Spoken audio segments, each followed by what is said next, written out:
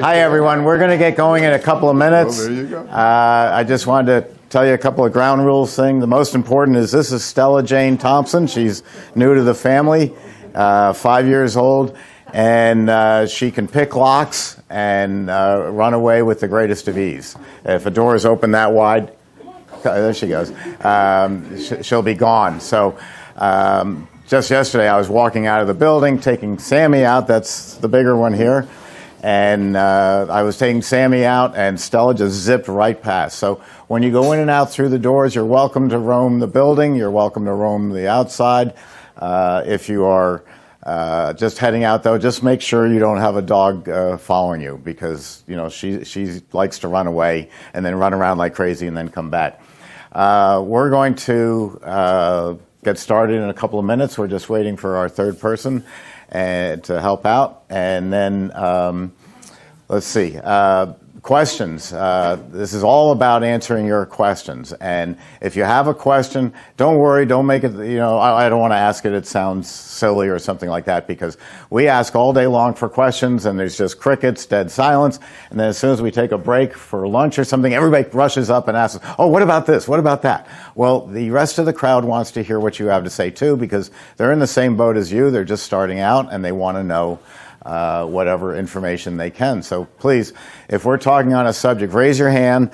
I'll acknowledge, or Jeff will acknowledge, and as soon as we take a breath, which is almost never, we'll answer your question right away. We don't want to put it off. Don't wait for us to stop talking, or especially me, because then we'll be on to 5 different subjects and we don't want you to miss out. Insinuating that we talk on and on and on? No, I'm insinuating I do. So ask any questions you want. That's a fire exit right there. You can also get out through this way, and of course that way I'm an ex-fireman, so I'm very conscious of stuff like that.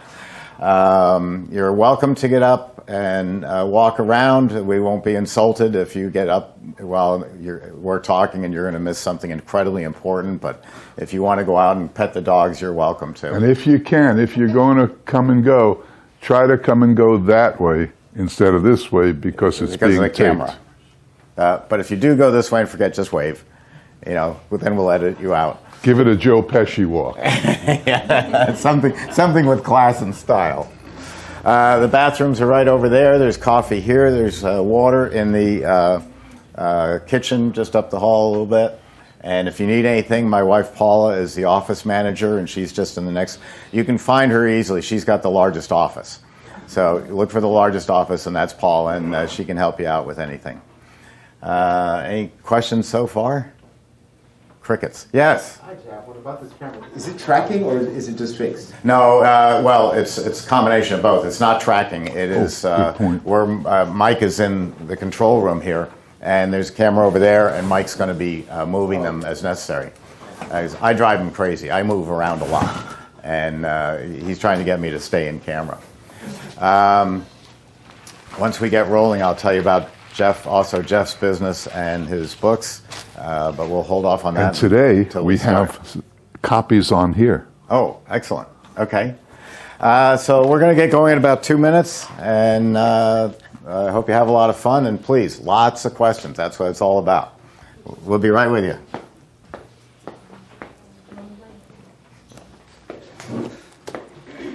I'm done. Okay. I entered the and I put my book on thumb drives. How cool is that?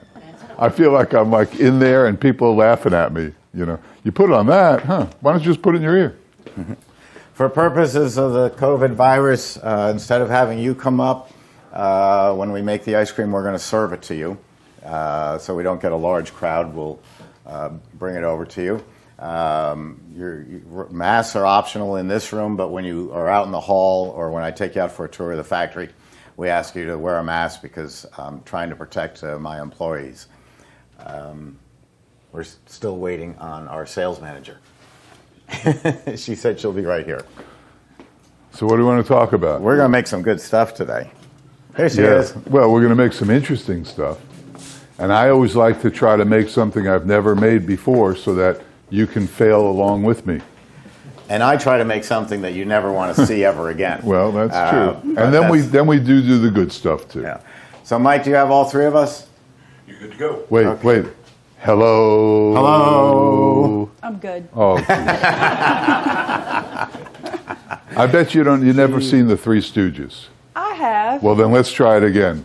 Hello. Hello. Hello. Hey, Did that work? That's why she's off key. All right, very good. I'm not as very deep sounding as you guys. You know, that's gonna be a promo for all these videos. Probably will be. What do you say we do a proper intro? Okay. Ready? Hello. Hi, I'm Steve Thompson. I'm president of Emery Thompson Machine, and welcome to Make It Fresh. We have a great audience today, and we hope we're going to make some very good products. I'd like to introduce the other people who are with me today. This is Christi Brown, Emery Thompson sales manager, and the inimitable, the world famous, the award-seeking tie-dye Jeff of the past of Mystic Ice Cream and now of Ice Cream Boot Camp. Good morning. Good morning. And good morning. Good morning to you Thank all. you. Good morning. So, Jeff, we're going to put you aside for the moment, put you out to pasture, and we're going to make, I'm going to pass two things out here. This is the agenda of what we're going to do today, and we'll pass that around. I'll give you a little hint. I give out my formulas, and you'll see them at my website. We're at 420 of these how to make videos. Today we'll add 6 more. Or at least 5 more. One of them may have to be burned. That'll be Christi's and my last flavor, and it's just so strange. It's beyond belief. There's a good reason for it, though. Yeah, we thought it would be fun. That was it. So the first thing Christi and I are going to make is carrot cake ice cream. And never made this before. Had to work on the formula, and there's no guarantee that it'll work. But that's the fun of making ice cream.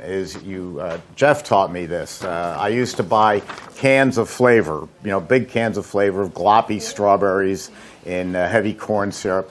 Now Jeff taught me that to go to the supermarket and just look around and get creative ideas. Well, strawberries in season. Okay, let's use some strawberries. Well, here's a cake mix or a pie mix for strawberry shortcake. Hey, what if we throw that into the ice cream? We're not going to do that, but that's the kind of things you can do. So Christi came up with the idea of the carrot cake, and we sat down, we figured out how we would put this together, and that's what we're going to try to make. And we'll see what happens. One little tip. We give out our flavors and formulas, and they're at the website, emerythompson.com, and YouTube, our YouTube channel. And they're there for the taking. Use them, enjoy them, modify them to your personal taste. Jeff's formulas are secret to Jeff. But he's here today, and he's going to reveal all those secrets. So what I would suggest is you get ready with pen and paper, because Jeff will be telling you exactly what's in his ice cream. But if you don't listen carefully, you're going to go, what'd he say? Yeah. And lips are sealed. You'll never hear it again. So get ready when Jeff talks to write down exactly what he's doing, and be forewarned, he might decide to change the formula in midstream. That's okay too. Write that down. That way you'll get all the formulas that we're going to run through today. So we're going to start with 3 carrot cakes. And Christi, while I yak away, I'm going to ask you to grind up one of them. Okay. Jeff also told me about Ninja blenders. These things are great. I mean, they could blend concrete. And 6 blades. oh, this thing is dangerous. Very. Yeah, I mean, that is 6 razor sharp blades. If you're ever in a fight, that thing is great. So be careful of that, of course. But Jeff found a trick. Like the carrot cake, it's going to be soft and mushy and sweet. And if we throw that in there, it's going to turn into mush. So Jeff taught me to pre-freeze it. And by pre-freezing it, it's going to, we're going to turn it into a powder of carrot cake, which means for every particle of dairy that we have, we're going to have a particle of carrot cake next to it. It's going to give a much better taste. Any other machine on the market, we throw whole cookies, candies in here, trying to get the fruit flavor, and other people have to add everything that's coming out. I put half my products in the machine, and half of it's coming out. So we pre-sanitize this. We're ready to go.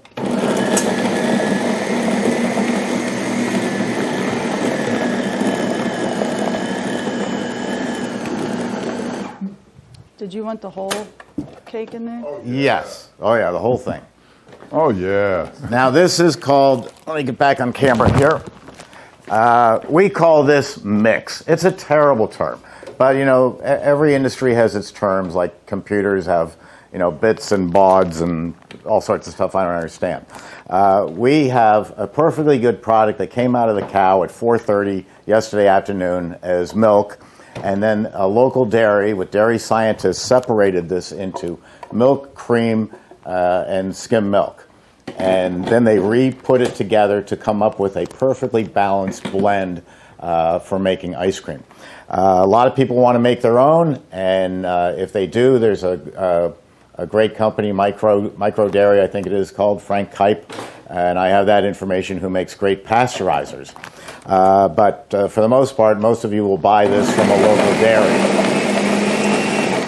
And it was pasteurized, homogenized last night, delivered early this morning to your store, so it's as fresh as it can get. We make better ice cream than anywhere in the world, any other country, because we have these fresh dairies that can do this for you. And these are dairy scientists who understand the difference between, you know, there's about 5 different brands of cows, and they produce different output of as far as fat content. Fat content varies between winter and summer. These people know all that, because what you're looking for is consistency. McDonald's, I say in the other videos, and I repeat myself a lot, so you'll hear stuff over and over again. Somebody wrote the other day and said, I've heard your jokes 10 times. And I said, well, I laugh at them every time I say them. McDonald's is a lousy hamburger, in my opinion. But whether you're in San Diego or Tampa or Mozambique or Istanbul, you see the golden arches and you go in, you know exactly what the double cheeseburger is going to taste like. This way, we're trying to do the same thing with the ice cream. If you only come to visit once a year, we wanted the same great mint chip that you had last year. So we're going to measure out 4 quarts.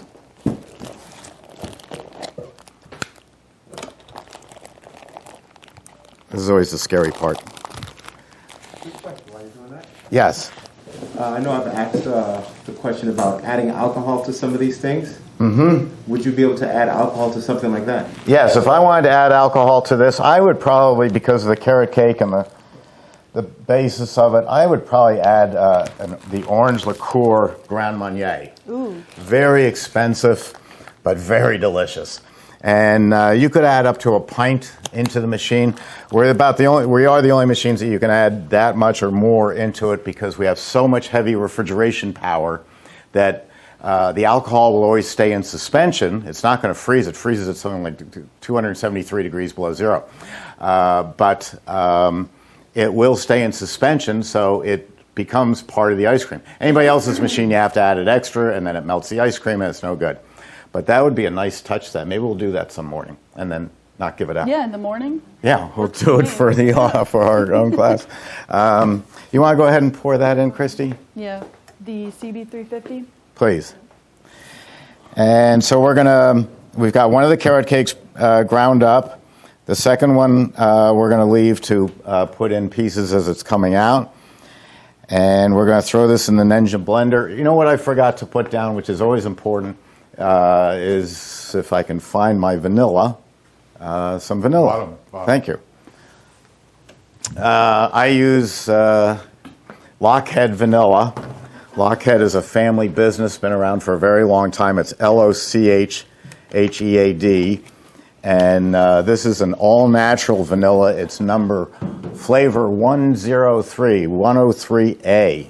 And you can call up Darren Rodman and at Lockheed, and we can give you the number, and you can order that up. But vanilla enhances everything.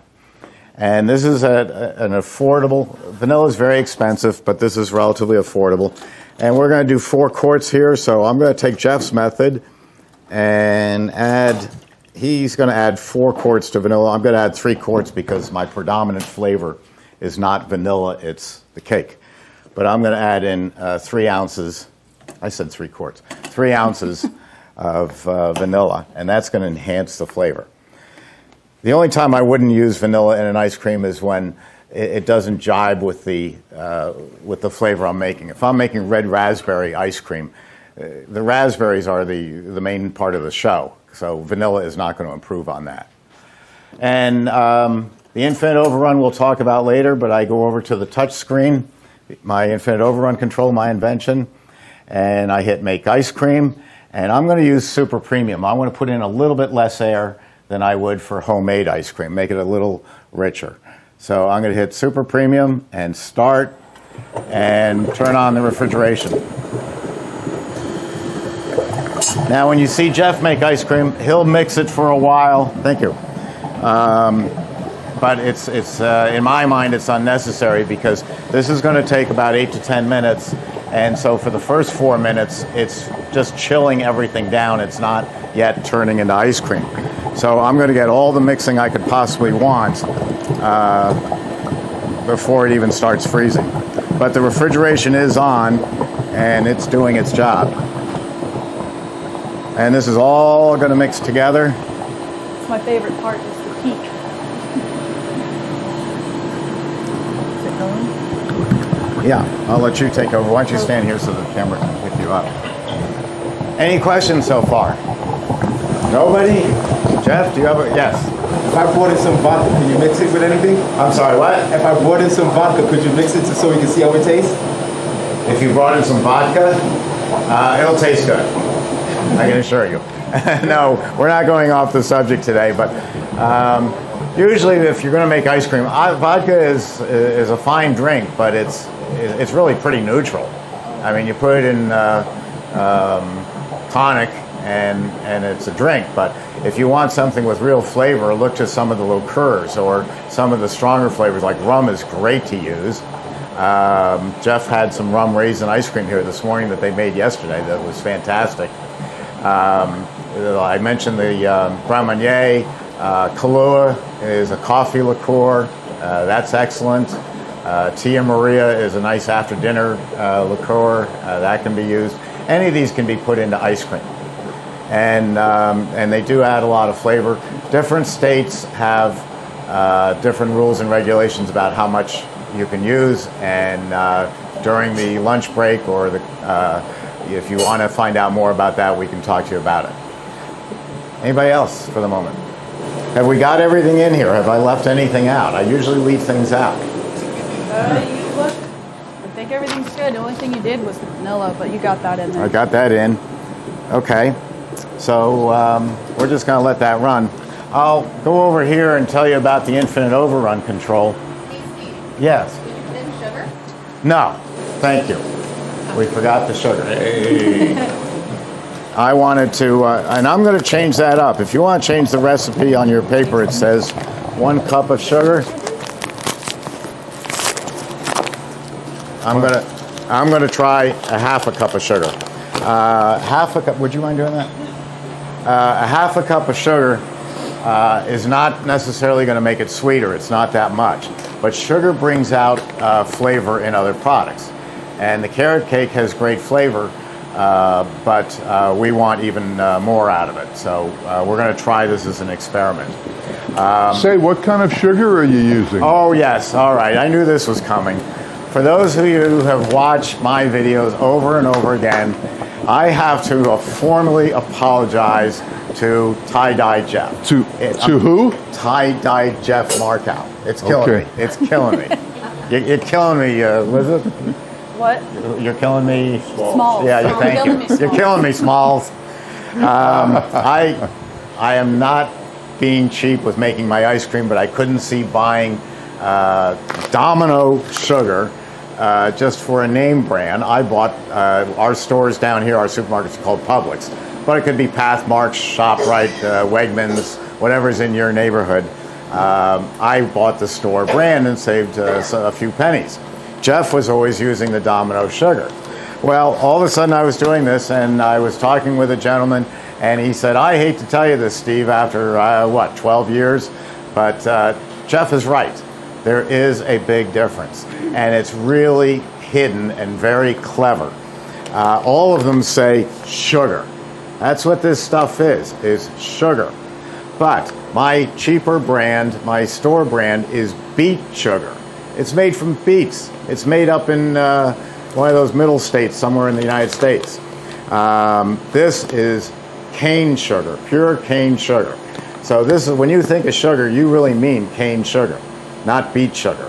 So, and he said, he was a scientist, and he said there's a big difference in it that beet sugar is actually not as good for your body. It has a higher caloric count. This stuff I gotta live with.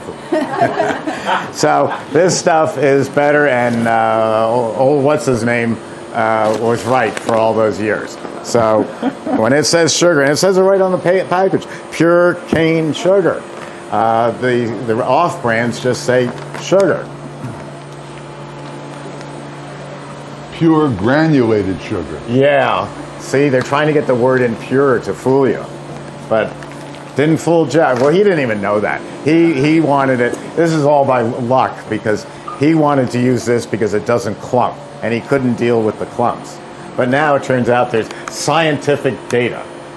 You know, he must have been talking Can't to argue Fauci. with He got science. this scientific data to tell us that this is better. Just ask Fauci. You can't argue with science. I did have a trucker once tell me it dissolved faster in coffee than any other sugar. Which one? That'll be cut out, Cane to sugar. be sure. Huh. Well, there you go. So once he was right. Yes. Sugar, even as that's cooling down, the sugar breaks down well in it if you get it early. Oh, it'll dissolve instantly. Yeah. In fact, when we're making Italian ice, we're gonna, in a bigger machine, we'd be using 7 pounds of sugar. And I mix that in the water first, because I don't want sugar pouring it in the machine. The machine can technically take it, but it's like pouring and using sandpaper until it dissolves. So when we mix up all this, you know, people tell me, oh, they're going to boil the sugar and do this and that. I say, just pour it into a bucket and stir it. After 30 seconds, and you go to pour it in, they, but it's not all dissolved. There's this little stream of sugar. I said, we just put 7 pounds in. What do we care about a little stream? It's nothing. And having spent my childhood running around the Caribbean with my parents back before, I mean, that was before dirt was formed, you know, because it was a long time ago. We used to have to boil the water because we drank water that came off of the roof and it went into a cistern, and so you had to boil it. If you want to taste something awful, taste boiled water. Because all the air comes out of it, and it is the most awful taste on earth. So you do not want to boil water. It'll ruin your Italian ice. It was looking a little full, so. So this has a timer on it. It tells me we've been going for 7 minutes and 27 seconds. But I know we're dealing with a high sugar content product because I put sugar in, and because of the carrot cake. The more sugar in a product, in the overall product, the longer it'll take. So ice cream is, vanilla ice cream somewhere around 7 minutes freeze time. Strawberries, which are all sugar, might be 10 minutes. So there's nothing wrong with your machine. It's just the varying of it, and you learn that. Yes. Nope. We're going to put this into one of the longer gelato pans. Oh, you got it? Mm-hmm. Okay. I'll just take another smaller one to check it. That's not ready. See, we put a lot of product in here, too. We push the limit of the machine. Whoa. I never said I was neat. No. Can I borrow your water for a second? Oh, thanks. It's hot.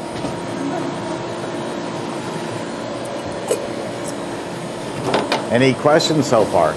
You're an easy crowd. Who's going? They just want ice cream. They just want ice cream. Yeah, when I was raising 4 kids, and the school would call me in, they made up a term to teach to 7th graders. They said, "We want you to come in and talk to them about simple machines." So I'd bring in the machine that my grandfather started with. Was this rock, salt, and ice machine, where you put the ingredients into a cylinder. It's got a beater, or the old-fashioned term is dasher. We use that spins around. It scrapes the ice cream off the walls. And for your source of cold, you put ice and rock salt. You notice that your lakes freeze in the winter, but the ocean doesn't. That's because the ocean has salt in it. It reduces the temperature, the freezing point of water. So you turn this for 40 minutes, and you'd get a quart of ice cream. Our batch freezers are doing the exact same thing, but vastly updated and much faster. But I had a little motor attached to one of these, and they'd call me in, and I'm supposed to talk about this simple machine, and all eyes were glued on the machine. I could have been reading the Magna Carta to these kids for all they cared, or the Constitution, and all they cared about was they were going to get ice cream. And quite frankly, it's the same look that I'm seeing on your guys' faces. How many of you are going into ice cream, and how many are going into an ice cream parlor? Okay, about 4. And how many are doing Italian ices? Okay. How many of you are just here for the free ice cream? Most of them. All right. Steve, At least you're honest. I think we're pretty good. Okay. You want to So see? we're going to shake in the pieces. Yeah. You want a little longer? Just a little bit longer. Yeah, we'll go another 2 minutes. I'm going to leave them. We have a timer on the machine. It's running here. Shows you your running time. So that's why I turn on. Another reason I turn the refrigeration on right away. If you turn it on the beater and just let it whip, which there's no reason to, you're adding time, but you're not getting an accurate timing of the freezing process. And it's just to give you a guideline. Whatever all the technology that we have, 116 years in business, world's largest manufacturer of batch freezers. I try not to put gadgets on my machine. So I don't have a timer that checks the consistency or a timer that shuts the machine down when it's ready. Why? Because it's like baking. When I see my wife Paula baking, she sets the timer for 23 minutes, and then at 23 minutes, she doesn't pull it out. She comes back and checks it. And so I know that 8 minutes, 7 minutes, 8 minutes is going to be my normal freezing time. And if I add more sugar, it'll be a little bit longer. So I can be doing other stuff, and I can come over here and see what my run time is. I think we're ready. You want to? Those are too big. Oh, well, we're going to break these up. You. I need a little container to put that in. I'm going to turn off the refrigeration so we don't go too far. Excuse me? Got it. You already got your fingers dirty, Steve, so you can toss it in. Yeah, but they are clean. I've got sanitizer up here galore. Okay, I should have done this while I was making the ice cream. But I want these pieces in here so you have some flavor identity. And it's just going to taste great. Guess I should help, huh? Oh, you'll get your fingers all dirty. That's all right. Didn't know you were going to add it in. I could have done it. Oh, that's all right. No, I'm going to add it in anyway. Okay. Ready? Yeah. So, Mike, I guess you'll have to use the center camera. Okay, let's go.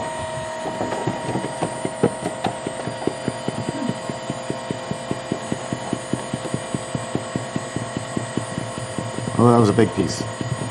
Hold on. Shut it down for a minute.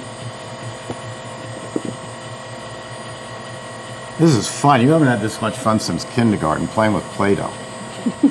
Okay, here we go. Now, for every particle of dairy, there is a particle of cake in the ice cream. We put the flavor into the machine. And then that gives us the fruit flavor, but now the identity, what is this stuff? Well, it's carrot cake. I think that's all we're going to get in this pan. Me too. And when we tell you the production capability of this machine, we lie. We tell you it's 6 quarts, we know it's more, but we're going to own up to 6. That way you have a nice surprise when more comes out. And of course, if you add more ingredients, you're taking up more volume. So this is going to produce more than a vanilla ice cream because the vanilla doesn't have 2 carrot cakes in it. And if you want this really great carrot cake, I could give you the recipe. You get in your car, you drive down the street to the public supermarket and tell them you want a carrot cake. And I tell you, it's the best on earth. That's it. Oh, it's still coming out. Like So- you said, you lied, Steve. Yeah, so we got 7.5 quarts out. Nice. Okay. Now we're going to serve this to you. Can you what? Do we tip the servers? Absolutely. But make sure you tip the sommelier too. So the other carrot cake. And I got to get some plates. I don't know what you did with the other carrot cake. Let's see. It's in the refrigerator. I gotta wipe that off. I'll start doling these out. Okay, I'll go get your carrot cake. We thought we'd give you the carrot cake ice cream. This is your breakfast. And then next, Jeff's going to give you coffee with it. Now, if you were making this for your ice cream shop, would you just take that now and put it in a container and freeze it? I would put it into my freezer, yes. Take it down as cold as I possibly can. Where'd all this... Here we go. That you need for that. We'll probably talk about that a lot today, but the colder and faster you can get the ice cream, the longer it'll last. If you do nothing to it, it'll be great for 3 days. So if you can find plates, and there's a big knife in the kitchen, we'll slice them up and Okay. hand out. We'll do the carrot cake separate. I'll get the ice creams going. Okay. So what do you think, Jeff? It's beautiful. What do you really think? Well, what I really think is that it looks beautiful. Would you do anything different? Maybe. Tell us what you would do. This is Well- how we learn is, this doesn't mean that it's perfect. It means that this is the first time we've ever made it. Well, let's get the audience opinion on it. Good idea. I used to stand up here and say, hey, isn't this great? Well, that's a loaded question. Now what I ask is, okay, taste it. What's wrong with it? And when you have people running to the bathroom, you know that you don't even have to ask the question. But otherwise, we do get some good feedback because, again, I've never made this before. This is just based on, well, I've thrown stuff into the machine before, so I've got a pretty good idea of how to do it. Steal that. Okay. Sorry. So if you deep freeze that, Yeah. the taste we're gonna get right now, Yeah. is it gonna be better after it freezes for a couple days? Well, it depends on who you talk to. If you talk to someone who doesn't know a part of their body from third base, they would say it's as good as it gets. I know that the Fauci scientists say that the flavor enhances after freezing. And I'm with that school of thought. If I give you my vanilla ice cream right out of the machine, you'll say, oh, that's great, but you're secretly whispering, it's kind of missing the vanilla. But if you wait 8 hours to try it, the vanilla gets enhanced. It gets stronger. So I would say this flavor gets better. In fact, Mike, you're in the control room there, right? Yes. Didn't you say that you thought that Jeff's rum raisin was better this morning than yesterday? I did say that. So there you go. That's our intercom called the VOG, the voice of God. And I'm not saying God's here, but you heard it through the system. I can't argue with it. Do I get a rebuttal?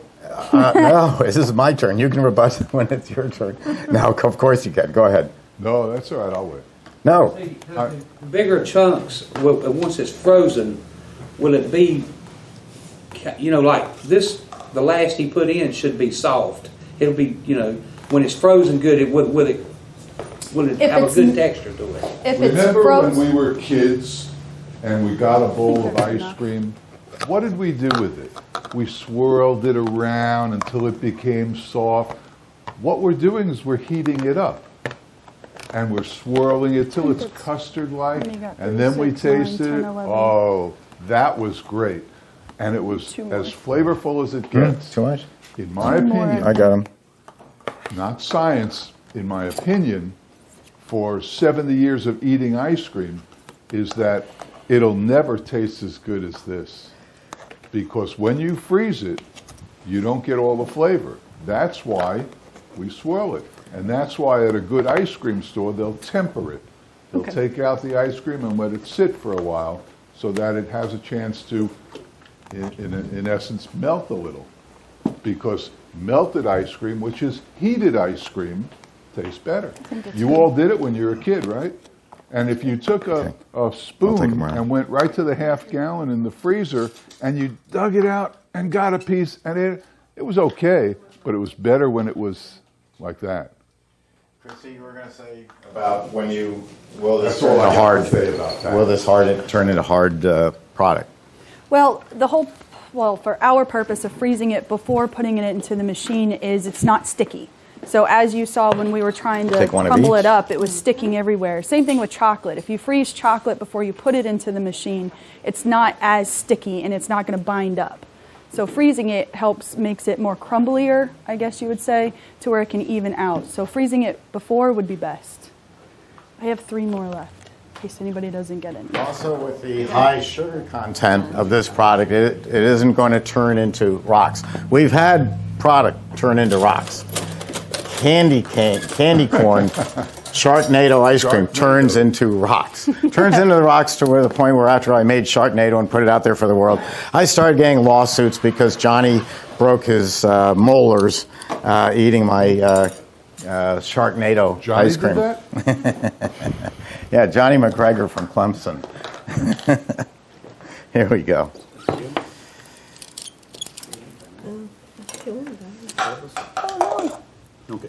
Okay. There you go. Okay. So we're not going to ask you how wonderfully great is this. We're going to just ask you what would you do to improve it. I haven't tried it yet.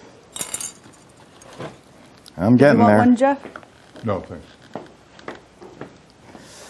There you go. John. Thank you. You're welcome. I'll slide that down. You take What's the good ice cream? one and, all right. Slide that down.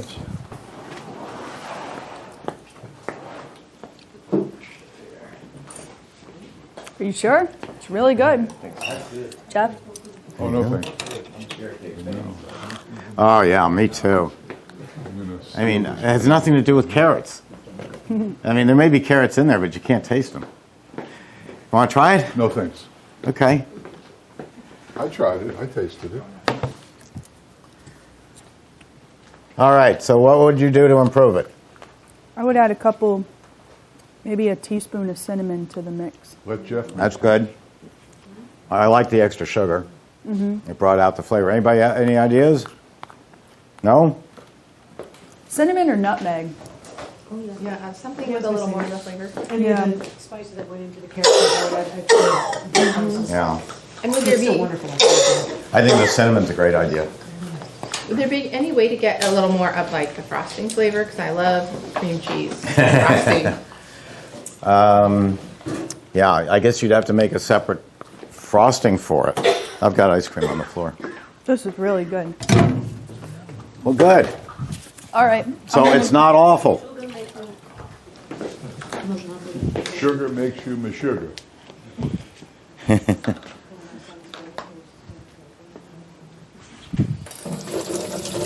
All right, Jeff, while I clean up, we'll turn it over to you. All right. What's And my I first am thing? actually- Coffee cat? Was this a We're going to good spoon? change Yeah, it a this was little good bit spoon. because right, I I'm don't going have to- Kit Kats. So we're going to make it coffee crunch with Heath bar pieces. Can't be bad. So here's the recipe for coffee crunch. It's in all. Steve's going to shamelessly promote my book and my thumb drives, and that's where you'll find all the recipes. So coffee crunch ice cream we're going to make, because later we'll make cream ice and Steve's going to make Italian ice. So this is ice cream. And here we go. It's 5 quarts. I'm using the Emery 12-quart machine, which is half of the industry standard 24-quart machine. So we'll, instead of using 10 quarts of mix, we're going to use 5. What is the machine on the left? The machine on the left is a 12-quart machine, which is the same physical dimensions as the 24. It uses all the 24 components. The only difference is the cylinder is half the length, and so the machine is only slightly less costly than the 24. I keep it in my production line because some of the high-end restaurants like it, but the one that pays to buy is the 24. And you'll all own a 24, whether it's this week or next year. That's the machine. I've had 3 of them, and it just, your production time, this one is what we all start with, and that'll yield you 1.5, maybe 2 gallons of ice cream per batch. The 20, we won't talk about this because you don't want that. The 24 quart per batch, same time, same everything, will yield you 6 gallons. 6, maybe 7, if it, depending on how many inclusions you add. So 7 gallons, once you're up and running, it's great. When you first start out, the CB350 is great. When you find yourself working too much to make ice cream, well, then you're successful, and you'll just go and buy the 24. The 24 is it's like driving a Rolls Royce. It's just great. Okay, enough promotion. So Coffee Crunch ice cream, we're going to add 5 quarts of mix. We have 5 ounces of vanilla. Where are we? Okay, and Folgers crystals. This is what I use for all my coffee ice cream. Folgers crystals. It's great. I like Folgers coffee in the morning anyway. Okay, Folgers crystals. We're going to add 4 ounces of Folgers crystals. What the hell was in here? Now, is that 4 ounces of weight or 4 ounces of volume? Wait, volume. Volume? Okay. I don't know. Oh, thank goodness, because I don't either. We got into Yeah, this fight. it's always We got into confusing. this fight over the weekend in Jupiter, and I could not explain it. I'm glad I'm not the only one. No, it's a confusing thing. Even when you go ask Siri, remember we asked Siri the other day about, and she was confused too. She kept saying, well, I'm not really sure. I don't know. Okay, we'll add 4 ounces of this. Now, this is so good that you can dissolve it right in here. You don't have to do the hot water trick. You can. A little hot water is not going to hurt anything. But personally, I throw it in the machine. You know, I'm okay with that. We're also going to add my secret ingredient, which now won't be secret anymore. I found 2 things that I use an awful lot, and it is Ghirardelli chocolate powder. You know Ghirardelli, the chocolate. This is their chocolate powder. I use this, and I use their white chocolate powder. And if you come up to me, I'll tell you where you can get it, and it's great. It's a secret ingredient. You know, you'll say that the ice cream is great. Ghirarde. So what are we going to do? We have all this stuff to add. Anything else? Heath bar pieces. So that's our ice cream. And I got to tell you, not only am I a proponent of buying your stuff in supermarkets and Sam's Club and Walmart for your ice cream, but I also subscribe heavily to keeping it simple. The fewer the ingredients, the better the ice cream, because you don't have all the different things fighting each other for the best flavor. When you have 7 ingredients in an ice cream, you're not going to have a dominant ingredient. So I like to keep everything simple, right? I'm a simple guy. And my class was filled with simple people. I shouldn't. Okay. You know, it works first and then it... Okay, so what are we going to do? What would you do? We have the mix. We have the chocolate powder, which is very fine, by the way. We have the coffee crystals and the vanilla. So would you pre-mix outside? Well, Steve, would you pre-mix? You would. You would mix these things outside. I would, so that I'm not messing up the machine, because the powder is going to stick in the lip and I'll have to Fair clean enough. that out. Fair enough. The boss says to do it this way, we'll do it this way. We'll do it in a container. We'll throw this in. We'll throw the coffee in, and let's put a little hot water. Hot water, right? Yes, sir. Okay. Otherwise, you just got powder floating. You notice how I'm kissing up to you, right? I'm noticing it. It's getting really Okay. distressing. It's so, I have out of an place. ulterior motive. I'm really, yeah, well, he wants a free batch freezer for his new store. Uh-oh, I have such a deal for you. I've been had. All right, we're just going to mix this up. It'll turn to a nice gravy type consistency. See that?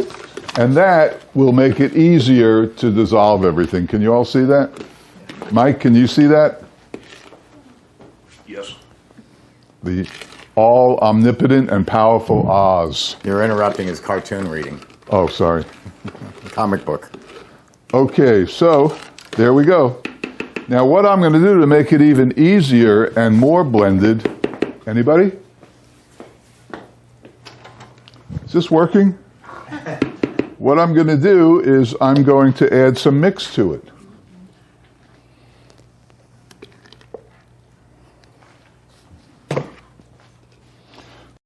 Basically only two things in there, right? The coffee and the chocolate.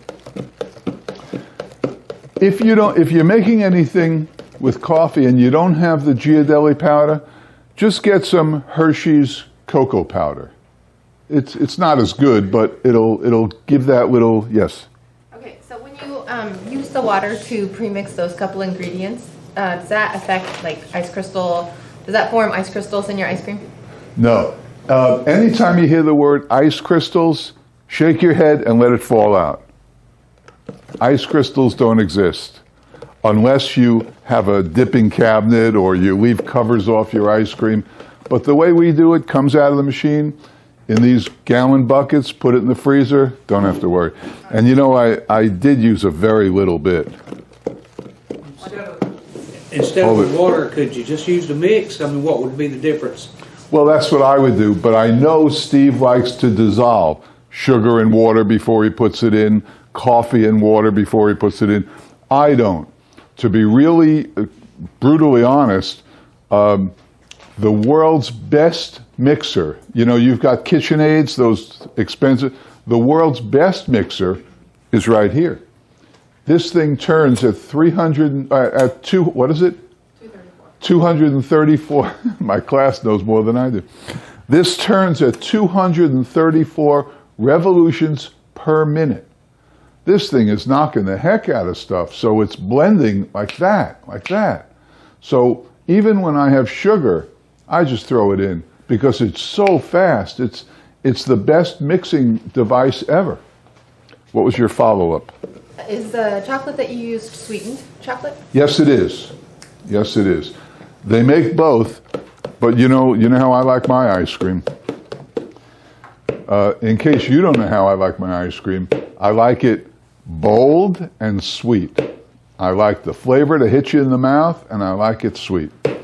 And I'll tell you why I don't turn it on right away as Steve does. And he may be right. You may be right. I may be crazy. All right, so first let's add, let's see. All right.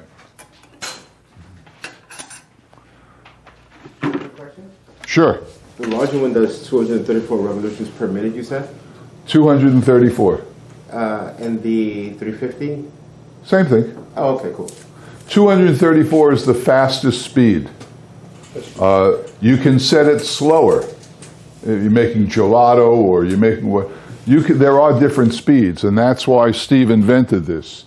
I'm a dinosaur. I'm an old-fashioned guy, and I keep things very simple. I do it at 234, and here's Christi now to explain further. What? Oh, never mind. Don't throw me under the bus like that. Are we ready? So we're ready. So the first thing you want to do before you pour anything in is make sure that's down, because we did have an accident in class, right? My fault, but it was only water.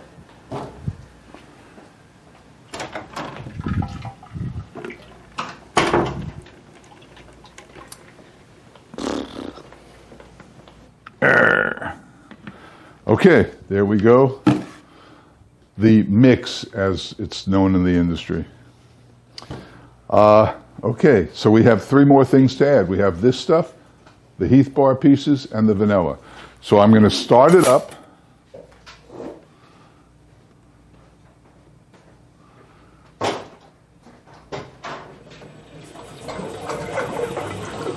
Now, as I said before, Steve puts this on right away. I don't, and I'll tell you why. After we add the ingredients, it'll become apparent, but I'll tell you why.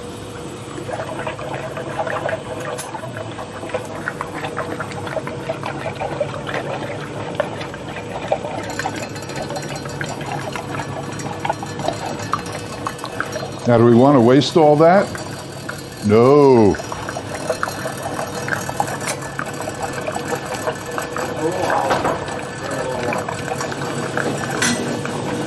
What?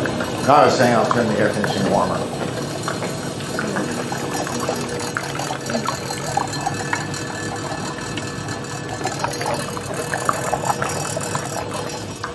All right, we'll add some vanilla. I still haven't turned it on yet, the freezing part of it.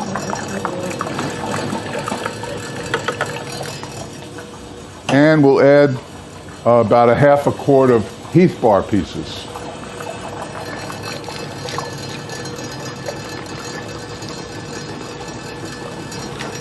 We'll add them to the floor and to the machine.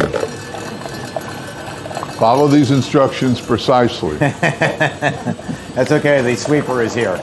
Now here's why I haven't turned on the freezing yet. Because no matter how many times I've made something, what do I want to do? Taste it. I want to taste it. I want to make sure that it's exactly the way I want it. Because everything affects everything. And some days, things are going to affect the sweetness of it or the coffee flavor.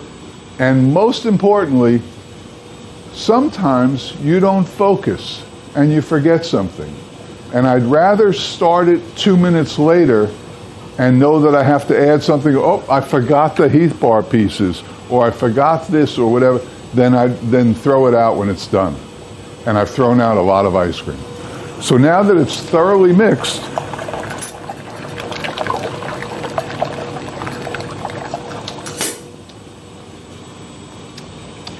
oh baby. Now we know we can go full speed ahead. If I wanted to add some, I'm thinking about it too, a little more coffee, because you can't have too much of a good flavor. So I'm thinking about adding a little coffee, and I think we will.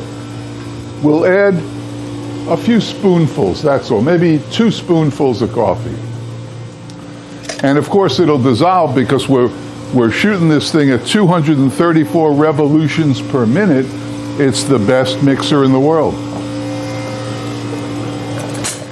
And because these are Folgers crystals, they'll dissolve easily. So we'll add 1 and a little bit more.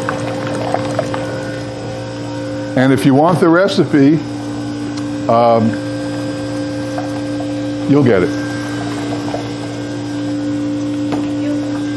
Oh, 1 second.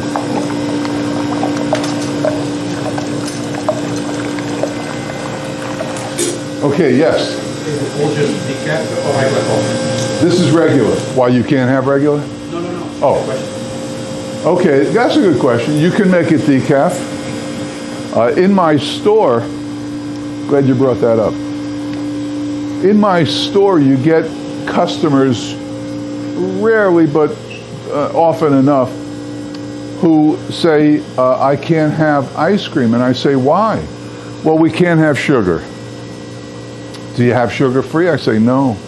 And then you get people, I'm lactose intolerant. I can't have your ice cream. Do you have ices? And I say, no. So what I did early on, maybe 9 years ago, in order not to let those dollars walk out of the store, I put up a coffee bar, cappuccino, espresso, latte, and we also have tea. It's just a simple machine. We have tea and hot chocolate and iced coffee. So now when somebody comes in, oh, I can't have any sugar. Do you have sugar-free? No, why don't you go have a cappuccino? And you can put sweet and low in it or whatever those things are. Well, I can't have the caffeine. Oh, well, we have decaf. We have decaf cappuccino. You can even have a decaf espresso. I'll grind those beans for you myself. And it evolved into getting more dollars. I bought a $750 espresso machine, and after 8 years, we netted $18,000 on it. And that's not a lot compared to what the store's going to make, but you satisfy a need. And people don't leave saying, damn, I couldn't, you know. So now you've satisfied that. And between coffee, regular coffee, decaf coffee, cappuccino, decaf cappuccino, espresso, decaf espresso, hot cocoa, sugar-free hot cocoa, herbal teas, all done at a bar this big. You solve everything. Yes, sir. Do you do any type of dairy-free ice cream? Is that even I don't possible? make it. No, I don't make dairy. We're doing it next. Okay. I don't make in my, it's just me. I don't make dairy-free. I don't make sugar-free. I don't make lactose-free. I make full sweet ice cream. That's what I make. What? Nothing. Okay. Yes. How much chocolate powder did you put in? How much chocolate powder did I put in? I have that answer right here. You want to write the recipe down, or do you want to pass this around and take a picture of it? Take a picture? Yeah. Lazy. Okay. You can buy Jeff's, Markow's ice cream formulas. I use these. They are excellent. If you're just starting out a new business, any knowledge you can find is great, but if you're going to use recipes from Good Housekeeping magazine or Better Homes and Gardens, they don't translate up. You'll be, if you're running my 44 quart machine, you'll be breaking 160 eggs to get egg yolks. The recipes don't work. They're very nice and very cute for making a quart for your family. They don't translate up into an ice cream parlor. These do, and you can get that by reaching Jeff at, it's a very odd spelling. No, we have some to sell here today. I have them here today for the class, but for those who are watching this on YouTube, X, the letter X, and then an odd spelling of hippie, so listen carefully. X, Hippee at AOL. Yeah, there really are people on AOL still. .com. Xhippie at AOL.com. If you didn't get that, you can contact me, Steve Thompson, and I'll read it back to you very slowly. Xhippee at AOL.com. These are good. These are better than good. You can start your ice cream parlor with these and know that you'll be a success. And I guess I could tell them how much it costs, right? No, I can't do that? YouTube. Okay. But to the class here, there's a special discount today. There is. If you buy one, I will give you the Emery Thompson hearty handshake and a pat on the back.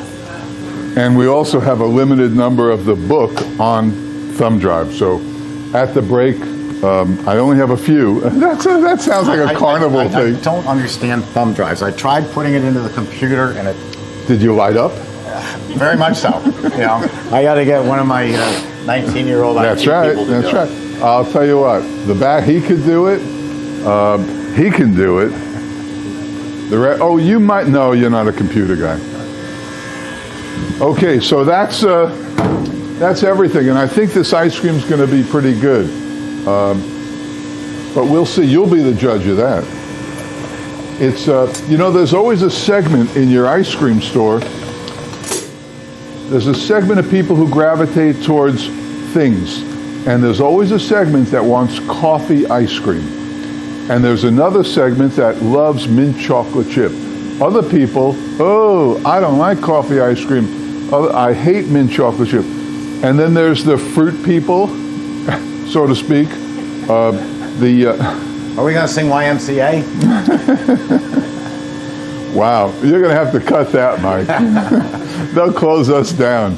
But there are segments, and that's why people say, how many flavors should I have in my store? I always had between 30 and 40. Sounds like a lot, but it's not. But this way, just like the coffee bar, people come in and I've got one coffee ice cream.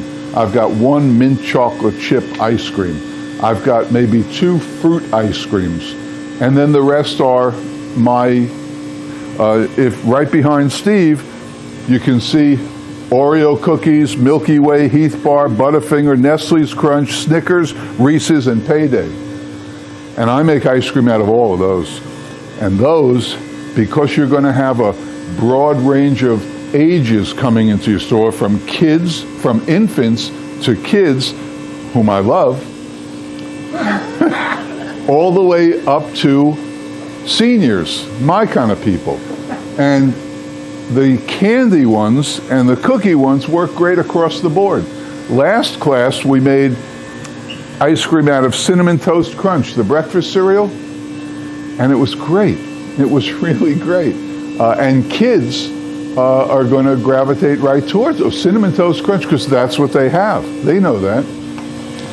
Now, the reason you can't just rely on a timer with the machines is because the one thing you need when you're making ice cream, what's the one thing you need?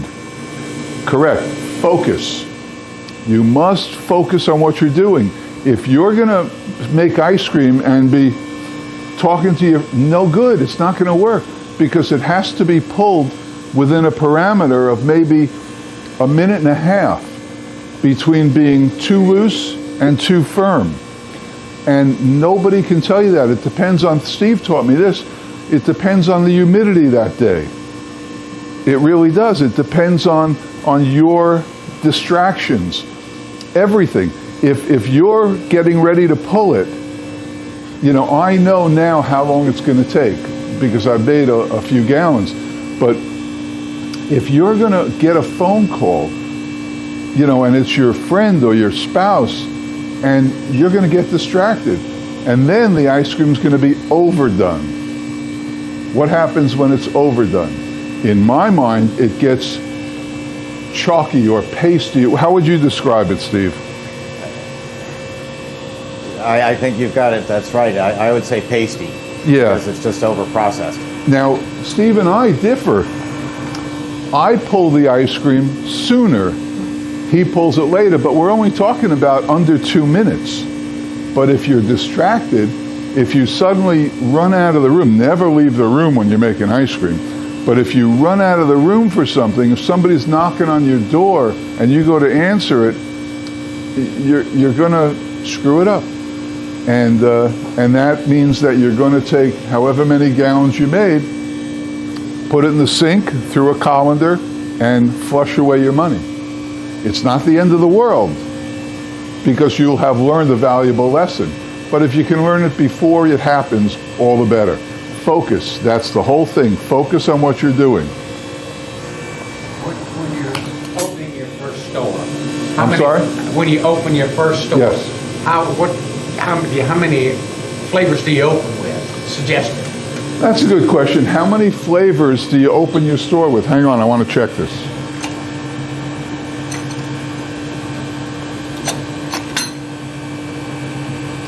Okay, hold that question, because we're about to pull the ice cream. I think 30 seconds will do it. It's so scientific, isn't it? If you pulled it now, it would be fine. If you pulled it in 2 minutes, it would be fine. I just have a preference, that's all. It's how, maybe it's because I like the way it tastes when it's a little looser. You know, it's like when we were kids. Now, how do I know when it's ready? When it holds a peak, when you let some out and it holds the peak, it doesn't go like this, then to me it's ready. So now we're ready to roll. Jeff, could you show them again? Because what I tell people is if you open that gate and close it quickly, it cuts off like a knife went through it. And Yes. yours just did. Could Yes, just you show can do again? that. Sure. Bingo. See how that cut? That's ready. So now just a quirk, I wait till I hear the compressor shut off. There, you hear that? Now I pull the ice cream. And see how fast that comes out? The whole idea of our machines is to get it made and get it out quickly. And my website is something called the Tater Tot Theorem, and it'll show you about pulling tater tots out of the oven and how you end up burning down your house. You want to get the product out very fast. The other machines on the market our guards are the best designed by my engineers and make it extremely safe. Other people just use plain old bars. It blocks the ice cream, so it takes you 5 minutes to get it out of the machine. The first ice cream is a different weight and consistency than the last. So you want to move quickly. I'll help you there. Okay. Well, you spread these out, and I'll scoop. How's that? All right. Why don't we put it back on camera where they can see us? Okay. All right. Let's go over here. All right.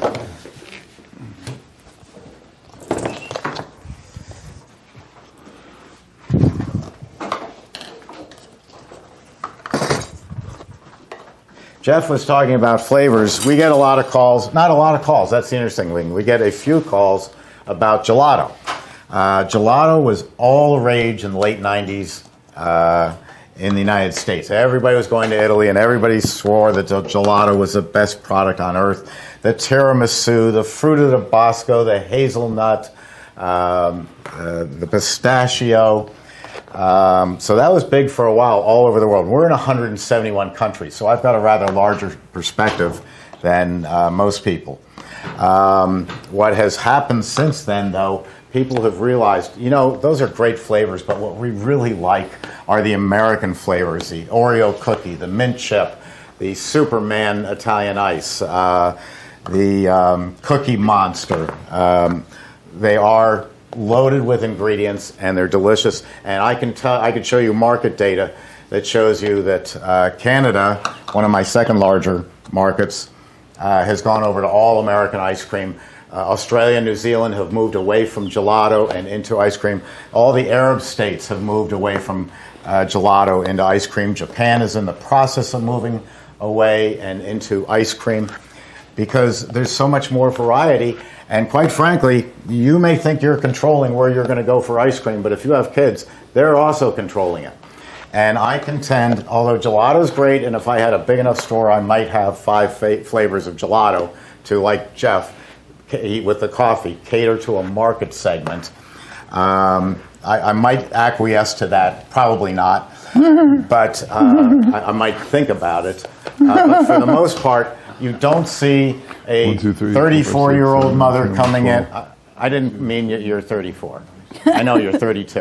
A 34-year-old mother comes in. She's got her 5-year-old daughter in tow, and the 5-year-old daughter is not tugging on her mother's dress and saying, "Mommy, could I please have a tiramisu?" No, she's saying, "Mommy, I want Superman Italian ice. I want Cinnamon Toast Crunch." There you go. These kind of flavors, and they're driving the market. You may be paying the bill, but the kids are still driving the market.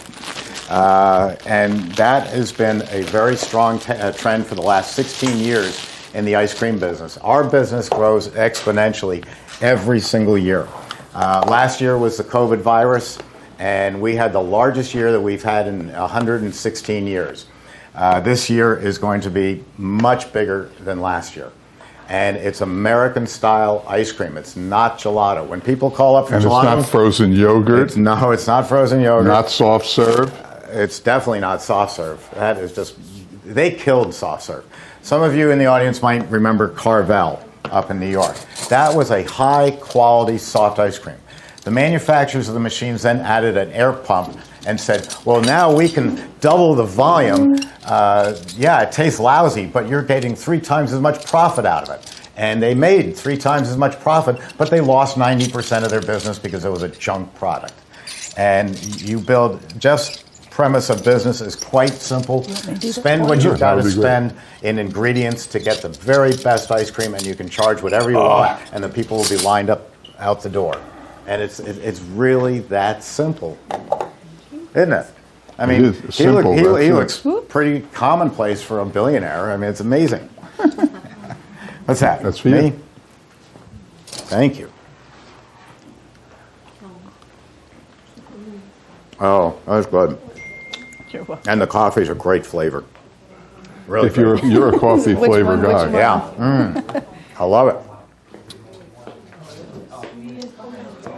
Christi, I'm going to go get the dairy-free mix. I'll be right back. It's good with the chocolate.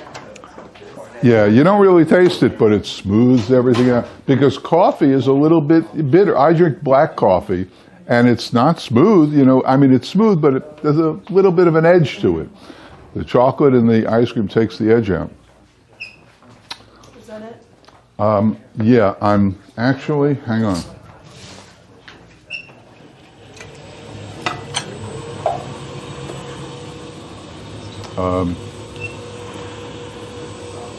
Yeah, you're going to give this to the guys, right, and stuff? Well, oh, Mike. Mike.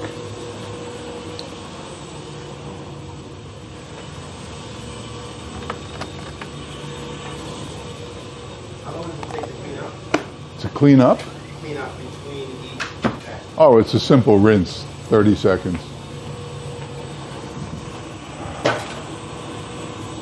I didn't try it. What did you make? Here, try one. I just It's want a bite. coffee Krunch. It's coffee with Heath bar pieces in it. That's good. That's good. About ready to do this? Yep. Okay. You didn't add any pieces of beef bar on there as it was coming out. What? I said you didn't add any pieces of No, beef I don't. bar. I don't do that. Okay. You can do that, but I don't do it. I throw everything in the machine. I like a blend, you know. I like everybody to be friends in there. When you add it afterwards, you're putting strangers with your old friends, you know. Is that it? Yeah, I guess so. I'm going to put this in the freezer here. Okay. And we had tape. Oh, here we go. By the way, if you want to save That's a really good product. $1.4 billion in your career, just get a roll of tape, and here becomes your label. And you can save $1 billion. Do you have any problem getting that off in the washing process? Oh, no, it comes right off. You just pull it off before? Yeah, it comes right off. And there you go. You've saved $1 billion. Would you put this in the freezer for me?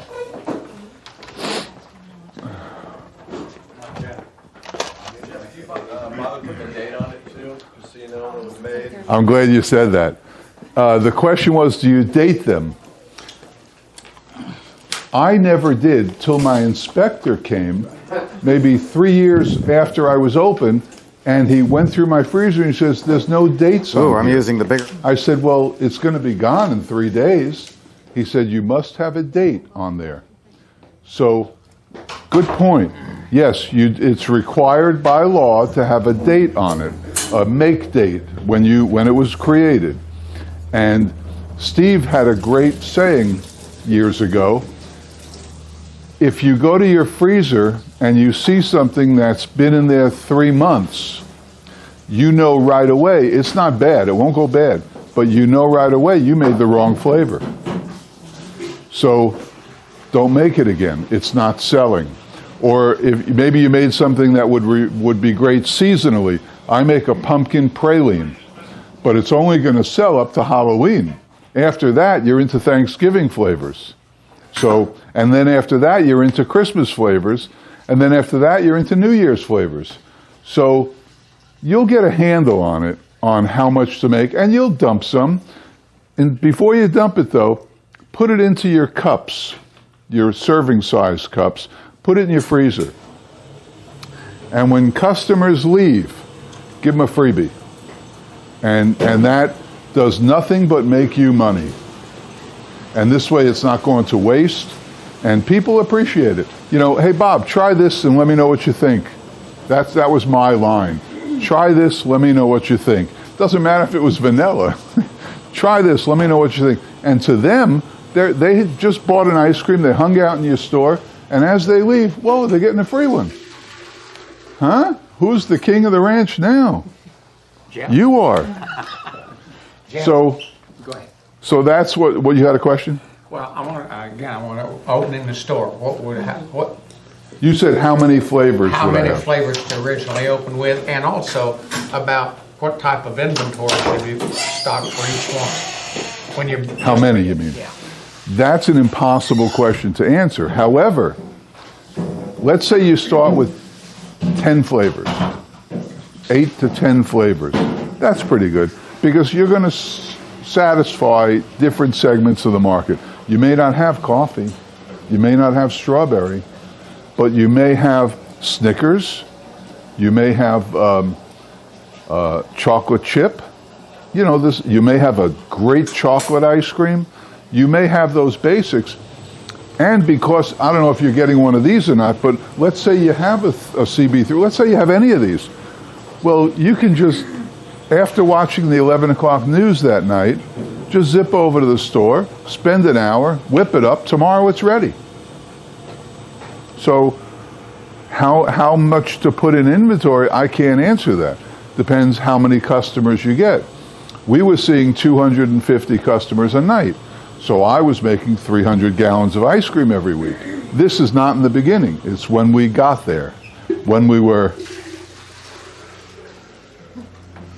But in the beginning, nobody knows. Nobody knows. If you've handed out your shirts, if you've handed out your hats, if you've spread the word, if you have a sandwich board on the street with 2 words on it and an arrow, what are the 2 words? Ice cream. Ice cream. And I got to tell you, I just ordered them for my new store. They're $99 on eBay. And that sandwich board, you know what they are, right? That sandwich board will make me $1 million with 2 words on it. Ice cream and an arrow. And make sure the arrow points the right way. On both sides. If you're dealing with more like a tourism, would you do shirts? What? If you know a lot of people's coming and leaving and going out of town, our area is, we've got cities around our area, and they won't be like, they may come 2 or 3 times a year. Would you do shirts? Well, I'm sort of in that area too. I'm right on the beach in Daytona, and that's a high tourist area. But I'm going to go ahead with the premise that I can get people who live between Ormond Beach and New Smyrna Beach, maybe 20 miles. I'm going to go on the premise that I'll get enough regulars to keep me busy. And then when they come, the tourist season, which starts Memorial Day weekend, and I'm trying desperately to be open before then. I'm sure I will be. But then nobody knows. I certainly don't know. I don't know if I'm going to get slammed or not, but I'll have enough ice cream because I've got an Emery 24, which is going to make me 6 gallons a pop, and I'll be making ice cream a week beforehand. So I'll have 300 gallons ready when we open. And how many flavors? I like making ice cream, and it's hard to rein me in when I find flavors. I mean, even in the class this week, people brought in wacky stuff, and we made ice cream out of it.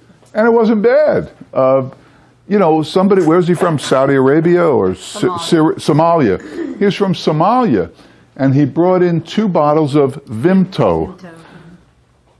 What's Vimto? So they were bottles like the size of this, and it said Vimto. I'm sorry, I'm going on too long? No, go ahead. Okay. It said Vimto. And I said, his name was O'Day. Well, that wasn't really his name, but that's what he said. Call me O'Day, because nobody can pronounce his name. And I said, O'Day, what is this stuff? And he said, in his country, in Somalia, they add a little to water, right? They add a little to water, maybe some ice, and it's a great drink. So I said, all right, let's give it a shot. So I showed the class, one of the great parts of the class is how to make a flavor before you do the machine. How to make certain that it's exactly right before you put it in the machine. So we did that with this stuff. And the color was wild. What it is, it's like, we decided to call it Eastern berry. It's a berry, nobody knows what the plant is, but it's a berry, very, very rich berry. And the color was great. The color was, it was like maroon, right? Oh, we have it here, actually. This is the color of this stuff.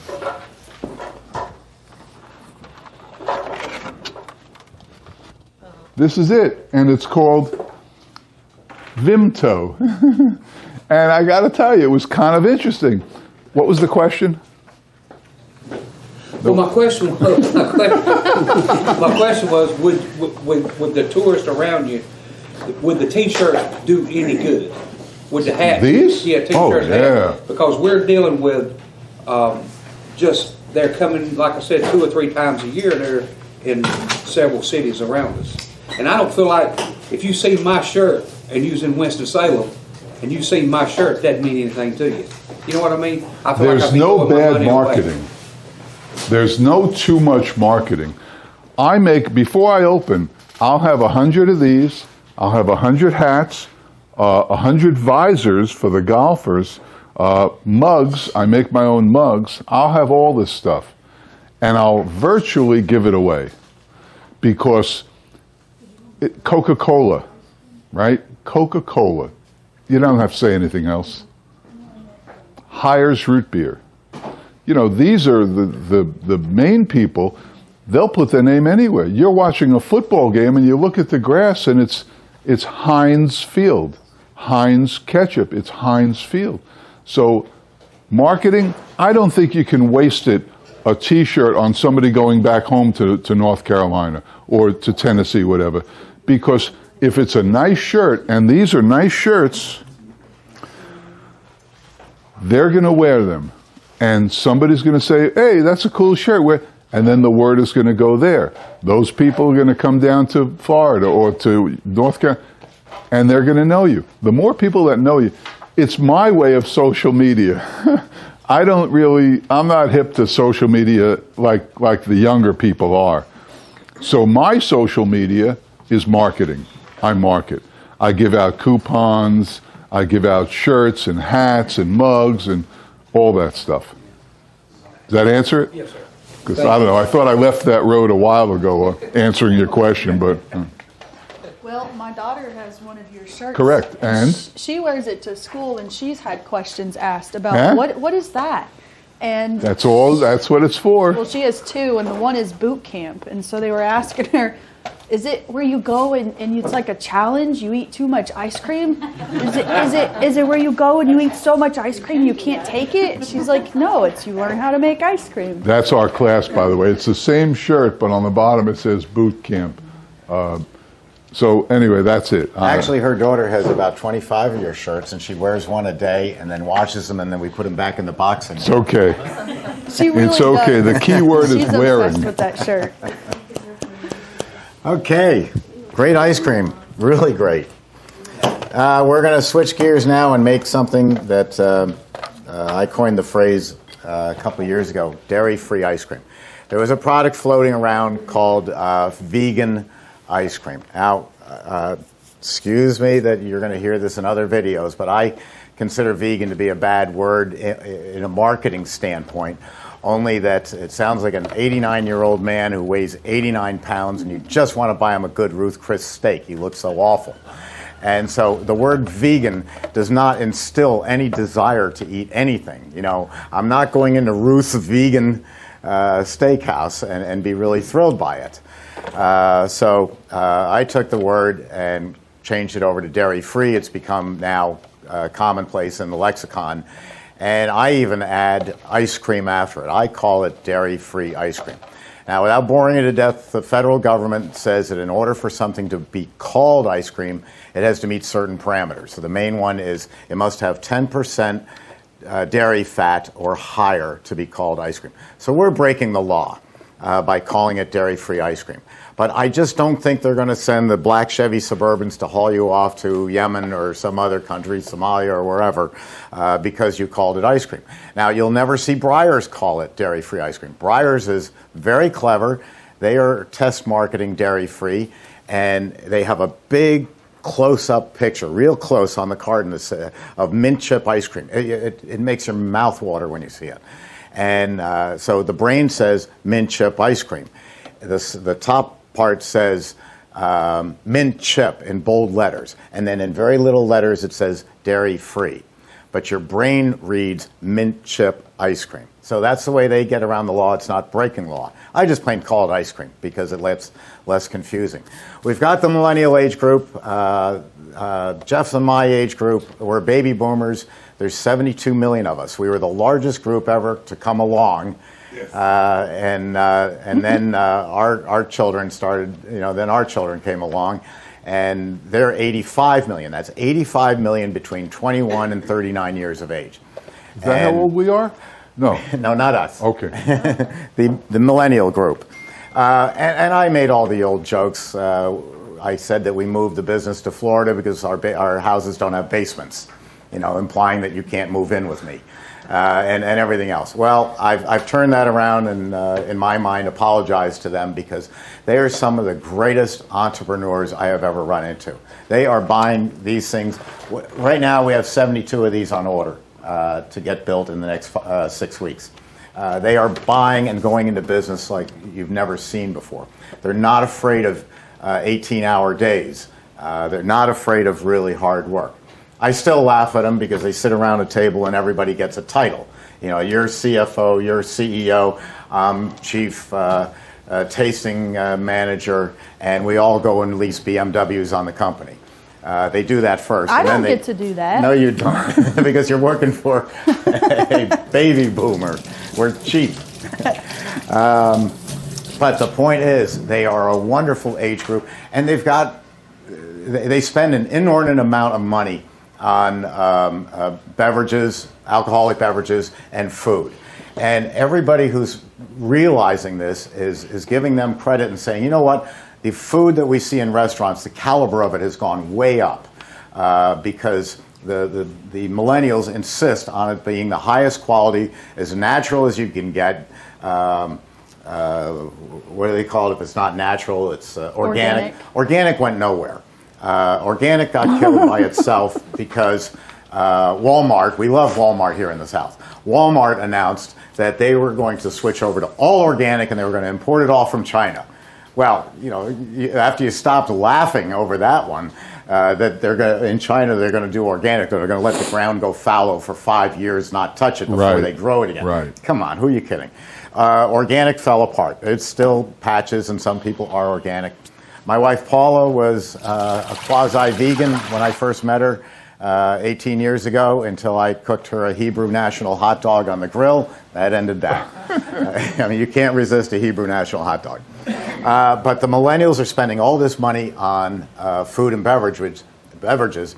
And before Jeff's time in the business, an ice cream parlor could charge $2.25 for a cone, 4-ounce cone, and not a penny more.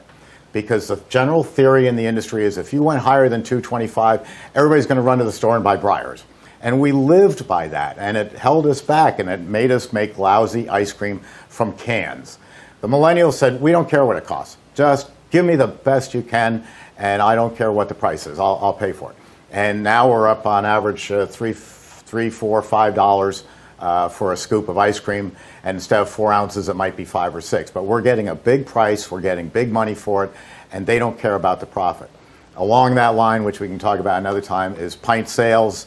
I'm getting $7, $8, $9 with my customers for pints, where Haagen-Dazs, a company I put in business, only gets $5.19. So all this, there is one quirk in the whole thing, and that is, and I can't explain it, but for a large part, and I'm generalizing by saying this, but in general terms, millennials don't like dairy product.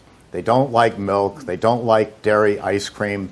They ate frozen yogurt for a while, not realizing that it was, basically the same as ice cream. But they have moved away from it. So along comes this vegan frozen dessert, and it takes off like wildfire.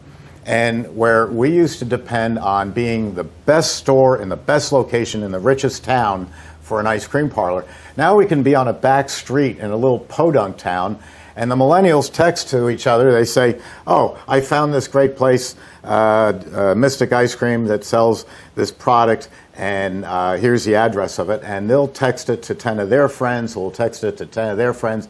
In 2 hours, there's 300 people in town that know that you're the only person in town with dairy-free. Christi will tell you about this particular product, this dairy-free that we're using. I've been doing dairy-free for 3 or 4 years now, but now we really have something that tastes great. So where'd you go? Right here. I was going to show them this. And you want to tell them, you have the address over here for Eddie. Eddie. Yeah. We're going to tell you, just say, when you call Eddie, Christi sent me. Yeah. So how many of you have had a dairy-free ice cream? Did you like it? Was it okay? Did it have It a... was good, actually. It wasn't Yeah? bad. Well, this will be even better. So traditional non-dairy comes in like a freeze-dry powder, which is Mammy's Gelato. She makes great stuff. However, Meadowvale makes it in a bladder style, which is like you would see in a normal dairy. Meadowvale. And it's all one word. So he makes, Eddie is the contact you, and I'll give his info in a minute. You can write it down. And it comes in a traditional bladder. And it's all natural, vegan, and dairy-free. So it has tapioca based, it's coconut, sea salt, and I think carabine gum, I think is what's in there. And the texture of it is amazing. Yes. Do you use it in the same proportions that you use the regular bladders? Yes. And you is do. it also 10 quarts to a bladder? Yes. Okay. So that's what I like about this. You don't have to do your freeze-dry powder and mix it with water and let it bloom. You just pour it in there, just measure it out like you would any other. Yes. Because I don't know where I get it up in my area. It gets shipped absolutely hard rock and frozen. That's how it gets shipped. And so you can put it right into your freezer and it freezes very well, and you can let it thaw out just like a normal bladder. However, with this, because it is tapioca based, it gets thicker faster. So once it starts to thaw out, you'll have to use it within a few days. But it truly is amazing. It's so good. Someone else have a question? I thought I heard something. Anyways, so to get a hold of Eddie, his name is Eddie Kahina. And you guys want to write it down? His email is ECAJINA @meadowvale-inc.com. Is it coconut based? It is coconut based. So it has a hint of coconut when you go to eat it. So that's when you go to make a dairy-free flavor. Try to pick flavors and fruits or cookies that would complement the coconut that you can taste from it. Christi, can you give your email address? It's a little easier. Oh, yeah. So mine is Christi @emerythompson.com. And you can spell that CHRISTI. So Christ with an I. It's pretty easy. Hey, Christi, another question. How Yes. does the cost compare to the dairy mix? I don't know. I do. It's more expensive. And I couldn't tell you because it depends on shipping and region and all, but basically, if you're getting $4 for an ice cream cone, I would charge $5 to $5.25 for a dairy-free cone. They'll gladly pay it, and as long as you have a separate signboard that says dairy-free and lists the price, they'll be good with that because it's a whole different thing. It's like the difference between ice cream and Italian ice. They're two different worlds. So it will cost more for the basic ingredient, but you'll make it up in the price. Mm-hmm. For sure. All right, we ready? Yeah, we'll measure out. You've got the formula, folks. We gave it out to you, and if you're watching on YouTube, it's posted there.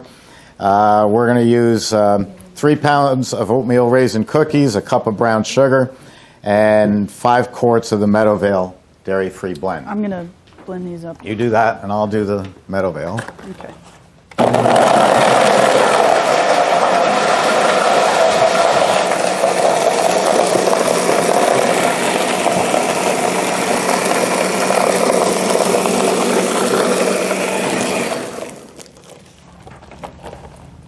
Ninjas are always loud. They're loud, but they sure do work. Yeah. Now, this is Jeff's technique, which has radically changed my ice cream. When I was doing M&M ice cream, I would throw the M&Ms into the machine, and they would grind up, pretty good. But, they're a hard candy, and don't try it with any other machine. It'll break their beater system. But by freezing them first, that's the key, and then grinding it up, you're going to get much more surface area and a far better flavor. And a far better flavor.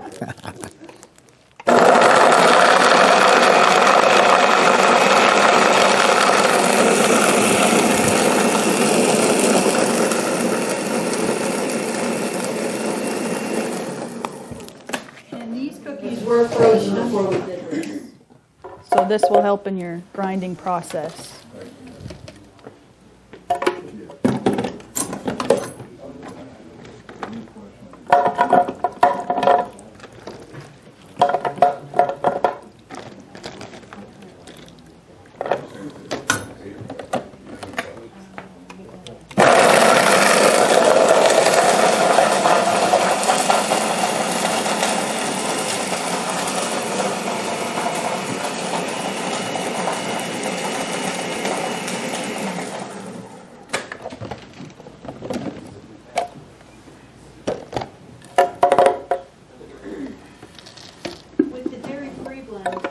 What's the fat content of it? Oh, I have no idea what the fat content is because it's not dairy fat. It's got to be low because it's coconut. It's not a dairy fat. Yeah, with butter fat. So you can't buy a higher or lower fat coconut product. I'm working here. All right, sorry.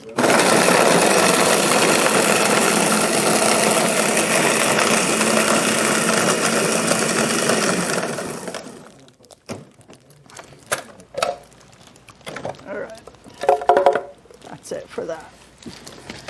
Now this product has tapioca in it, and so that's why it comes out a little thicker and gloppier than a dairy product. That's normal. Okay. You guys will be very surprised on how well this dairy-free tastes. It's a great texture, really is.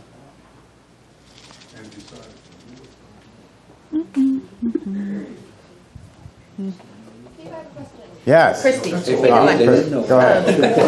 Do you guys have like connections with vendors in Canada for different dairy products at all? I can do that. There's only a couple. The good news, and we have those. One of them is called Moo Time Creamery. I'd have to look for the others. But the good news is under the new NAFTA that was signed, Wisconsin and other border states can now ship dairy into Canada. So in coming months and years, we're going to see a lot of that. It's going to open up the market to you quite well. Yeah, I only have dairies on my list for just the U.S. Okay, now the sugar, if you'll throw the sugar in. Into the machine. Yeah. I'd go ahead and turn it on, and we'll do it at super premium.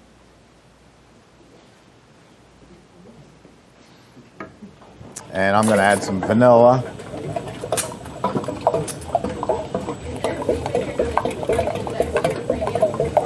Yes, I've done the dairy-free at Homemade, and I find out even though there is no dairy fat, the coconut will expand a little bit. And the Homemade setting was making it expand a little too much, so I'm going to cut it back a bit. I made a lot of product before I made that decision. You can go ahead. No, go ahead and do it. You want your freeze on now? I'm just looking. Yes, you can. So Christy's turning on the freezer. And even if we made a mistake and left something out, we can still taste it and go back without even turning off the freeze because nothing's going to happen for the first 4 or 5 minutes. If you ever boil water, and there's a physics reasons for it that was explained to me that was fascinating, but I can't remember it, water will just sit there looking like it's doing absolutely nothing until it gets up to a 211.5 degrees Fahrenheit, and then all of a sudden, boom, it snaps and goes into a full boil. Dairy product is acting the same way, and all frozen products are acting the same way in freezing them, is they're getting colder and colder and colder. They're starting off at about 35 degrees, and they're going way down to about 27 with nothing happening, and then all of a sudden it hits a magic point and boom, starts turning into what you're making. So you've got the time.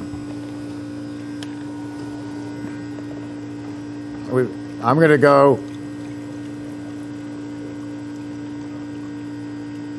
with, I want you to taste the mix, so I don't want to overwhelm it with vanilla. So I'm putting in, did I put it on there? I didn't put vanilla on there, did I? Okay, well, just add 3 ounces of vanilla. Now this will take longer than ice cream because it's not ice cream.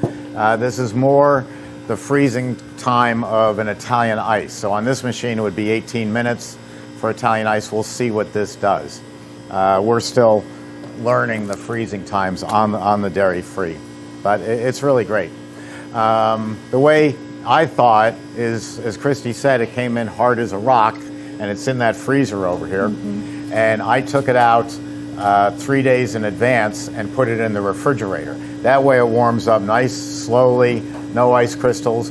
If you try to rush the process, whether it's dairy-free, it may feel nice and loose, but if there's so much as one ice crystal in here, it will translate into your ice cream as an ice crystal. So you don't want that to happen. You want to make sure it's perfectly thawed. And at the same time, I don't want to leave it out and let it Yeah. warm up to room temperature. Sometimes we'll pull it out, give it a little rock, and then put it back. That'll help, tousle up if there's any chunks in there frozen. And Christy, before I brought it in here, I shook Yeah. it up some too. Meadowvale is a very large dairy based out of Illinois, and they're expanding their reach to large parts of the country. This is the way the dairies are going. And so this is becoming more and more available in more states. You're from Alaska, and in Alaska you'll probably for price points use the mommies, because it comes in the foil bag and you mix it with water. Because shipping anything outside the 48 states is just going to get so expensive. You've seen how we struggle with these. They're very heavy, and shipping is all based on weight and volume.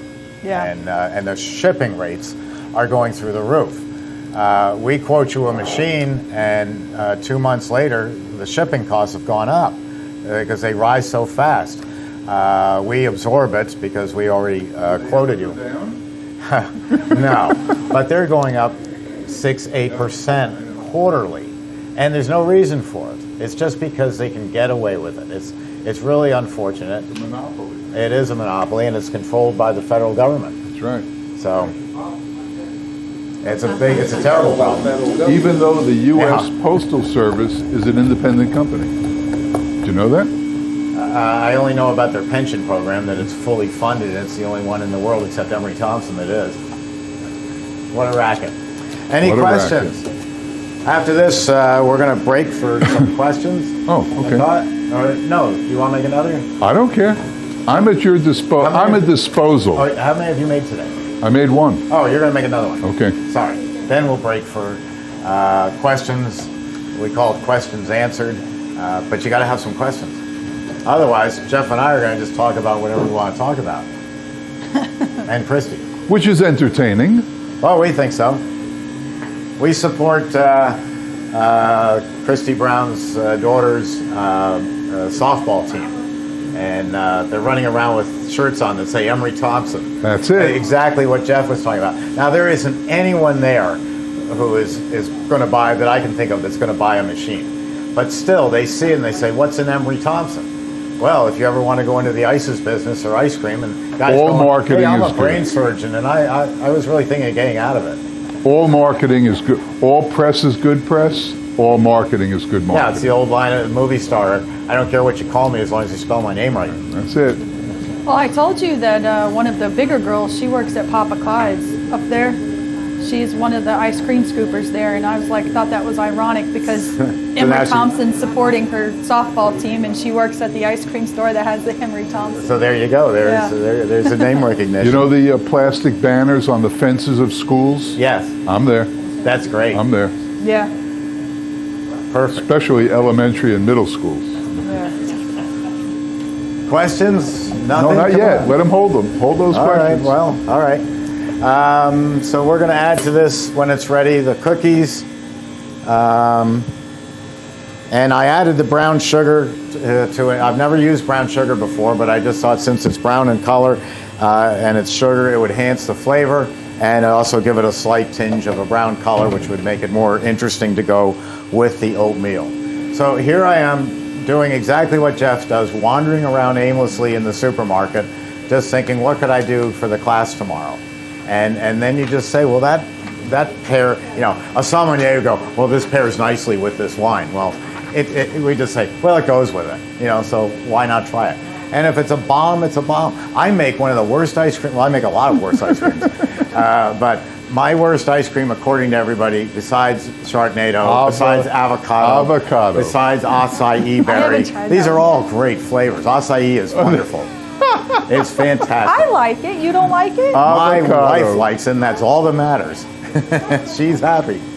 But I made coffee banana ice cream, and everybody goes, "Oh, that's a disgusting flavor."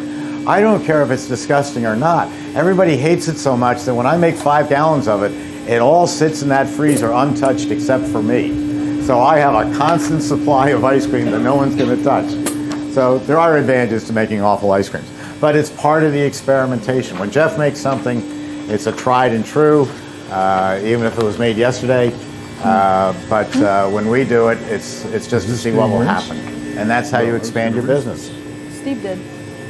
What's the matter? Oh, you making ice cream in this? Yeah. Oh, I thought we had discussed that's my machine today, the other one is... But I washed your machine out for you, and I'll wash this out for you. Rinse, that's all. Yeah. Get this Now, stuff now, out. boys. All right. Right, she's the card girl and the ref. All right, we gotta show this picture. Uh-oh. Can you tell who's who on that picture? Of course you can. I'm the one wearing the glasses. We had a caricature. Jeff had a caricature made of the two of us. Isn't that cute? You know, and I took one look at it and I said, boy, it sure is obvious who's the more handsome. And to quote a great rock and roll line, looking at that picture, one of the greatest rock and roll lines, I hope I die before I get old. Where did you have that done? Fiverr. You know them? Every hip person knows about Fiverr, Steve. Right. Listen, the one thing I'm not is hip. I am far from hip. How many people know about Fiverr? Okay. Oh, that's a lot. It's Fiverr. And these are artists 9 minutes. all around the world, check from third world countries and small countries and impoverished areas. And they're artists. And the website is divided into whatever you would want. Caricatures, logos, websites, whatever you want. And if I told you what I paid for that, you'd laugh. Because they're so grateful to get the work. Because nobody knows about these artists. And they're great artists. So I had my website for my store design, not my website, my logo for my store design for $65. And they send you everything in the format you want. What's that? Yeah, they'll do anything. And they're great. They're so easy to work with. And there's a million different people. You go down, you interview them online. You know, what do you think about this? It's Fiverr.com. And I think it's worth supporting them.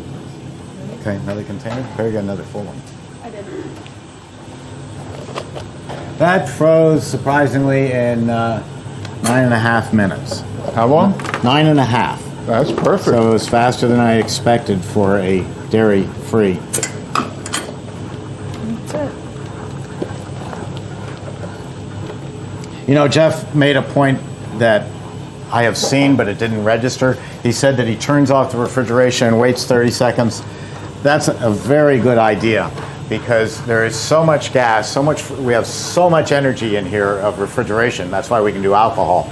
That by getting it away from the barrel and back into the holding tank in that 30 seconds keeps you from hearing a grating sound of, even though the refrigeration's off and you're emptying the barrel, now you're leaving some ice cream frozen on the walls. By turning off the refrigeration switch and waiting 30 seconds while it pumps it back down, you won't have that happen. See, I'm full of them. Yeah, you are full of it. Is that what you said? Close. Okay. All right, I think this is going to be pretty good. The color is nice. Whoop, I got it stuck in the pan.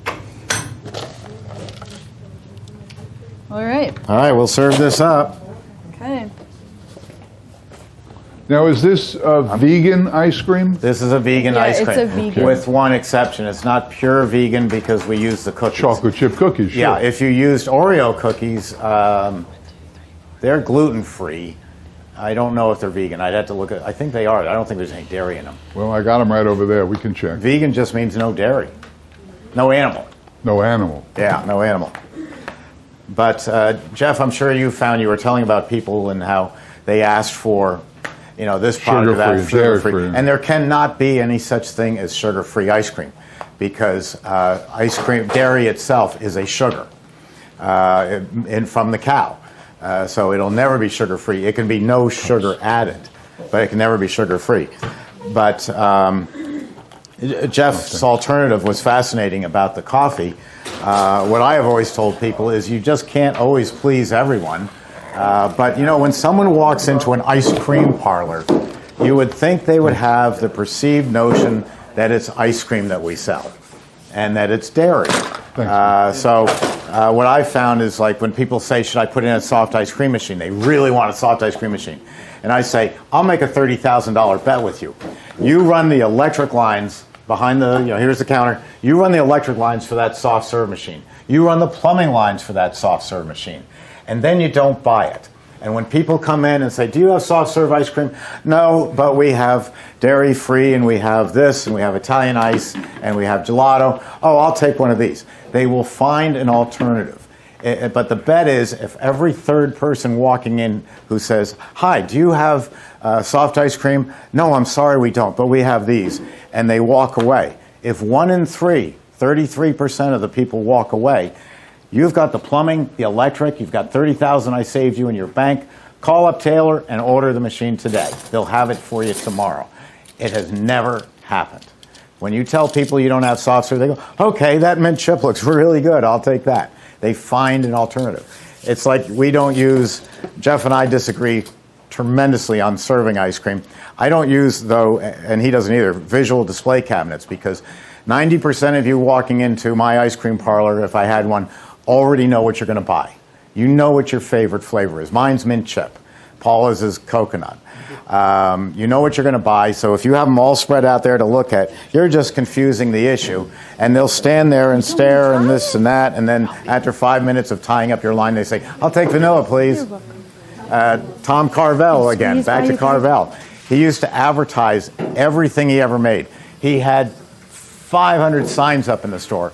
Fudgy the Whale, moon pies, bomb pops, everything was up there, and you're so looking at the signs and you're so overwhelmed, all of a sudden you just go say, I'll take a vanilla cone, because the brain is it's overloaded. Somebody asked about number of flavors, you did. We used to be 31 flavors, 32, 35. I have customers who advertise they have over 80 flavors, but they don't show them all at the same time. I limit to about 12 ice cream flavors as a max. I would do 2 to 4 of the dairy-free, and I would have in season some Italian ice. And when it's out of season, I might add more flavors, or I might do novelties. I might do an ice cream cone with an ice cream with an upside down cone on it, and you decorate it like a Santa Claus, and sell those, sell pies, even more pints.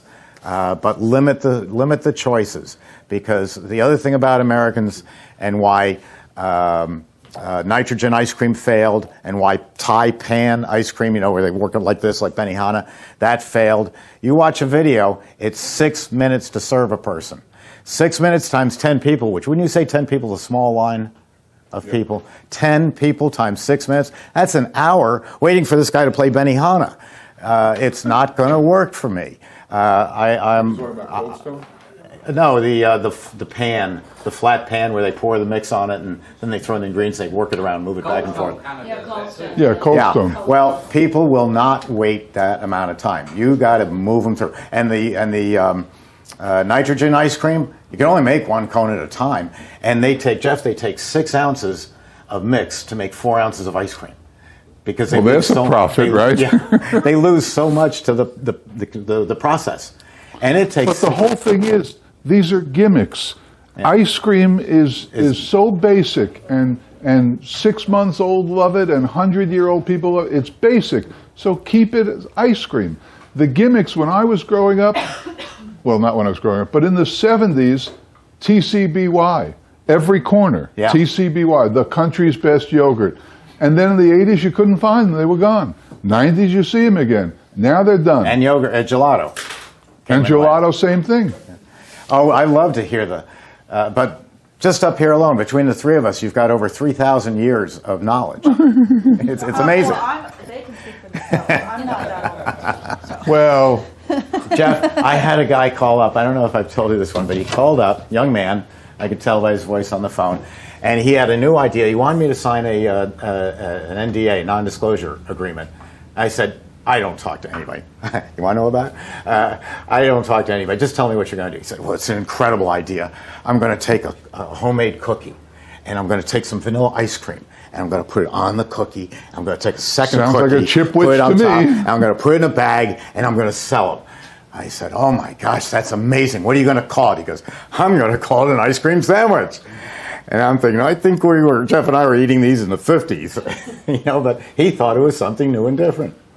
Well, where is he today? I don't know. He's homeless. He's probably with watching his thumb this and he's out. getting ready to sue me. One of those guys who for the rides his NDA. bicycle with the world on the back. Yeah. So what'd you guys think of the dairy free? No? Didn't like it? No? Oh, it's amazing. You did? Yeah. The coconut jumped right Okay. out. That's why you have It's to. like, if you don't, and I know that when I tell, I'll make a banana split, and I just can say I put 10 ounces of coconut in 5 gallons, and they're like, oh, I don't like coconut. If you don't like coconut, you darn sure won't like that. It jumps out big. Right, for and me. that's why you have to find things that complement that coconut that comes out. And Mammy's gelato, that freeze dried, she makes one that's called Outrageous, and it is an oatmeal base versus a coconut base. But coconut base is very common in the dairy-free vegan industry. So the Outrageous doesn't leave an aftertaste, nor Look does at it the even mess taste you like made. coconut. I know. It doesn't even taste around. like oatmeal, really. You can't taste that oats. I prefer that over the Outrageous. But when it comes to Meadowvale's dairy-free mix, this is it. This is it for me. Is Mammy's at all? My question is Mammy's are they at all close to this? No, no. To me, no. It's a powder. So. But and by the way, it's spelled M-A-M-I-S, but it's Mommy's. M-A-M-I-S in Italian is mommy. So there's a little confusion there. It's Mommy's, but it's spelled M-A-M-I-S. Mammy. Now, don't even start. How I love you. How I love you. I All said right, cut Mammy's, 'em. Mommy. Cut it. I'm out, guys. Thank you. Mommy's also has a oat base. It's called Outrageous, and I love it. It's great. It doesn't have any coconut taste. It's tasteless, and so it works well. You have to add more flavor because there is no background. Italian ice is flavorless until you add the flavor. It's just water and sugar. But so you add more flavor to a tasteless product to bring it out. But the Mommy's Outrageous, I think, is excellent and worth a try. And I was talking to a senior. We have put everybody that Unilever owns into business, and everybody Nestle owns into business. And I was talking to a senior exec at Nestle's about 6 months ago, and we were talking about the future of dairy free. And she said, "Well, Steve, take a look at oat. That's what we see trending as a way to go." So that's pretty good to know, because I've tried cashew. Breyers is using cashew, and I swear, every bite you take is like eating the Sahara Desert. Your mouth just gets drier and drier as you eat it. But the Mommy's Outrageous, I think, is great. I think this product is great. This is going to be a little harder to find, but it's going to grow. But the concept, and I have formulas of my own for making dairy-free. Basically, it's so simple. Coconut milk, cream of coconut. I don't know if I have any here, but, like you'd get in a bar drink down in Key West. Who is the big name in coconut, cream of coconut? Not Goya. Coco Lopez, thank you. Coco Lopez.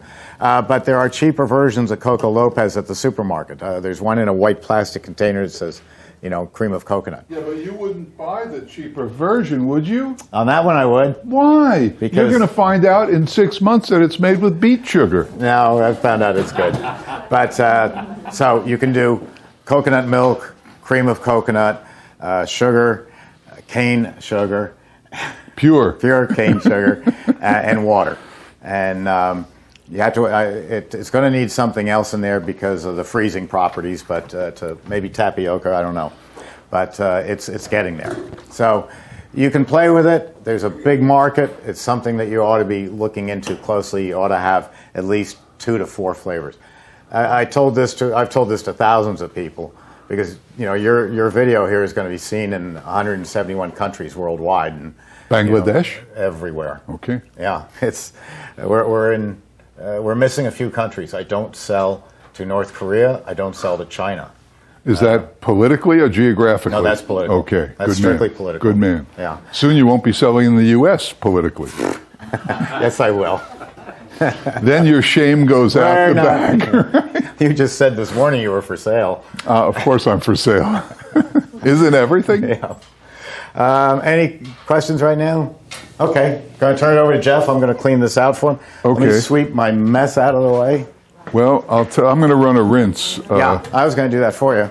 Okay. I'll do a couple while you prepare. All right. By the way, somebody asked me about cleaning the machine between flavors and stuff. Technically, you don't have to clean the machine. All you want to do is rinse the machine, plain water. So we'll take some cold water, and it's just a rinse or two. If the other day we made rum raisin, remember? And we rinsed twice because you don't want an errant raisin.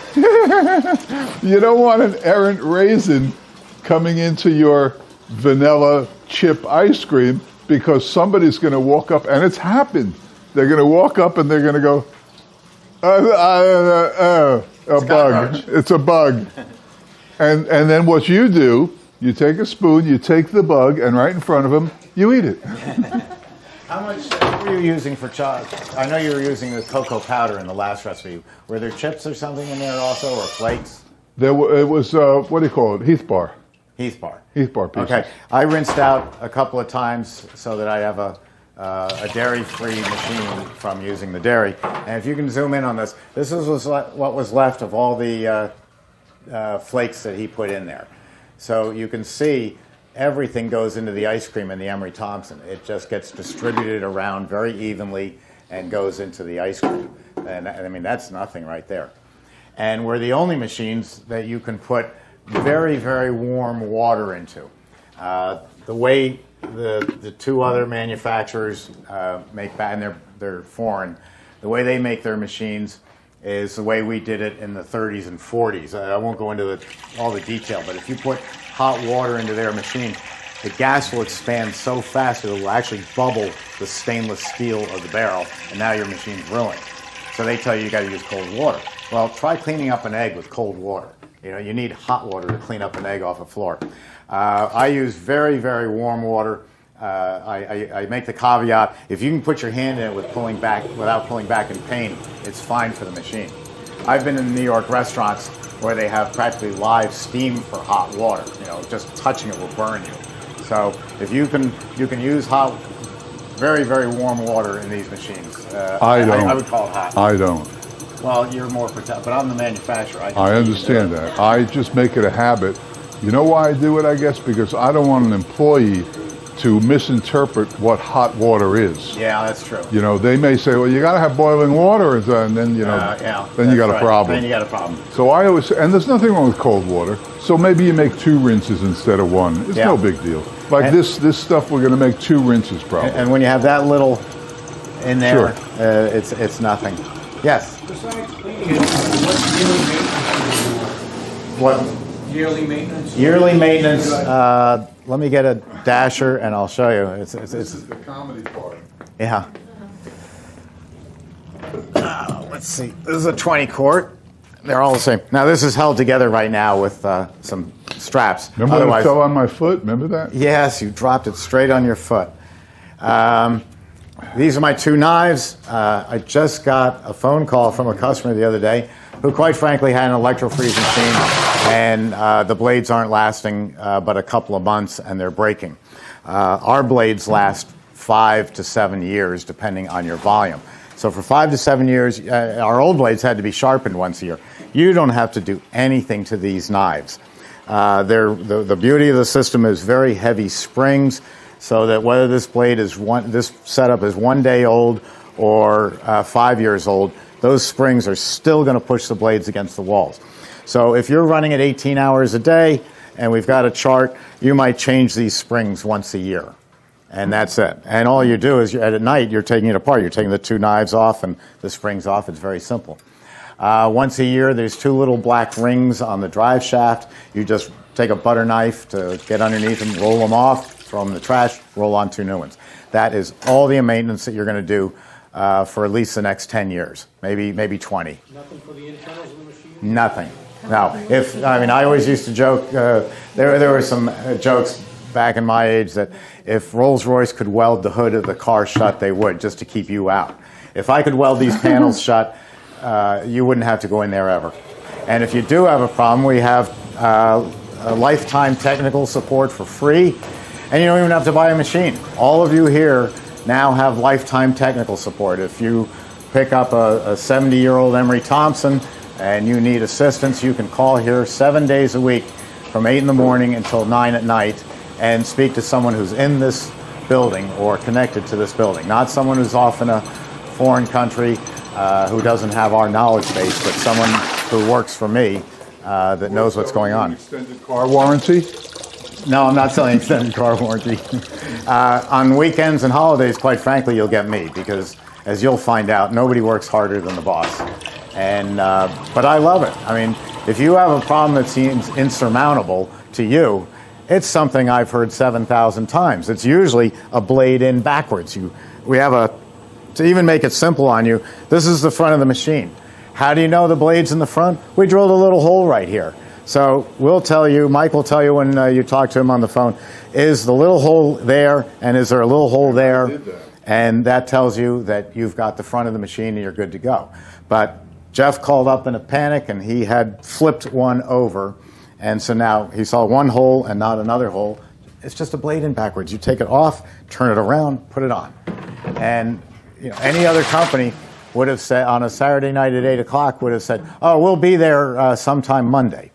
And sometime Monday they would have come in, not asked you any questions. They would have said you need a $450 expansion valve, $800 to put it in, and they'd get your machine. And then they'd say, let's make cherry ice. And they'd make cherry ice because that's what you were making. And you go, isn't this great? I bought a Taylor machine and I only had to wait 2 days and it only cost $1,400 to get fixed. You call Emery Thompson and talk to the CEO of the company at 8 o'clock at night, and he says, you got a blade in backwards. Oh, and the nasty stuff I hear. I had to preface it now with, I know you've been making ice cream for 346 years, and you taught Moses how to make ice cream, but I'm telling you, you got a blade in backwards. I could never do that. I would never do that. I said, flip the blade around, and go look at it and tell me, and then call me back. They never call back. They're too embarrassed. But I got them running. Yes. So do you sell the parts that, if a part is needed, we would get that from you? Or direct from us. Everything in that machine is either made by us or made by our suppliers. I have parts going back. If you call up and you've got a 1962 machine, I was 12 years old, we've got the parts for it. And if you need to know how to wire a machine that was built in 1974, Mike, who's in here right now, will do that for you. We cover everything. I just found out that one of our two competitors is 3 months, Jeff, 3 months on parts. So if you got a rubber gasket around here, it'll last about 10 years. And it's still very inexpensive. And what happens is someone else is running the machine and they throw it out. And then you call this company over in Italy and they say, well, we'll have you that gasket in 3 months.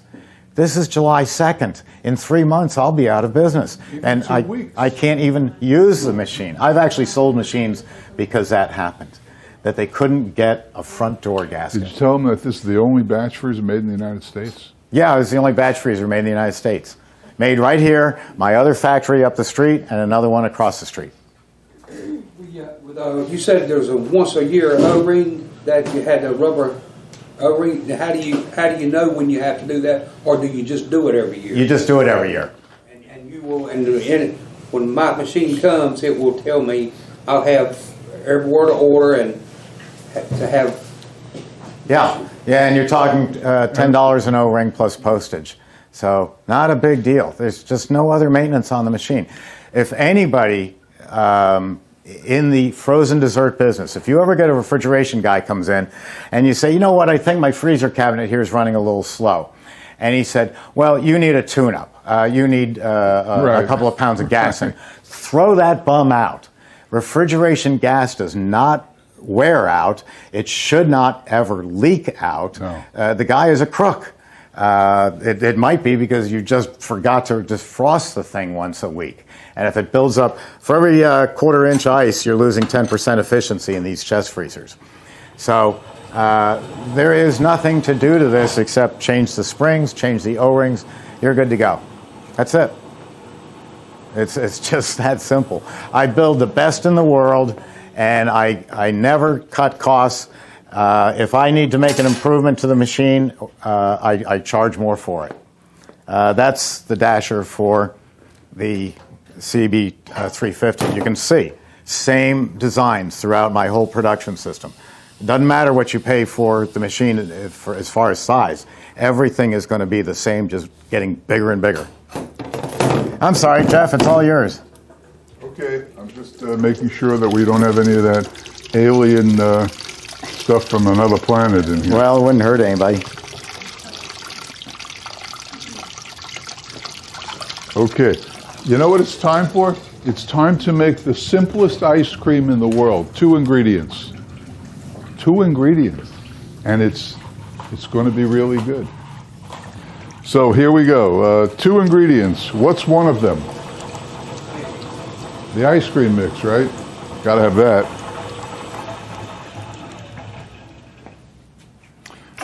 Okay, now we're officially ready. And because it's the, let's see how good you are. Because it's the 12-quart machine, how much mix are we going to put in? 5 quarts. Say it loud. 5 quarts. 5 quarts. Lisa was one of the star pupils in the class. She took to these machines like nobody's business. I'm blown away by that. So 5 quarts. Now, should I tell them the trick or not? No. Of course. Yes?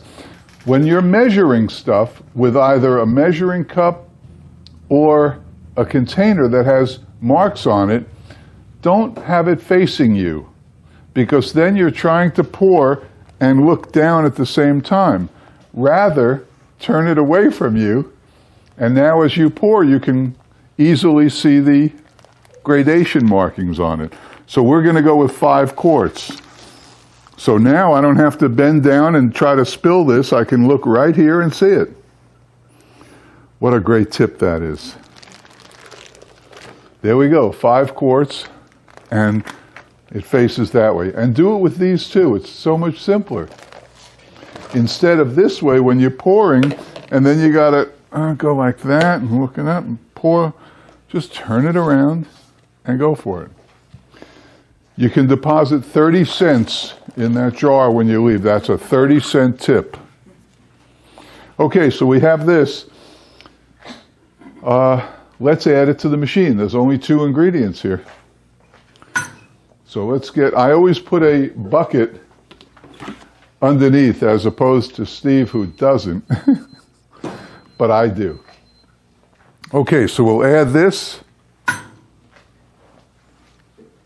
5 quarts of mix.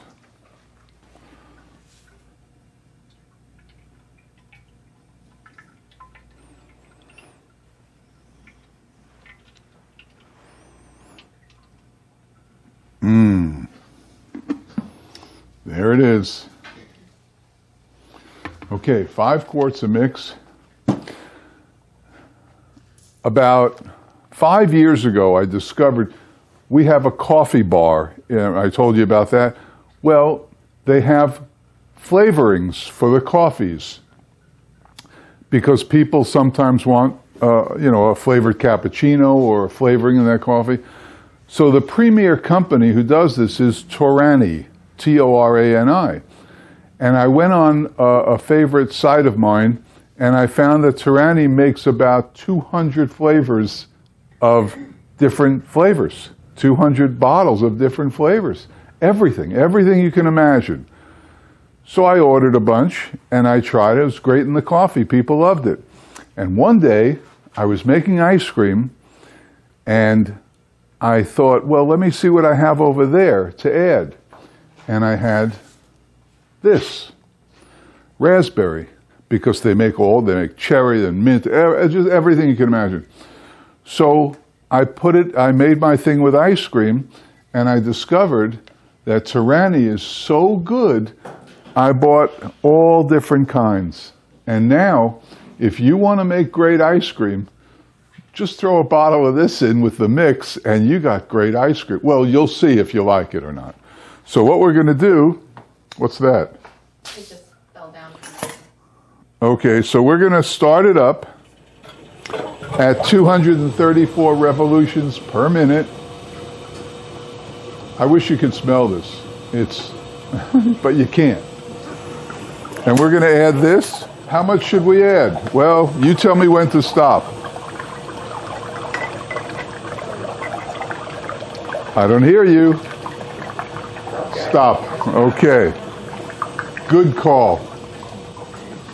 And just because you're here, I probably may not do this, but because you're here, I happen to have bought, I always use Hershey's dark chocolate chips, milk chocolate chips, and white chocolate chips. And I found that Hershey makes a pretty good chip. Nestle is okay too, but I like Hershey's. But then I was doing some research and I came across chocolate chunks. Chocolate chunks. And it was from a premier company. Has anybody ever heard of Barry Callebaut? Barry? Yeah, Barry. You have. They're rather expensive, but who cares, right? We're making so much money. These are unbelievable. When you taste these in your ice cream, you'll know you had a Barry Callebaut chip. So let's add some of these in. Tell me when to stop. And that's it. Now, of course, before we proceed,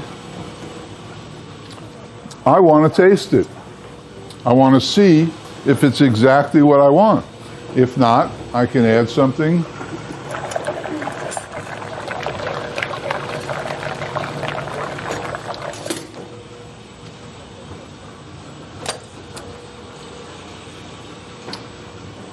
My biggest problem is that I always add more. I like it really flavored. So I happen to have a little more of this here because knowing me, I knew I might want a little more. So I'm going to add a little more.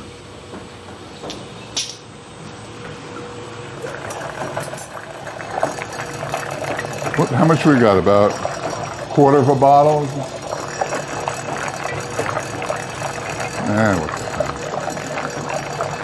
Well, you can't put it away, so you might as well do that. Now, is that how you make your alcohol base? I drink a little, put some in the machine. Yeah, that's right. Okay, now we're ready to roll because I know it's going to be there. And that's it, a very simple ice cream. Now, if Mike, if you can follow me over here.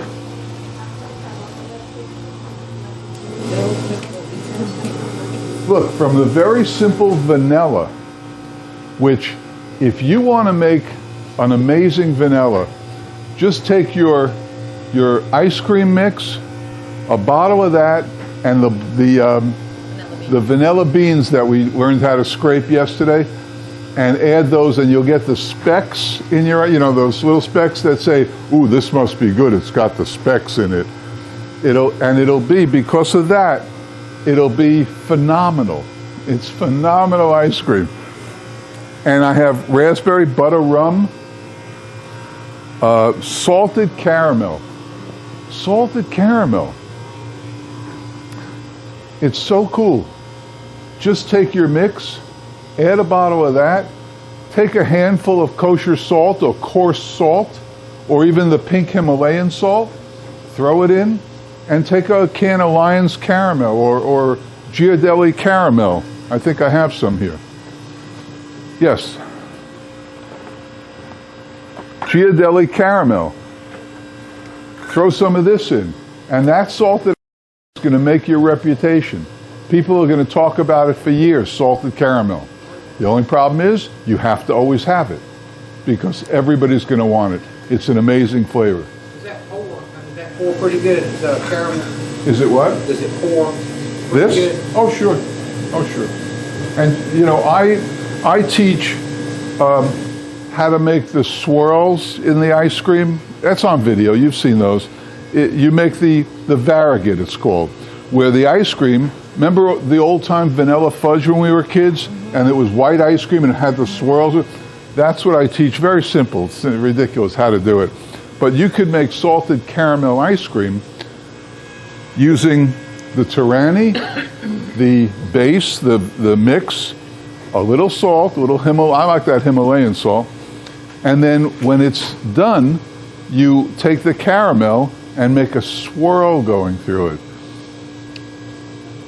Huh? I mean, you know. Now, another company, oh, look at this one. We talked about this. Tiramisu. Give me a break. I mean, a bottle of this, it's a mix, and then you add, what's in tiramisu? What is tiramisu? Like those little cookie things or on Powder, the lady finger. So you add some, you go to the store and you get Vienna fingers. You know about Vienna fingers? Boy, are they good. They're the oval cookie with the cream in the middle. Throw a bunch of those in there with this. I'm telling you, this business is simple. It's only the people who complicate it that have problems. If you keep it simple, 2-3 ingredients, that's it, and treat everybody good, what's the recipe for success? Number 1. Make the best product. Make the best product. That means don't skimp. Buy Oreos, not Schmoreos. Buy M&Ms instead of Glemonms. Buy the real deal. Buy Snickers. Buy Hershey's. Buy Milky Way. Buy the real deal. Jell-O cheesecake, no-bake cheesecake. It's not Walmart no-bake cheesecake, because that's crap. Buy the better stuff. Is it going to matter to our profit? No. Are we going to make a ton of money? Mm-hmm. I won't even go into that. What was I doing here talking about? Recipe for success. Oh, the recipe for success. Number 1, make the best product, regardless of the cost, because you're going to make a ton of money. Make the best product. Number 2, Charge a fair price. charge a fair price. Fair for you and fair for them. And the fair price, I won't tell you what it is, but it's a number that is absolutely the number to charge. And number 3, which is a challenge for me, but I manage, is to Treat everybody like your best friend. treat everybody like your best friend. I'm so proud of you. Treat everybody like your best friend. And of course, the 4th one, which I added a few years ago, is no plan B. You make up your mind to get into this business, you can't fail unless you're a real yo-yo. Do it. It's like standing on the edge of the swimming pool and you're afraid because that water's 8 feet deep and you don't know what the hell's going to happen. You're going to die. You're going right to the bottom. It's a leap of faith. But you know what? You don't die. You don't go to the bottom. You go in, and then the rest of your life, you're swimming in the swimming pool. This is what you should do. You should get into this business. The profit that we worked out, we made Italian ices in class, we made cream ice, and we made ice cream. And we worked out exactly the cost for all 3 and the profit. And I don't think there's a product on earth that has this profit. There isn't. There's no product that has this profit. So anyway, not to go on a tangent, Monin is a competitor of Tyranny, and they make good stuff too, just not as many. And one of the things they make is cookie butter, which is wild. Woo, it's almost ready. So if you have questions, you can ask me now, and then we'll repeat them during the Q&A.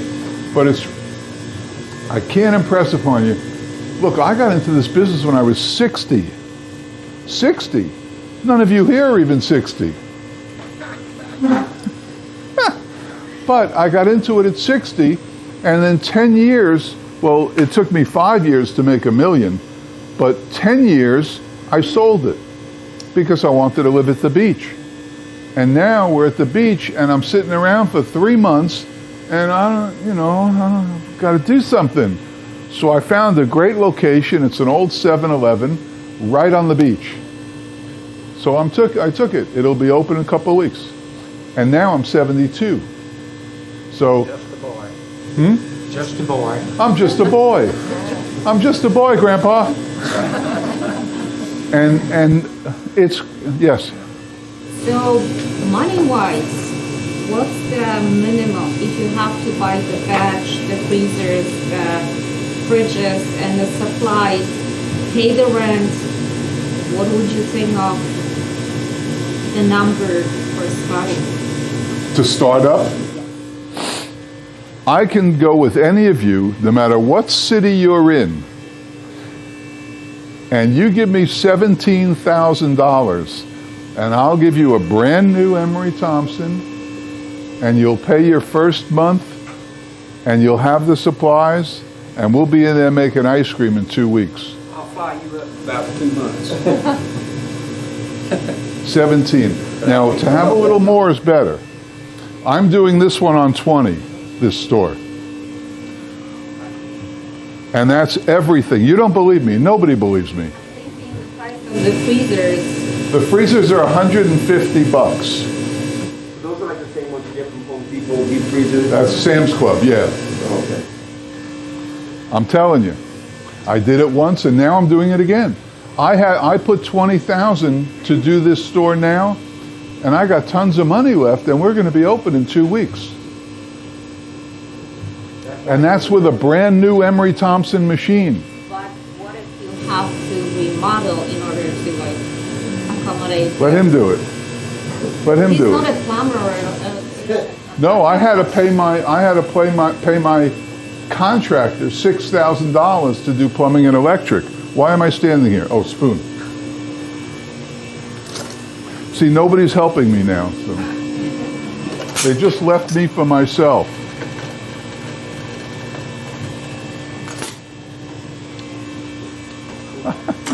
You're gonna freak. Is this the simplest? You know what? Most people who come to this class and my class, especially him, they don't understand how simple this all is, right? This is ludicrous. You can't do anything else this simple. You make the ice cream, which is really easy.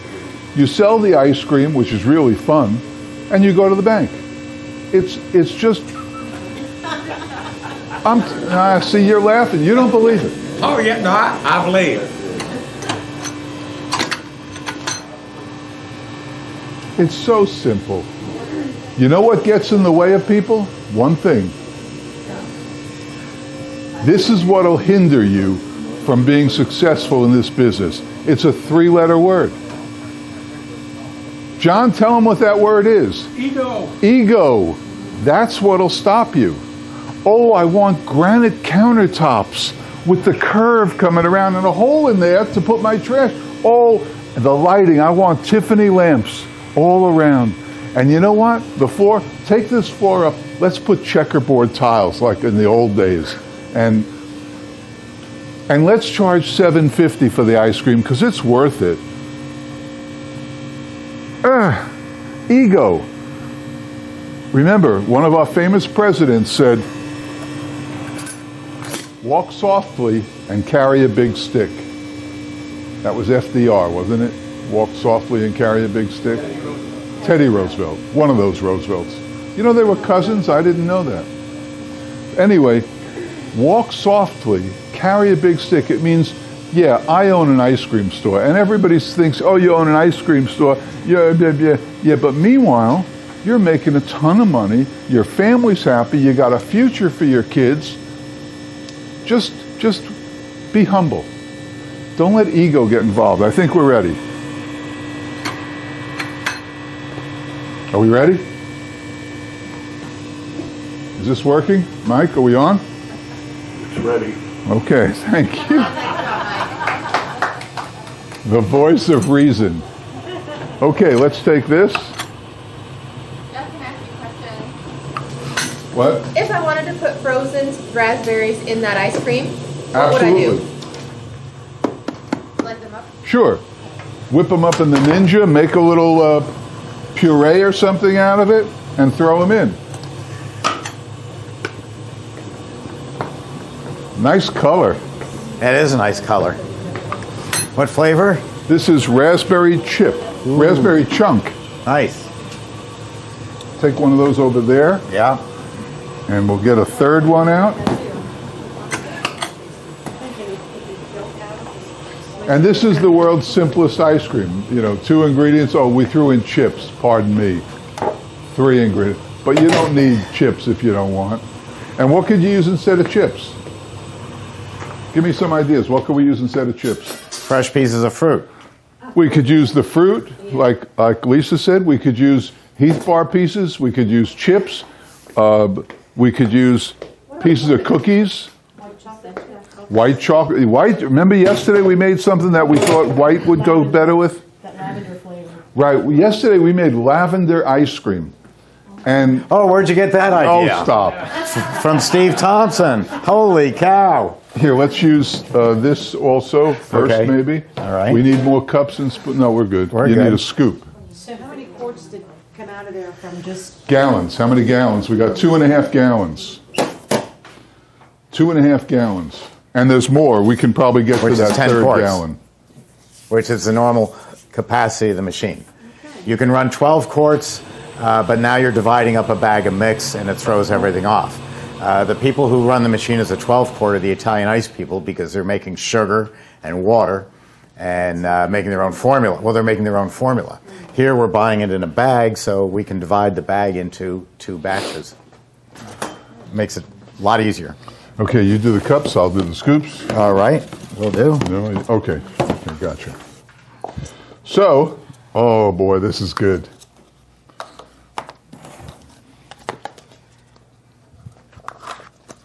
You haven't had enough ice cream yet, have you? No. Okay. Oh, hey, we haven't even begun and you haven't seen the last flavor of the day. Oh boy. Oh, man. It's going to be a killer. Literally. It's going to be right up there with Sharknado. It's going down in history. Did you see? Were you here when my reaction to it was before? No, I didn't tasted see it. Oh, yeah? Yeah. Well, did you taste batch 1 or batch 2? Oh, I don't know. Just what Christi gave me to taste. Okay. Well, she might have been trying to kill you. So if it was batch 1, it would do it. Jeff, do you, as far as like selling cones compared to dishes of ice cream? I don't sell cones. Why don't I sell cones? Beth, why don't I sell cones? Because it's messy and kids. Because it's messy and kids eat cones. And it's limited to only about 4 ounces because otherwise more than that is just falling Correct. off. And don't forget, homemade ice cream melts quicker than the other stuff that you buy. I have an article I can send you if you email me for it called Cups versus Cones. Oh, I didn't see that. I'll send you a copy. Okay. And Jeff has been doing it for his whole career because of the reasons he said. I've been doing it based on a Domino pizza ad I saw with the concept being in the COVID, we don't want our food touched. We know in our minds, we know that pizza's made by somebody. But the whole commercial is the pizza coming out of the oven with the big paddle, dropping into a box. The box magically closes. The box magically shows up at a house with a father and a mother and 2 kids. And the box, you don't see any hands, is delivered to them. And the voiceover is going, at no time has your food been touched by our employees. Right. And that's what we're doing with the cups because we can do it behind their back and they're not really seeing it as opposed to the cone where we're touching you to hand you the cone. And I just do it because it's a mess, and I don't need my girls or my staff or me cleaning up all day long on the floor. Because most of the time the cones are bought by kids. Kids have no attention span, so they're on their phone over here. The cone is melting and dripping on the floor.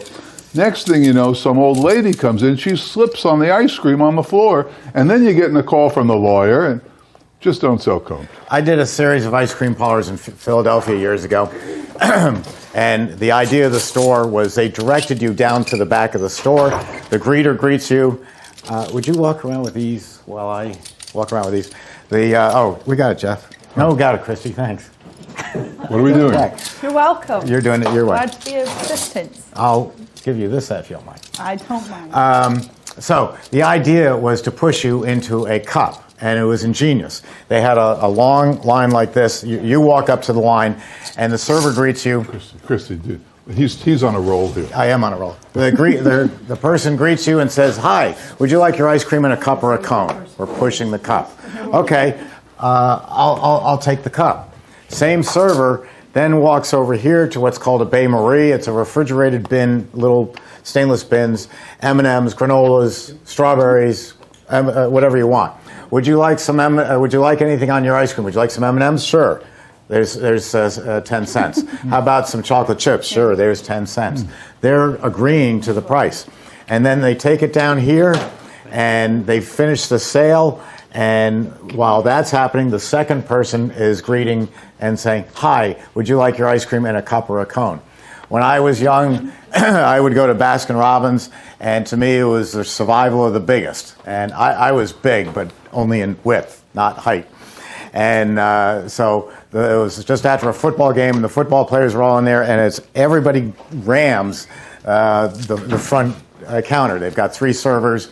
And so unless you're a football player or large in stature, you were not going to get served for a while. And when you did get served, "Hi, what would you like?" "I'd like a banana split with chocolate sauce and no nuts." Okay, the person serves that, hands it to someone else, who then puts on the chocolate sauce and nuts, Raspberry and then hands chunk. it to someone else and says that'll be $3.25. Well, it was handled by 3 different people, and they got the order wrong. With this guy's method of, "Can I help you with a cone or a cup? What would you like some toppings?" We're adding value, added cost to the product, and then they complete the sale. And the problem we had with this 20 years ago was completing the sale, because I scooped your ice cream and now I'm handling your money, a lot of use of credit cards. But now everything is gloves. That problem goes away. So if you can avoid the cones, I think it's a great idea. I think Jeff is right for his reasons, too. I was actually looking up. They said that cups don't expire. Cones do. I'm sorry? Cups don't expire. Yeah, that's right. And you try shipping. Joy Cone is the biggest company doing cups and cones. And Joy Cone does a great job, but I don't know how they do it. You've got UPS throwing this stuff around like crazy, and most of them arrive in good shape. Most of them. But cones are delicate. We're going to do what we call now questions answered, and I have a great lead off. Okay, hold that thought. Yeah. How could you improve this? It's perfect. It's perfect. I love you. He's scratching his head out here with his ego. But it's simple, and it's perfect. Those Tyranny flavors. Okay. All right, let me get set up. Jeff, how many ounces of chocolate did you put in there? How many what? Ounces of chocolate chunk did you put in there? I added half a quart. A half a quart? Yeah, and I'm thinking we could have more. Right? So put down 3/4 of a quart. Hell, put down a quart. You can't have too much Christi, chocolate, you'll join can you? us. I have a question for you then. If that be the case, what would that sell for in the store that you had in Peru? Can't go there. Well, in the store you're going to open? Can't go there. Okay. Should I? Huh? Sure. All right. My philosophy is that the price that you should sell your ice cream for, see, I don't have different sizes. One size. No toppings. No samples. And you can't mix flavors. So think about it. Your wife, I presume your wife, is eating raspberry chunk ice cream. Now let's say she went up to the counter and she said, "Can I have 1 scoop of raspberry chunk and 1 scoop of chocolate velvet?" Now you give it to her and she sits down. Human nature, first of all, homemade ice cream melts quicker, so you're going to get a blend in there. And human nature, she's going to take her spoon, take a little bit of this and a little bit of this. So what is she tasting? Anything I made? No. No, I don't make chocolate velvet raspberry chunk ice cream. I'm a purist. I work hard to make these flavors.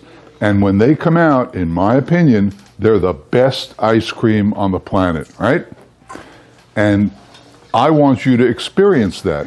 Now, suppose Sharon came up and said, I'll have the raspberry chunk. And can you put some hot fudge on that? Sure. You put hot fudge on it and you give it to her. Now, what does she taste when she eats that ice cream? There's no ice cream going on. It's hot fudge. It's hot fudge. How about if she asks for nuts or sprinkles or raspberries or bananas or cherries? She's not going to taste the ice cream. I think I make the world's best ice cream, and I want people to come for that. So no mixing flavors, no toppings. We don't give samples because the line is usually very long and that would take forever. But we do tell people if you don't like it, bring it back, give you anything you want. One size, and one price. One price. How much is the price? Lisa? $5. $5. $5. $5 for an ice cream. And here's how you get it. You get it in a waffle bowl, a fresh-made waffle bowl, with a pretzel piece in it and a spoon in a cup or on a dish. And that's $5. And guess what? The tax is included in that. How are you going to make any money? How are you going to make any money doing that? You can't. Look, she's smiling. He's smiling. Of course you're going to make a fortune. $5. Waffle bowl? Homemade waffle bowl. You do them? Yeah, we do them right there. Okay. $5. My wife had mentioned that too. And I've got your DVDs, and I like how you... what I can't get, Jeff, is the smaller kids. I get the price I love it. thing. I love Can it. we save this for Okay. Don't save that question. That's my favorite question of all. We'll be right with you. Okay. So, 2 seconds. Okay.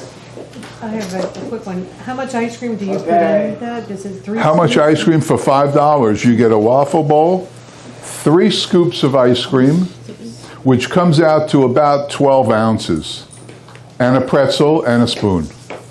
Not a cheap white spoon, but a nice, durable, colored spoon. I'm so glad you brought in the final authority. Every video has either Sammy or Sadie in it, and now we're having Stella in it. Do you want to start with his question? Yes, I do. Start with his. No, really, you can. No, I do. Start with his question. Okay, go ahead. Well, Are you talking about kitty size? well, I'm talking about the $3 size. Right. You know, I get, and I have, what I've done is I check my area. I ask people. I'm like, what about one size, $5? And the majority of people are really for that. But then you get people that kind of give me feedback on, well, if I had 2 3-year-olds, I would want a small cup for the 3-year-olds. Okay, my answer is get one and let them split it. Here's the deal. As soon as you introduce a kitty size or whatever you call it, let's say your ice cream is $5 and the kitty size is $2.50, whatever? $3? Okay. First of all, 99% of the women who walk up to the counter are going to get the smaller size. Yeah. Myself, good. They're going to get the smaller size. Then you're going to get people who share that size. It just doesn't make any sense. The day I opened, I didn't know anything. I sat right back in the back there at this same class called Lunch with the President, and I went home and I opened the store. And the first day, you cut me off whenever you want. No, go ahead. And the first day, I had $2, $3, and $5. Small, medium, and large. And one day, the next day, I looked at them and I took the $2 and I threw it away. 2 days later, because everyone's going to buy the smaller one. They don't know you make the world's best ice cream. You do, but they don't know that. You can have a sign, we make the world's, but everybody says that. We know we do. They don't know that yet. So they're going to get the small size. It's human nature. Christi just reinforced that. Going to get the small size. So 2 days later, I looked at my 2 sizes, 3 and 5, and what did I do? I took the $3, threw it away. One size, and that's how it went for 9 years. One size, no tax, it's included, and no mixing flavors, no samples, and no toppings. Because maybe I'm a throwback, but I think I'm going to break new ground. I'm going to sell the world's best ice cream at a fair price for everybody. And you know what? They're going to come to your place. They came to my... We were open 4 hours a night, no daytime hours. Only 6 to 10 at night. That's it. And we saw an average of 200, 250 people a night. I was in the beat at Tampa at St. Pete last night. The Revolution? Yeah, and there's this, I don't know, but there was like an ice cream shop, and all day, I watched it all day. You know, there wasn't a lot going on. Last night, man, they had a line wrapped around that building 2 or 3 times. That's how they're going to talk about your place. And because of it was nighttime, you know, Sure. You know, where I'm opening in Daytona Beach, 1/2 block away, it's maybe from here to Steve's front door, half a block away, is something called The Cow. They've been there 46 years selling ice cream on A1A, and they get tons of people. And when I went to the city council at City Hall to talk about my venture, they said, where are you going to open? And I said, well, the old 7-Eleven there on A1A. Well, you know, The Cow is a half a block away. I said, I don't care. And their jaws dropped. 46 years they've been there. And here am I opening up a half a block away. I don't care. I don't care. They're going to care, but I don't care. Well, there's plenty for me. Okay. Any questions about anything we did? You have one, right? Quick, think of one. Well, no, I had the questions that I had. We talked about flavors, how many we should open with. How many flavors? Yeah, to start with. I mean, this is a... What's your favorite flavor of ice cream? Peanut butter. Don't start with that. If you're starting out, I would start with more universal... Chocolate, strawberry, vanilla. I was gonna ask, would you give me a guess for like 6 flavors, at a minimum of 6 that I should Okay, start get your with? pen out. I got it. Chocolate velvet. Do you have my book? Yes. Okay, chocolate velvet. This is a good one, the one we just made, raspberry chunk. That's a good one. Okay. I'm a big fan of mint chocolate chip. I think my favorite. Yeah, I think mint chocolate chip is one to start with. Now, if you start with anything but my coconut, you're right. You're missing the boat, right? Coconut. Totally It was coconut. Amazing. It's in the book. It's the world's best ice cream, regardless of flavor. Totally coconut, right? How many you got? 4. Okay, is chocolate velvet one of them? Yes. Okay. When you sell that chocolate velvet, you want stuff that people are going to know. Well, just look in the book. Those are 20 recipes, 22 in the book, right. And those are winners. You can blindly pick 8 from there. Okay. They're all there. I'm not looking to sell you a book. No, I understand.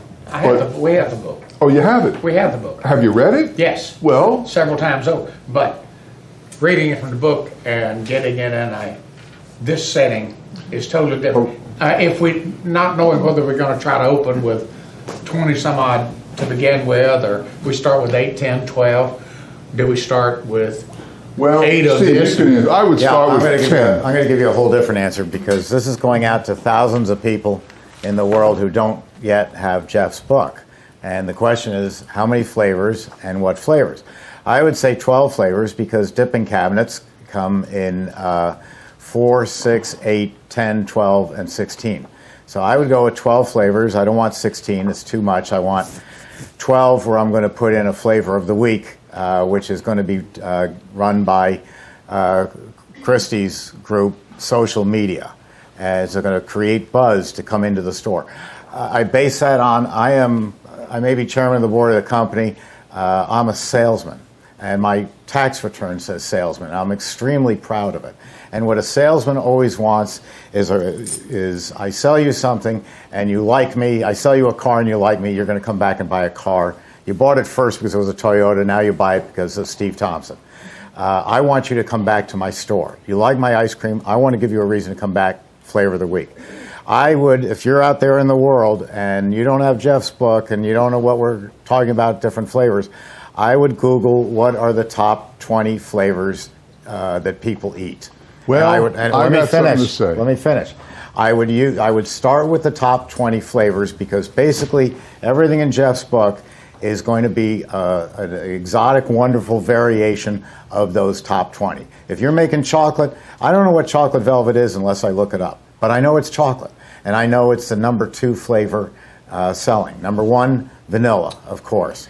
And if you want to call it Madagascar vanilla bean vanilla, or if you want to call it Parisienne vanilla, that's fine. It's still vanilla. And then there's chocolate. And then you take a strawberry base flavor, whatever Jeff does with it, and make it a strawberry flavor. You've got to give people, to begin with, a basis of things that they know.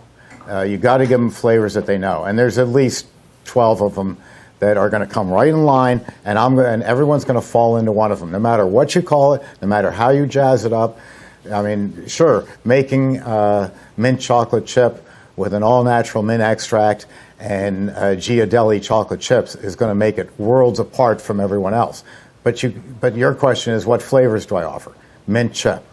That's simple. Vanilla, chocolate. Well, you have to have those. No, yeah, I don't think so. And see, that's where I would come in to play differently. So if I'm going to his store and I see raspberry chunk, chocolate velvet, whatever else you have out there, totally, coconut. One, I don't like coconut. I'll still eat it. I'm the person that eats anything. I don't care what it is, I'll eat it. But I'm going to question it. What's in the chocolate velvet? What's in your raspberry chunk? Now he's taking up time trying to answer my questions of what's in this ice cream. If I see a flavor that says chocolate, vanilla, strawberry, I know it's chocolate. I know it's strawberry. I know it's vanilla. You have to always have to have a safe alternative. I don't subscribe to that.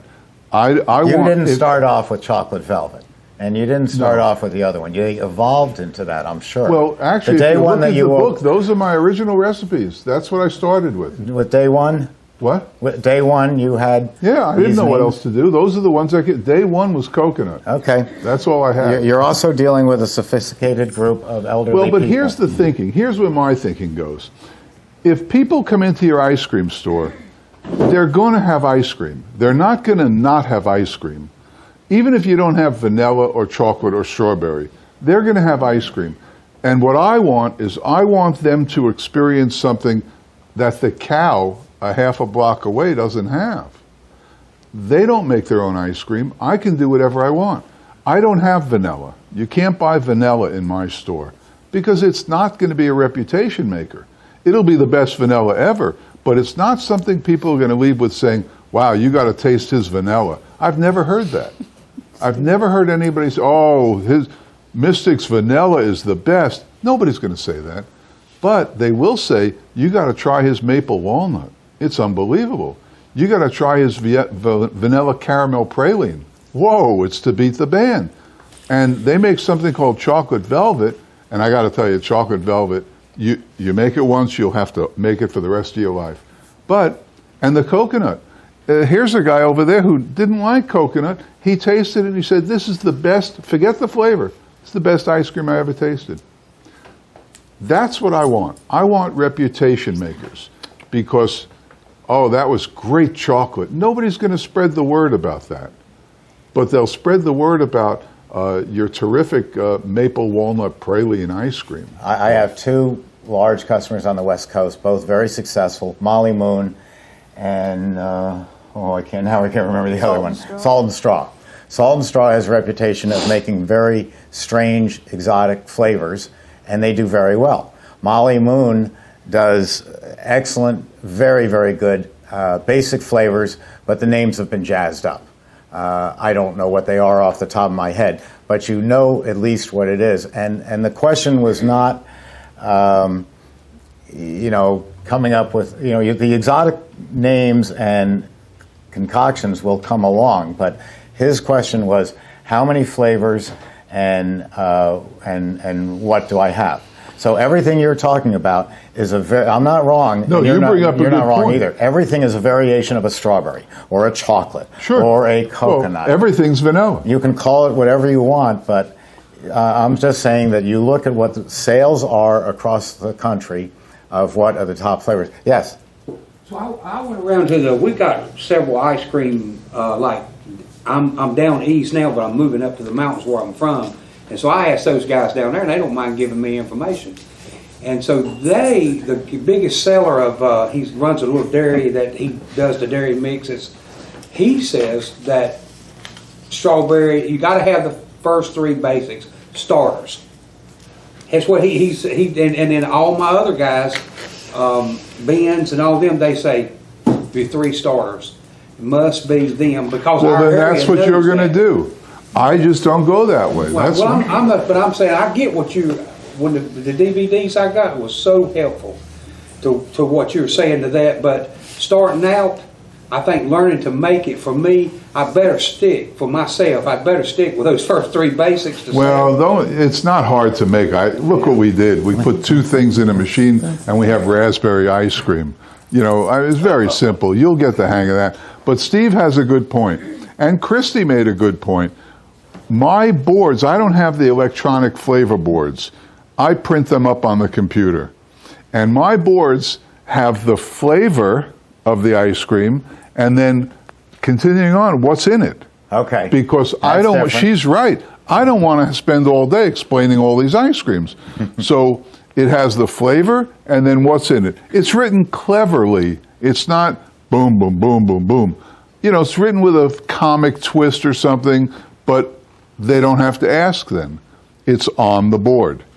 And where possible, you asked about the flavors, right? Where possible, I cut out from the boxes of candies and cookies, I cut their logo out. Like it says Milky Way right there and Payday right there. I cut that out, and that's what I put on the board because that's instant recognition. They don't have to ask, well, what's in Milky Way? Come on, Milky Way. But to the other ones, yes, I put the flavor and then I put what's in it.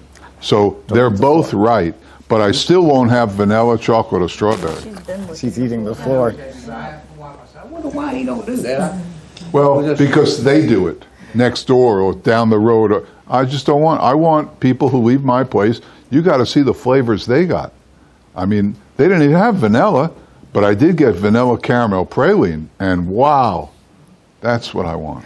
A lot of times when I'm going through Tampa International, I'll eat at the Hard Rock Cafe. And it's funny because I read the menu and I have to say to the hostess, which one of these is the chicken salad sandwich? Because it's got so many different names to it that you just say, well, which one's the chicken salad? Yes, Lisa. Oh, go ahead. Okay, so my question is, okay, so you have experience, I don't know if you have experience working in an ice cream shop, but what do your, I'm sure you started out with a plan for your freezers and how you put your ice cream out and then probably said, that's not working, this is going to work better. Can you tell me advice on how to organize? Well, Steve is really the expert here, and what he taught me is that there are 4 places in any of your chest freezers that are colder than the other places. And that's where to put the ice creams that are softest. In my case, I use adult flavors with liquor in them, and they go in the corners. As you work your way up to the middle top, that's the least cold part of the freezer, right, Steve? That's right. So generally it's not going to matter because you're going to be so busy that they'll be opening and closing. No, I'm serious. They'll be opening and closing all night or all day long. So, but at night, when you leave, those are the places that my staff knows to keep the not soupy, the harder to freeze ones. The ones with more sugar. The ones with more sugar, correct. And they go in the corners. And then as you work up, up, until finally, the ice creams that are a piece of cake go right up front in the middle of each freezer. Yes, sir.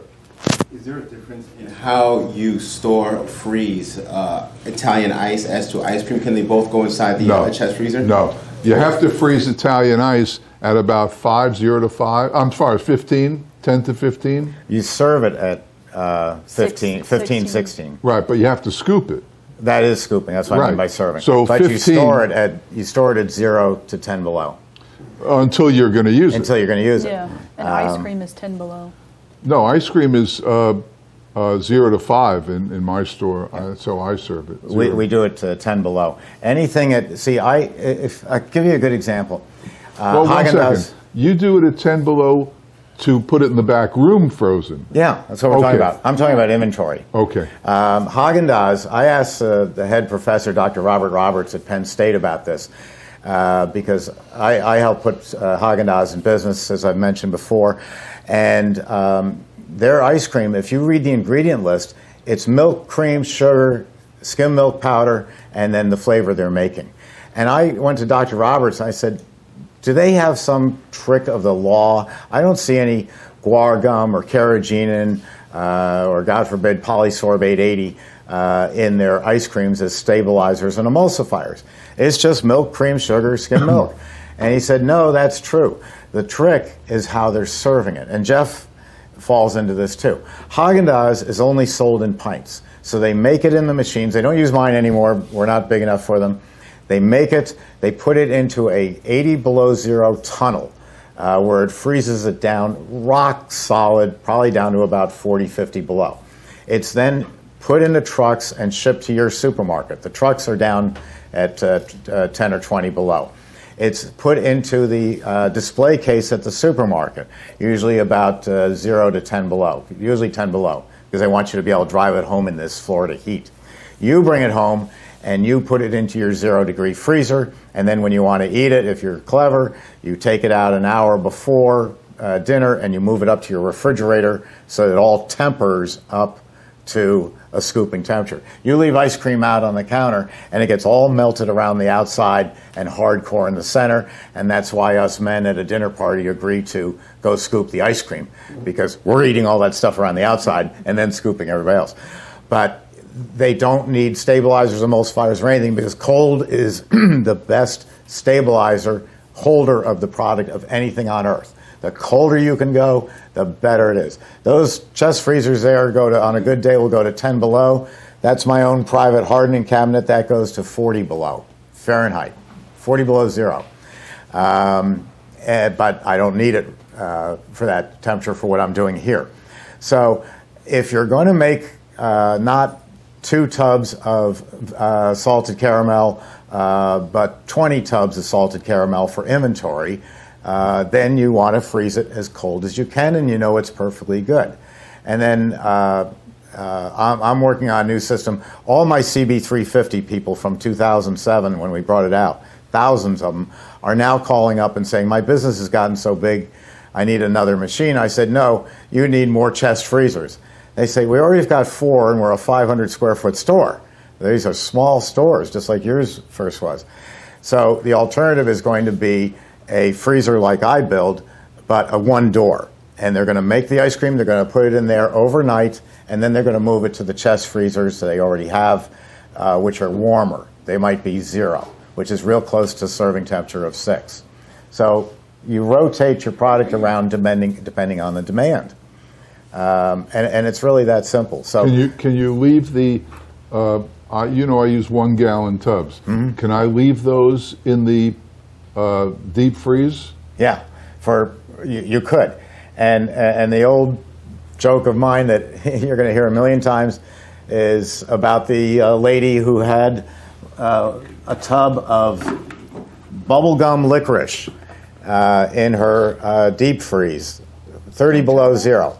And it's been there 6 months. And she says, is this ice cream any good? And I said, yes, ma'am. It's as good as the day you made it because it's at 30 below zero. Cold is the best freezer that exists. Cold temperature is the best preservative there is. But the fact that it's been in there 6 months tells you something. This is a lousy flavor. Nobody wants bubblegum licorice. If it's sitting in your inventory that long, get rid of it. It's terrible. It's a horrible flavor. You ought to be turning that over every couple of days. But what I could do, if I'm reading you right, let's take my biggest flavors, coconut, chocolate velvet. Mm-hmm. I can make an abundance of those, put it in the deep freeze, leave it there. Yeah. Mm-hmm. And stockpile it. Yeah, until you need it. Correct. And then 2 days before, put it in my chest freezers when I'm running low on it to serve. Okay. Yeah, even 1 day before. Okay. And this business is also very weather dependent. If you see that today is Friday and they're predicting beautiful, beautiful weather for the weekend, you know you're going to go through 3, 4, 5 tubs of that chocolate velvet. So you start moving them from the super cold over to not as cold so that they can start the warm-up process. If all of a sudden, and you watch it every day. You get up in the morning, have your tea, have your coffee, and turn on and see what the weather, not the weather, but so much the temperatures and, are there any fronts moving in? If it's going to be beautiful weather, move more ice cream. If there's going to be potential storm, leave it in the freezer, the cold freezer. I'm sorry to interrupt. Yeah. Can you take it out of the colder, what's the temperature on that? The coldest? Well, we're doing 10 below the way you do it. No, the other ones. 30 below is how average. much? 30 below. Okay, can you take it from that, right from that, and temper it on the counter? And then how long would that be to serve it? No, on the counter, it's all going to melt around the outside because the core is 30 below.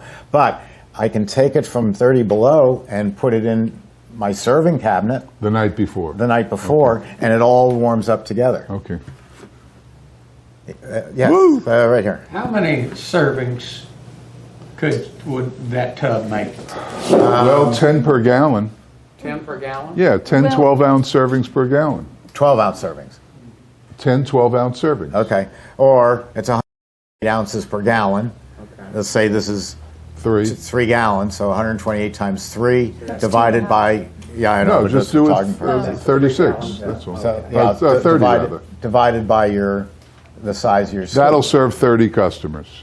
Okay. Yes. Would you, if you're kind of tight on money, is it okay to start with your chest freezers and try to work your way? Well, I went 10 years with them. Hell yes.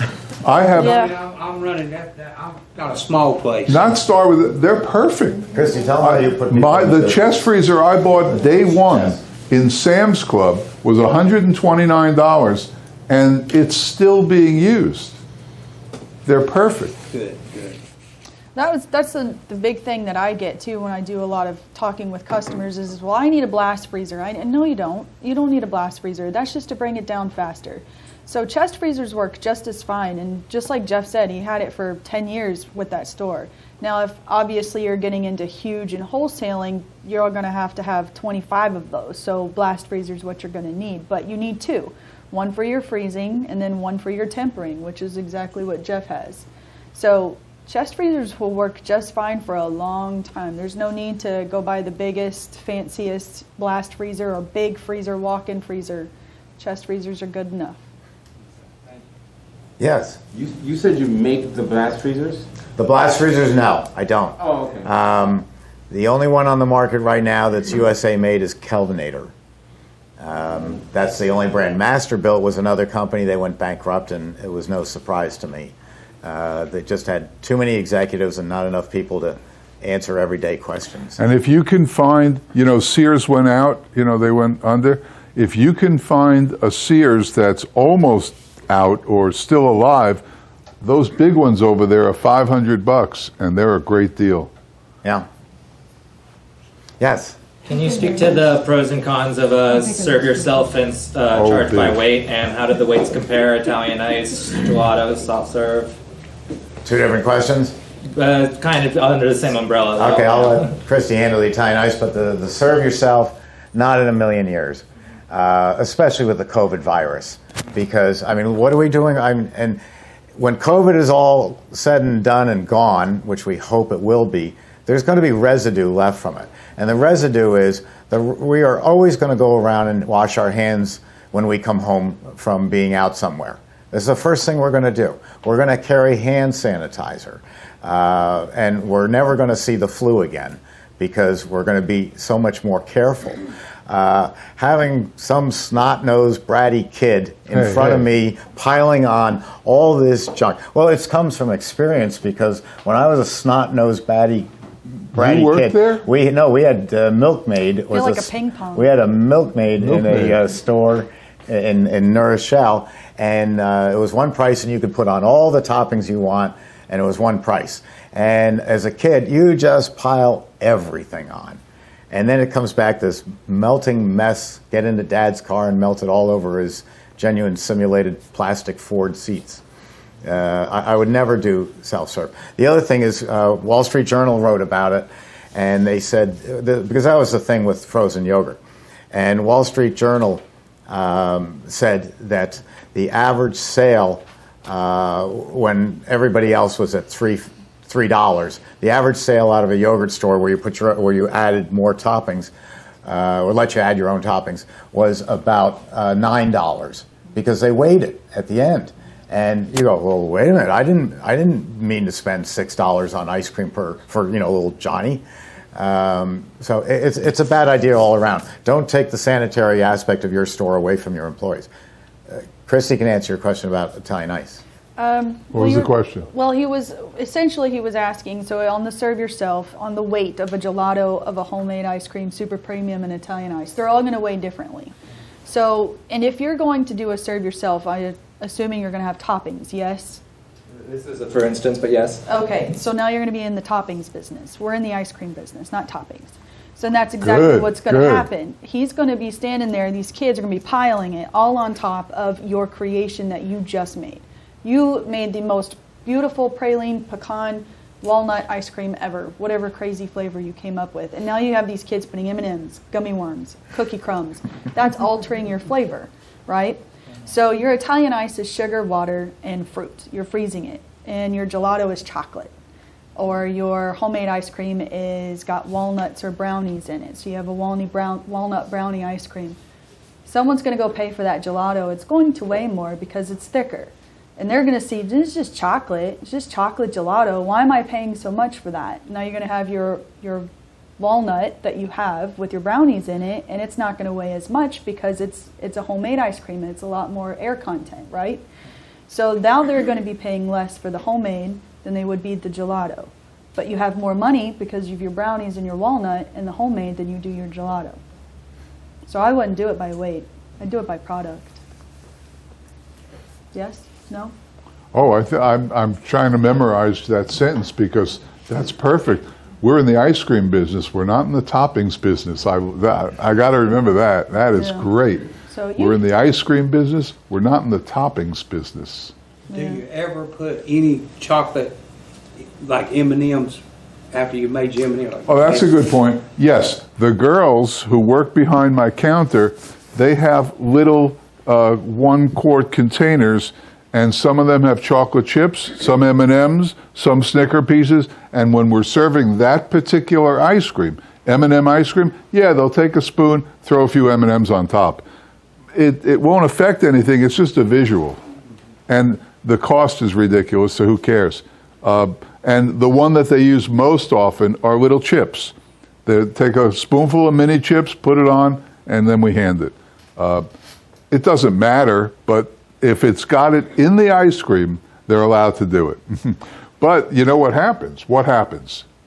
The next guy who's getting coconut says, can I have some M&Ms on mine too? Oh boy. And you have to say no. Well, why not? You gave it to her. And then it's a whole can of worms.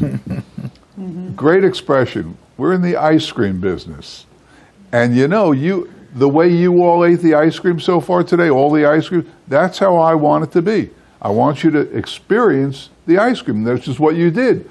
You didn't get clouded by sprinkles on top or hot fudge. You ate the ice cream. And therefore you can enjoy it. You can give good feedback. You can assess how you liked it. That's enough of that. Jeff, last night I brought home, because we had guests, some delicious vanilla ice cream that I made. Just plain, simple vanilla. And we also got a bottle from a customer of Vermont maple syrup. So I poured some maple syrup on, and about halfway through the container of the ice cream, I realized I'm not eating ice cream. I'm using it as a carrier for the maple syrup. Right. I wasn't even enjoying the ice cream. I might as well have just taken the bottle of maple syrup and just downed it. Well, that's what Christi said. When you go to those yogurt places or anything, why bother putting the ice cream in there? Yeah. All you want, you should go right to the end and get Snickers and M&Ms and Oreos and hot fudge and eat that. That would be my kid. She's the one that likes to go to racetrack because they have them in the walls, and then she gets like that much ice cream and then 5 pounds of everything else. And it's $8. Yeah. I got 2 more questions. If you How many? 2. and so far. One is, have you experienced any shortages as a result of being able to get product? Zero. All right. Next. The next question would be, when you're trying to do your layout, where you've got the people coming in, your cash registers, serving, and the other, is there some type of a diagram or something that you would use that would be a good... CS. Wow. Jeff's doing it right now for his new store. Use the CS principle. CS? Yeah, common sense. Okay. Common sense. Would you put the cash register by the bathroom? No. Would you put the kitchen by the back room? No. It's just common sense. You're going to have a counter, right, where you serve from. Yeah. Behind the counter in my stores has always been making ice cream, the kitchen, because you never make ice cream while customers are there, but yet you want customers to see that, wow, they make the ice cream right there. Now, the cow can't do that. They don't make their own ice cream. But I can, and I want people to see it. Wow, this is homemade? Yeah, we make it right here while they're online. So you have the line, and you have the counter, and behind it you have your stainless steel tables where the girls prepare the ice cream, and behind it you have your 3-bay sink. You need 3 pieces of equipment in there. You need a 3-bay sink, a hand sink, and a mop sink. Okay. You must have that. And in addition, you need your batch freezer. And then 2 stainless steel tables, you build a counter, you're ready to roll. I have, without a doubt, the most dumbass idea of how to design a store, because I used to do it when I laid out this building, when I laid out houses that we bought and over the years and where to put furniture. You could go out and hire an architect, and you might still need one, but you can call us, Emery Thompson, as far as what the law is, and we can give you a general idea about those sinks and all. But I go to Lowe's or Home Depot and I buy a bunch of 2x4s, and I bring them back to the store, and I take the measurements of this cabinet and this counter, and I lay out 2x4s on the floor, and I measure them so that they're correct, and then I step back and look and say, oh, no, there isn't room for 2 people to pass through here because of the placement of those cabinets and this counter. And so then I move my 2x4s back a little bit. And then because I've gotten the literature on the different machines, equipment, counters and storage and all that right off the internet. So I can see, oh, this cabinet is 28 inches deep, and I need this much room. So you can lay it out visually and look at it around the store and say, okay, that works. And then you draw it out and you hand it to the architect, and that just saved you at least them doing all the mathematics of figuring it out, and you're doing it from a practical standpoint. Can 2 people really pass in the night without crashing into each other? Because they're carrying ice cream, and it's going to be uncomfortable. That's a good way to do it. I would just add one thing. I always add one thing. Please do. The last thing he said was a bad word. Architect. You don't need an architect. You don't need an architect. No, you don't. They don't know And you're anything. going to pay $1,200 for somebody to get a piece of graph paper and draw the dimensions of your store with where the sink goes. You don't need that. And City Hall will accept your diagram. I just did it. Architect, forget about it. That's where ego comes in. Have some faith in yourself. You can do it. And you know what? If it's not exact, change it. You can always be like the McDonald's brothers, go to a tennis court with some chalk, draw your store out there. That was a good idea. Yes. Just got a question Yeah, I know, about right? adult flavors, as far as where you see that going, if that's something worth doing. What, the adult flavor? The adult flavors. And Definitely. That's all. Yeah. That saves mom's sanity. So, Superman for the kid, let mom have the wine sorbet, okay? You'll win every time. Just like Jeff's store. Well, To serve it, do you check ID? The adult Of flavor? course. Well, then you have to have a liquor license. No, right? you don't need a liquor license, but it says right on our menu boards, the ones that are the adult flavors, over 21. And they card them. The girls will card them. They wouldn't card this guy, but they'll certainly card this girl. it's because it's over 21. Now, see, I would card this guy because we go back to our friends and say, can you believe it? That damn store carded me. What are they, nuts? And the one who believes it is the guy who bought shares in Did you run into a lot of headache with that, though? Is there a lot that get you jammed up in any way? Nothing. No, but you're solving one of your big problems, two of your big problems. The liquor ice cream is obviously going to cost you more because of the alcohol. And the liquor ice cream should be selling for a higher price. So by having two signboards, the regular stuff and then the adults only ice cream, you must be over 21 to buy these. You can put any price you want for it and it's going to be higher because of course I expect to pay more for it. It's got real Crucian rum in it. So no, it works. Well, not Crucian rum. What are you? No. You're all one type. Your ice cream is one price because you're going to make more on your vanilla than you will on your Bailey's you ice said cream. That so hastily. So just average it all out. I mean, I think you're alienating people. Oh, your ice cream is $5, but this is $6.50? Now that applied to where you were, and specifically, and we're not going to talk about that, but what about your new store? Hills, you're going to Same charge thing, one price. Italian ice and ice cream? No, I don't sell Italian ice. I thought you were talking about adult flavors. Yeah. Oh, the same price. Okay. That's because of course, we discovered how much it costs us, right? Well, we priced out a Bailey's or an adult flavor, and then we priced out coconut. And how much was the difference? Nothing. There was no difference. But So- your market of people is completely different than I'm at the beach. all of these people. No, I'm at the beach. Not in the villages you weren't. I know, but I am now. One You're price. not opened yet. One price. Well, One price. If you were to go to Disney, or you were to go downtown Orlando, or if you were to go to Beverly Hills, California, you're going to expect to pay more because it has alcohol. Maybe more Yeah. across the board, but I won't have two different prices. I won't charge more for an ice cream that is reportedly more costly to make. I won't do that. I don't believe in that. I'm going to side with Christi on this one because if you're telling me that the adults only ice cream costs the same as the regular, I'm thinking you're using you're calling it Bailey's, and you're actually using Bally's. Absolutely. Because when you let's take Amaretto de Serrano. You heard of that, right? It's the premier Amaretto brand. A bottle of that is $32. Yeah. And when you mix that with the cream, you're wasting it. It's silly. So I research all the off brands till I find one that I like the flavor of and the taste of, and it's cheaper. Okay. Yes, Bailey's. A bottle of Bailey's is $32. I use St. Brennan's. He uses Bally's. And the St. Brennan's is $20. All right, so that's a whole different ballgame. Yeah, and you're the one that always preaches you use Snickers, not Schmickers.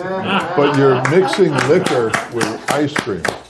Okay, well, you know what? You're right. I don't make $1 million selling ice cream, and I'm wrong. I'll tell you what, we're going to take one more question, then we're going to break for lunch. Yes. Two more questions. Go ahead. Okay. Well, this is actually a combo. One, because I hear everyone speaking about as if they're doing a brick and mortar storefronts. What is your thoughts on trailers? And my other question was, did you say that there are no needs for a liquor license if you're doing adult Correct. flavors? So that's the two. Okay. To answer his, it depends on the state you're in about the liquor license. So if you're going to ask, and let's say you're here in Florida and you're in Miami and you're going to deal with the health inspector in Miami, and there's another city called Tallahassee. That's where headquarters is for everything. I would call Tallahassee and ask the questions. I don't want to ask my direct health inspector because if I don't like the answers, I might modify to my own. So I could call another city and ask the question. You do have to ask the question. New York State, the most regulated state in the world, now has some of the most lenient liquor laws. But they make no sense. You just have to take them, hear them, and know them, I guess is what I'm trying to say. Because they're going to say something like, you're allowed to put 3.2% by volume of weight of who knows what they're talking about. All you have to do is memorize that number, that their top limit is 3.2, and anybody comes in and asks you about, ours is 1.0, and he has no way to check it. I'm sorry if you're listening and you're going to come shut me down, but it's the truth. How are they going to check it? They just aren't. So I wouldn't just say I can do whatever I want. I'd get the information first and then do whatever you want. Yeah, and the other one, the trucks, I do a lot of trucks, a whole lot of trucks, with the CB350 and the CB200. Tremendous amount of trucks. It's also a great boon because you have to get a license to run the business. And this is, I'm not going to get into the length of this discussion, but the truck can become your license. So if the truck is licensed, it can be anywhere. It can be, on a street corner, and I can legally make ice cream. If it's in my driveway in a community and a town that does not allow businesses in your home, so what? My truck is my license. And if I happen to keep a couple of those freezers and a rack of flavors in my garage, hey, that's my business. But my truck is my license. So they can't tell me where I can't run it. My downside to trucks and everything else, I've been saying this now for 4 years, and you know what? It hasn't come to pass. So I have to rethink it. But I was telling people, I'm not sure I like trucks because I know, or we have a place over in Jupiter, Florida, on the other side of the state. They only allow trucks in for 1 weekend a month, and it's at the ball field. That's the only time you can come in. And you can't run a business by only being open for 2 days out of 30 days. But they're so hoity-toity over there that they just say, no, we're not going to allow trucks to run around. You also have businesses like Jeff's who say, what are you talking about? You're going to park that truck out in front of my store? And I pay taxes on this building, and I pay rent, and I pay this and that, and you have the right to put the truck there? Oh, I'm going to scream murder to City Hall. So I'm a little worried about where we're going with them. So I would find out what the rules and regulations are of the truck. Just don't go buy a truck. Find out about the liquor license. Find out about the rules and regs of where you can take this truck and when, and see if it's profitable. What has changed, and then I'll shut up, is we all grew up in this room, no matter what your age. You grew up hearing Ray Kroc of McDonald's saying that the key to business is location, location, location.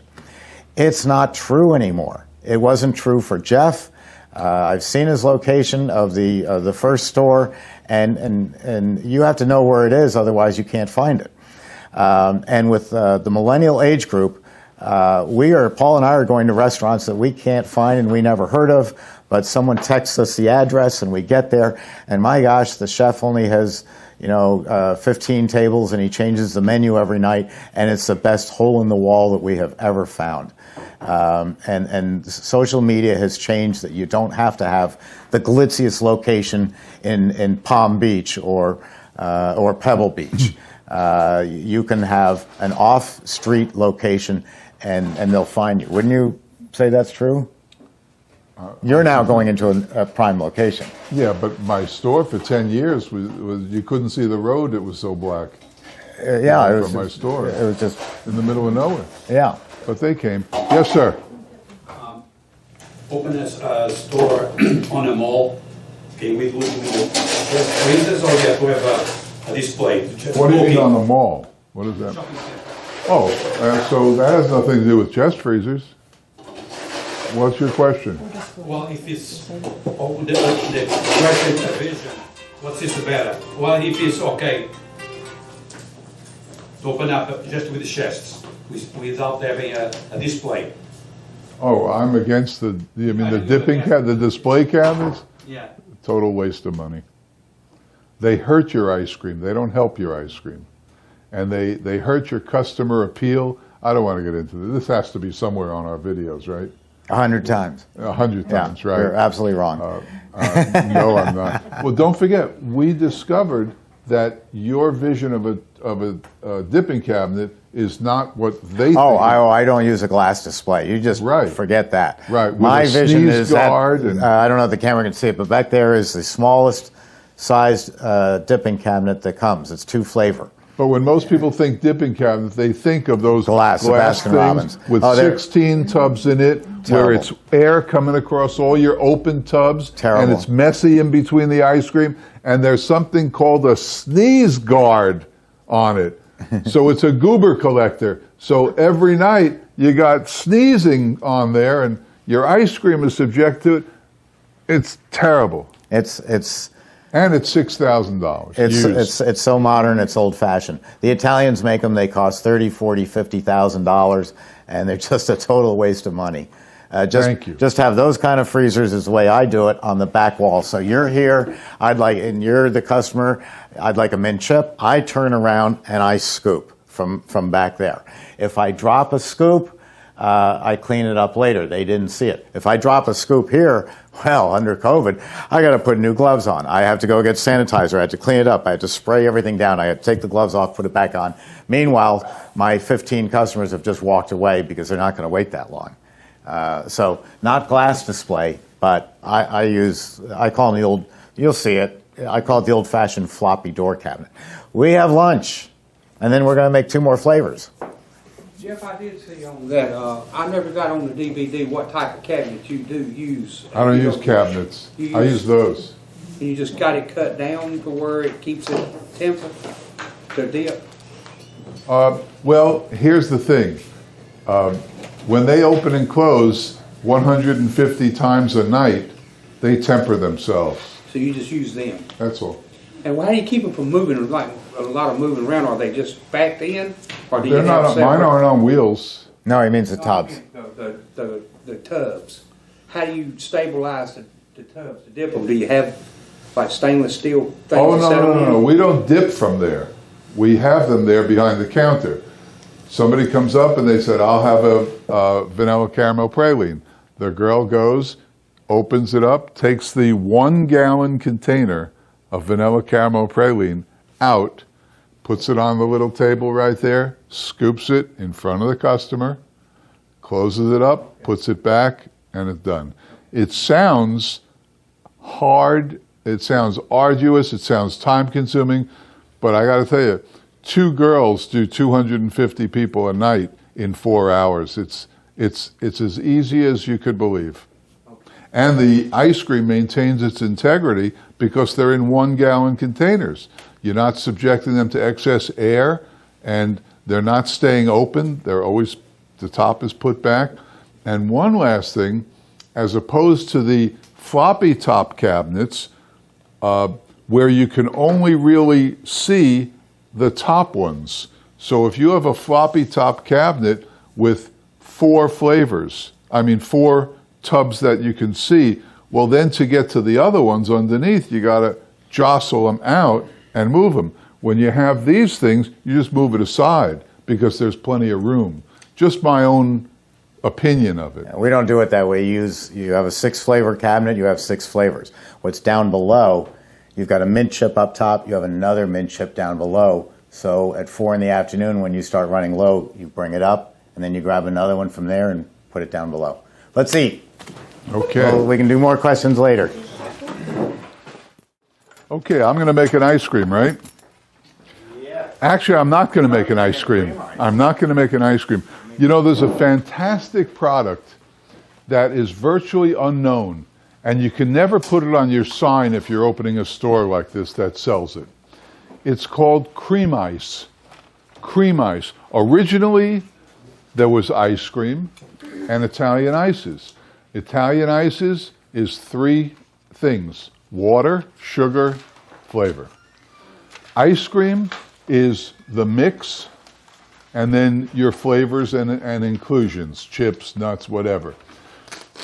Well, somebody came up with a product that is, it blows me away, and it's called cream ice. You ever heard of sherbet? That's cream ice. And the formula for cream ice, you can write this down, based on a 24-quart machine, is 3-2-1. 3 quarts of water, 2 pounds of sugar, 1 quart of mix. That's the universal formula for cream ice. If you have a 12-quart machine, you divide it in half. If you're using a CB350, you divide it by quarters and use 1/4 of that. I'm going to use it's not even rinsed out. He says he helps me, but he doesn't do anything. He doesn't even help me here. Keep working, I'll do it. He doesn't even help. Nobody helps me here. I'm on an island. I'm floating in the sea all alone. Violin I can pull out. I'm alone. Nobody helps me. Yes, sir. Your recipes here in the book, you just brought up something that I just felt I should ask. Are they geared towards using the 350 or the larger? Look at it. Okay, good question. It's all taken care of. You the man. It's all taken care of. Next child, I'm going to name him after you. I arranged for everything. As a matter of fact, I gave them 100 recipes in my class. I give out all the adult flavors and all the regular flavors, 100 recipes. And you'll know exactly how to use them for any machine. Hey, it's what we do, you know. Okay, so they made this thing a middle ground between Italian ices and ice cream. And it's called cream ice, or sherbet, if you will. This is a marvelous product. If you ever want to see the most successful cream ice store in the world, look up Cecily's Gourmet Italian Ice. My neighbor from when I lived in Fort Lauderdale, my neighbor right next door opened up, his name was Evan, and he opened up Cecily's Gourmet Italian Ice because you can't call it cream ice. And Jeff, whose machines do they use and how old are they? I'm sorry? And whose machines does Cecily's use and how old are they? Let me tell you, he's got, unbelievable. He's so busy, he's got 2 Emery Thompson 44 quart machines. And he pays somebody to come in at night after the store closes and just make product for the next day. He's that busy. You know how big his store is? His store is this big. Right here, this big. That's his store. And a 44 is the world's largest production batch. 2 of them. He's got 2 of them. The largest machine in the world. Anyway, this product, and he has, how many flavors does he have at once? Between 75 and 100. He got so popular that he has an electronic menu board so that he can keep changing things and adding things like this. It's a nice thing. And what does he sell you? Let's talk profit for just while Steve cleans my machine. Let's talk profit for a half a bill. Which machine? I'm going to use that one. Got it. Is it okay? I'll use any one. I don't care. But no, that's fine. Okay. He has 2 sizes.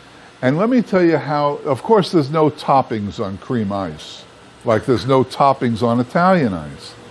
So here's what he does. He makes a product that is approximately 90% profit. 90% profit. 90% profit? Are you insane? 90% profit.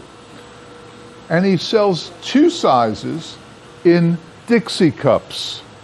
You know the wax Dixie cups that you have in your bathroom? He has 2 sizes. And I think it used to be less when I knew it. I haven't lived there in a while, but it's still popular. I think the 2 sizes are an 8-ounce and a 12-ounce Dixie cup. And when you order your stuff, he does it, and he puts a spoon in it, and you're done. And then all you do is give him your money. And there's lines every night. Anyway, I run off a little bit, if you didn't notice. Did you notice that? No. So cream ice. Cream ice is a fantastic product. So today, I'm going to make a cream ice. I never made this before. I've made cream ice, but I've never made this. We're going to make peanut butter cream ice. I don't know. Seems like it'll work? Okay. Huh? It'll be a winner. Well, let's hope so. Now, am I using Walmart peanut butter? How about Target's own brand, Great Value? Am I using that? Of course not. This is Jif, and I got extra crunchy. Give it a little pizzazz, as it were. Now, I don't know how much to use yet, but in the back there, you, sir, What's the formula for cream ice? 321. 3 what? 3 H2O water. 3 quarts of water. So let's start there. Now I'm making it in this, so it's 1.5 quarts of water, right? So I need 1.5 quarts of water.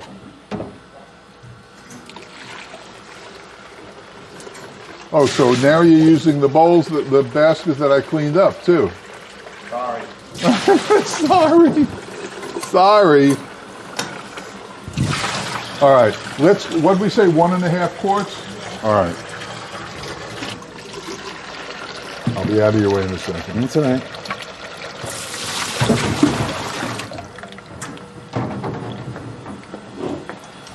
One and a half quarts.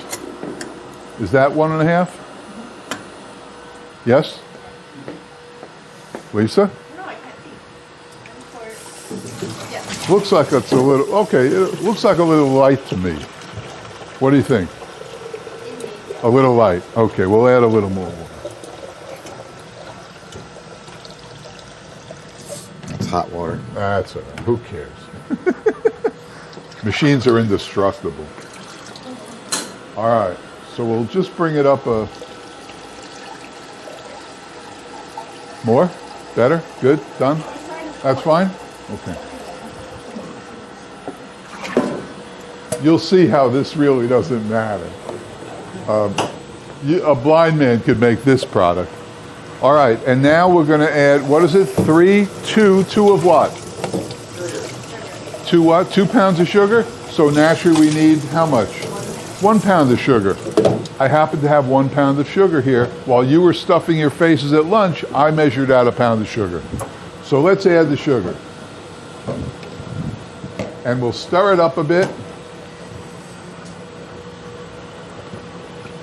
And now, how much cream? 1 quart? 3, 2, 1, so it's not 1, is it? It's a half. Thank you. So a half of a quart is 16 ounces, right? Hello, is this working? Mike, am I on? So 16 ounces. I can't even read this. What kind of cups are these? You can't read that. It's Christi. Oh, now you're running the show. Where's Okay. 16 ounces? Yeah, that's kind of hard to read. Yeah, let's get another one. I thought you said a blind man could make this. Be careful what you say. Unbelievable. All right, 16 ounces. There it is right there. So let's get 16 ounces, right? Okay.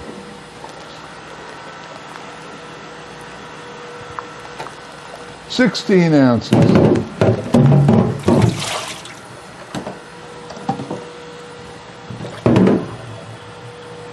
Ooh.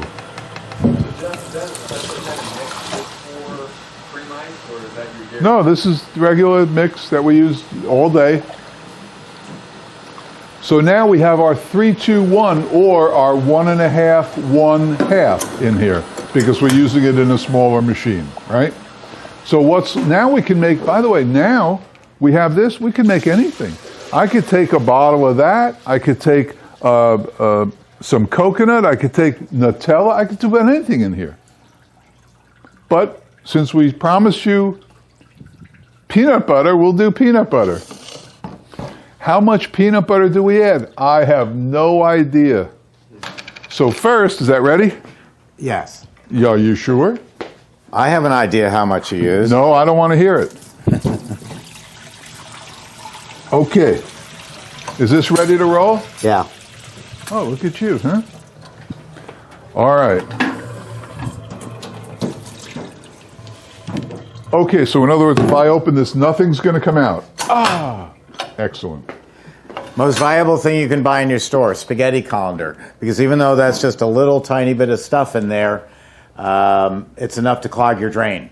And then you're sitting there picking the stuff out of the drain. So buy a spaghetti colander and you'll save plumbing bills. The voice of reason. Now, hey, that was worth the right price of admission right there. Okay, so here we go. This is going to do it except for the peanut butter. But we'll worry about that in a minute. So let's pour this in.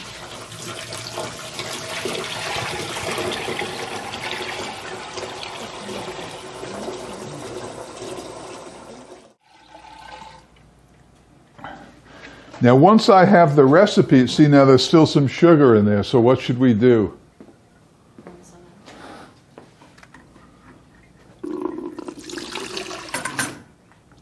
We should swirl and get it all out.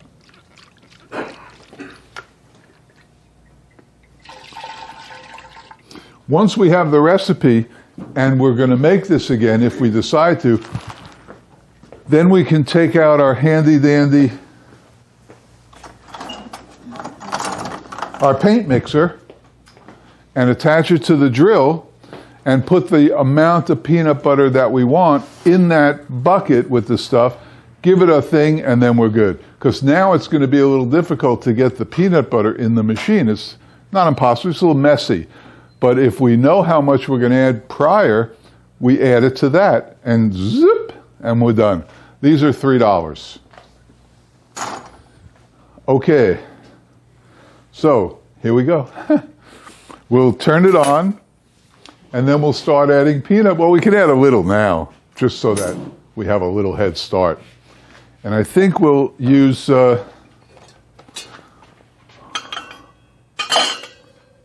where's that? You know, look, they got a sink of dirty dishes here. All the stuff's open all the place. Nothing's where I need it. They just leave me here alone with you. So, I want to tell you, man, I got no respect up here, you know? All right, we'll add some of this. And by the way, just for kicks, this is a 48-ounce jar of peanut butter. What do you think we're going to end up using? 48 ounces. You think so? Yeah. Boy, that would be a lot of peanut butter. I was thinking maybe we'll do half. But we'll see. We'll start with a nice big scoop. And there we are. You notice how they desert the ship when I'm here? What's up with that? Well, see, they just figure it's in good hands. Yeah. It's just me and Mike, right?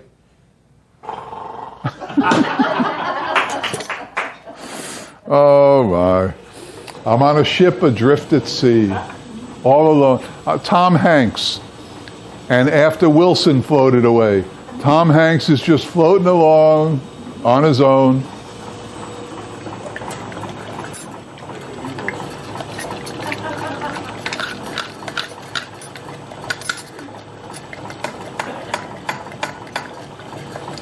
All right, this isn't going to work too well. We need, maybe this will be better.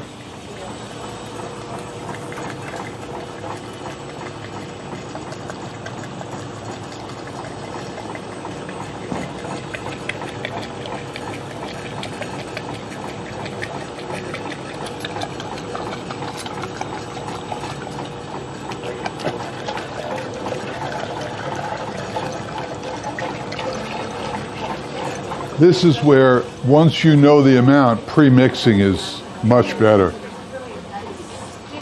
Let's try a little more and then we'll taste it.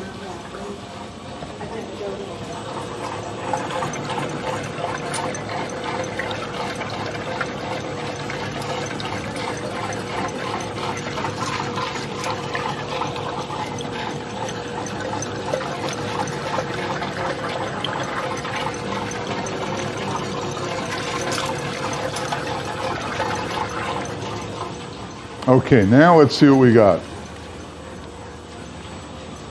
Spoons.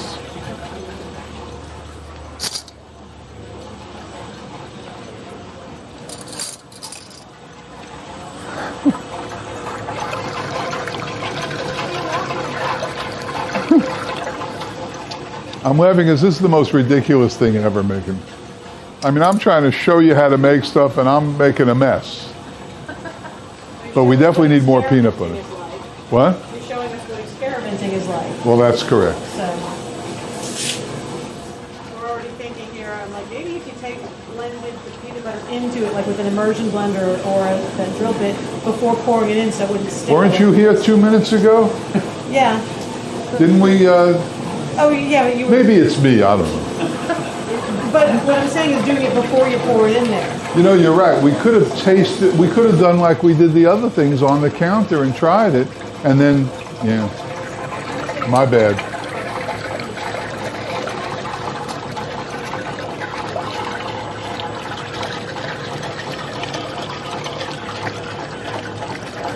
What do we do if, what do we do if there's not enough peanut butter in the jar for us to use? I know what we do. We get another jar. You know what? I think we need more peanut butter. The full jar? Yeah, I think you're right.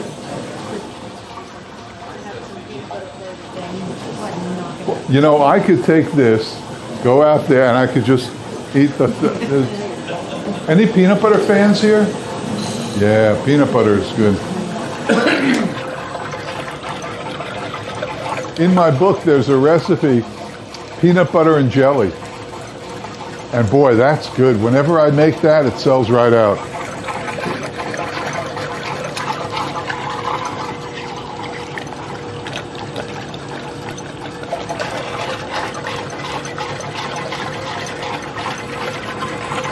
Well, in for a penny, in for a pound, right?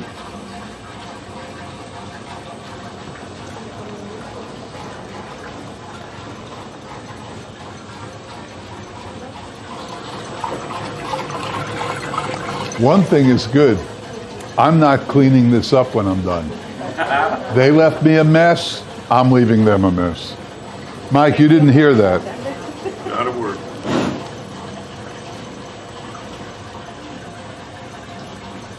Here it comes. Come on, here it comes.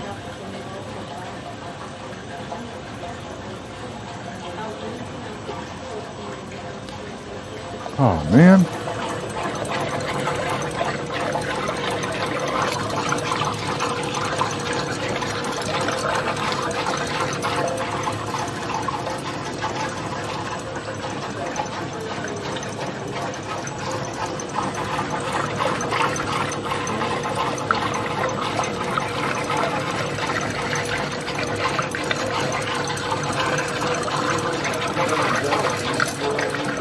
Yeah, I do. Who asked that?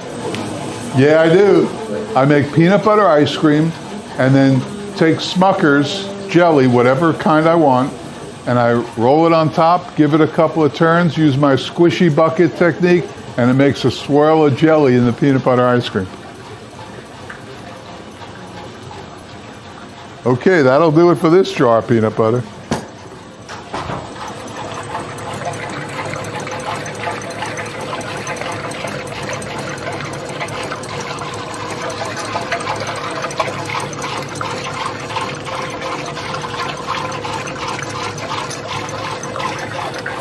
Now what do we do? Taste it. Lift the spoon. We have to taste it.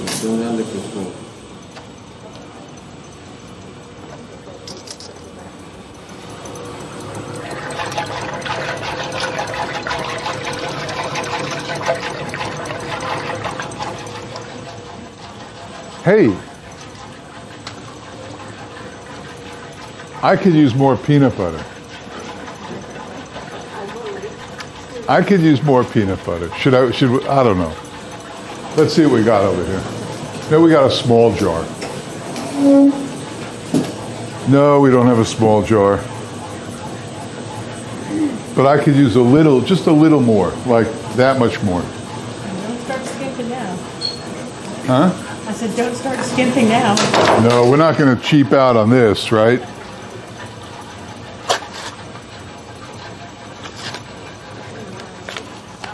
See, I always think if you're going to do it, do it. You know, like I could leave it at this and then the reaction would be, oh, it's good. Could use a little more peanut butter. You know, let's just do it.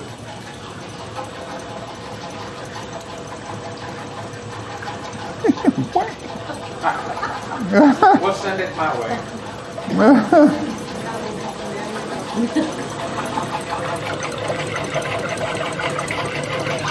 I'll tell you, this is a mess. It better be good.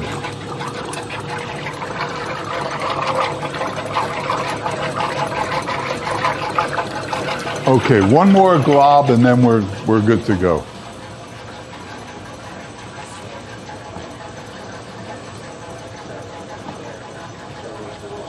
There we go.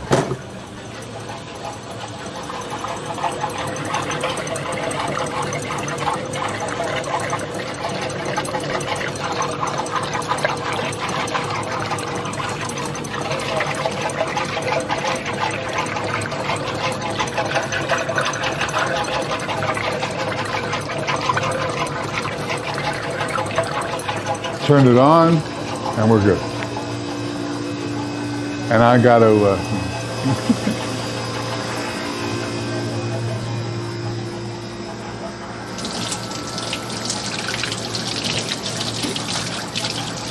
I could see going home tonight, driving the car and licking my fingers with peanut butter.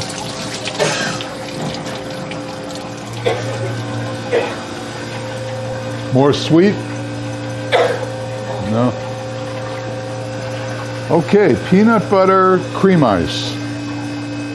Now, you know you can add chocolate chips, you know, peanut butter chip cream ice. You can add Oreos, make it Oreo cream, or what? That sounds good, doesn't it? Oreo peanut butter Oreo ice cream ice. Whoa, you're onto something here. What do you think? Huh? Okay, let's just take it to a vote. I'm okay. Who would like to change this from peanut butter cream ice to peanut butter Oreo cookie cream ice? Okay, nobody. No. So that's it. We have to leave it. Now, do we leave it at this? Is there anything that you think we might want to add to peanut butter cream ice? What? No, not in cream ice. No. Chocolate, like Reese's Pieces or something like Yeah, chocolate. Ooh. Reese's peanut butter cups? Yeah, because that's the taste you're looking for. I would be looking for. What do you think? Nutella? Okay, let's have a vote. Should we add Reese's peanut butter cups to it? Or just some chocolate to make Nobody. Up. Hold it. Should we add Reese's? Hello? I'm up here, you know. I got work to do.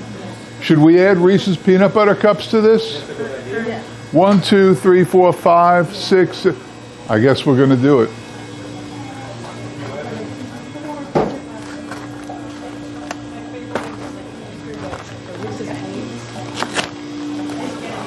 We have to do it quickly because the freezer's on.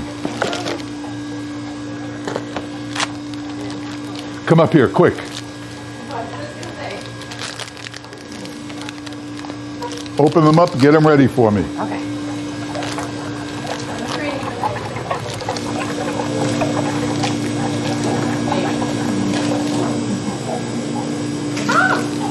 Faster. I'm going. Faster. Not as easy as it looks. Oh, wait a minute. You have a degree or what?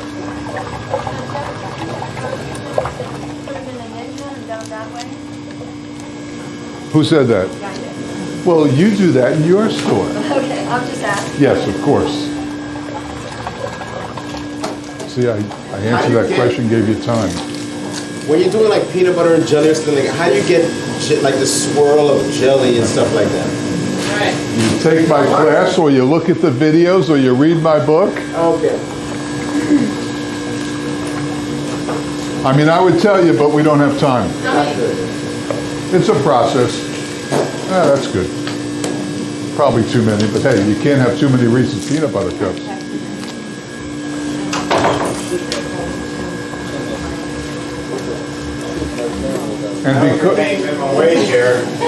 And because we added more stuff, I'm going to throw in a hair more mix to juicy it up a little bit. Just a little bit, because it's thick.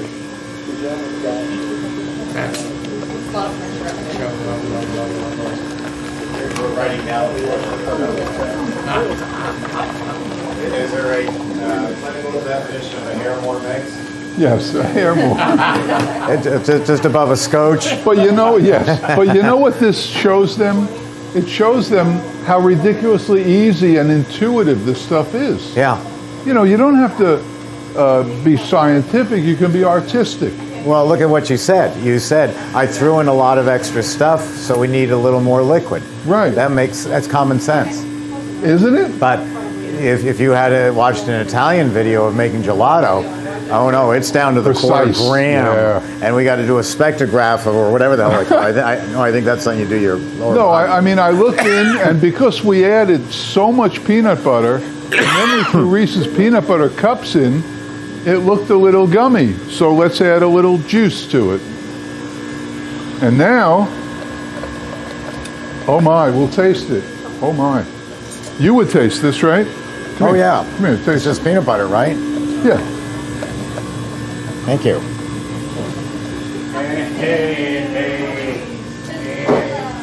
What? The dogs. That's fabulous. That's a Reese's cup that has ice cream in it. That is good.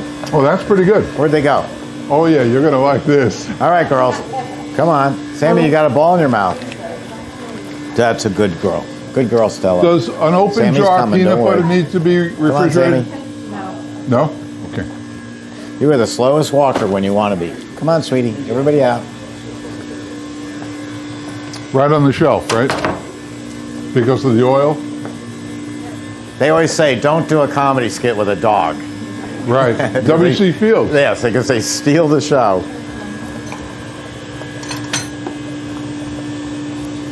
We all set on the... Where's the tray? They must be washing it. It's in the kitchen. Thank you.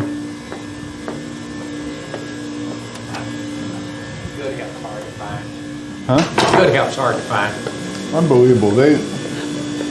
I'm the glue that holds this place together.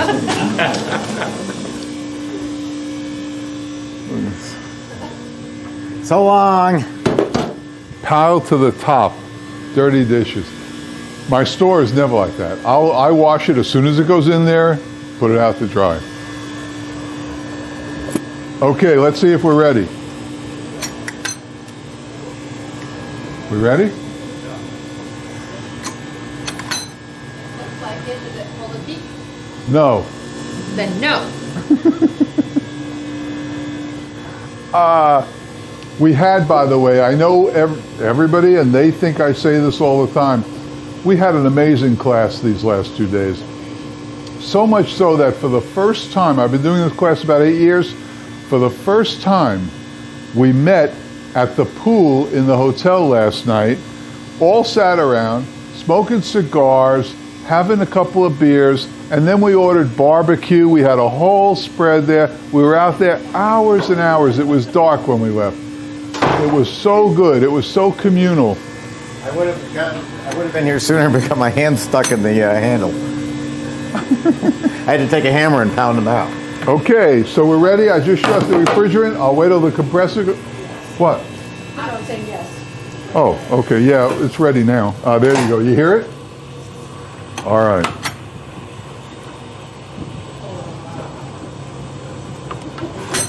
You say, oh, wow, now where do you try my next one? It's gonna be, oh, yuck. Don't you say anything.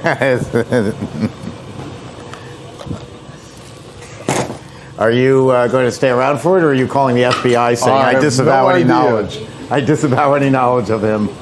I have no idea what I'm going to do with that. You're going to want to feature it. You think? No.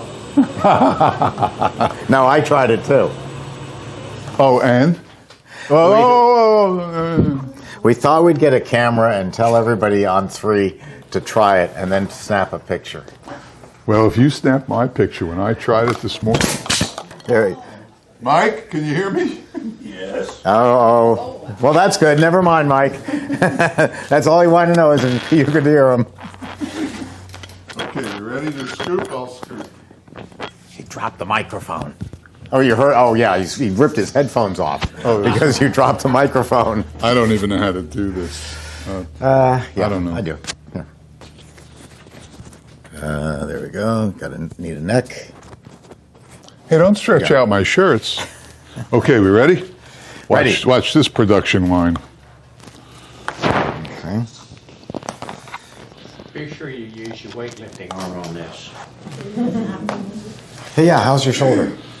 It's getting better with that guy every week. Good.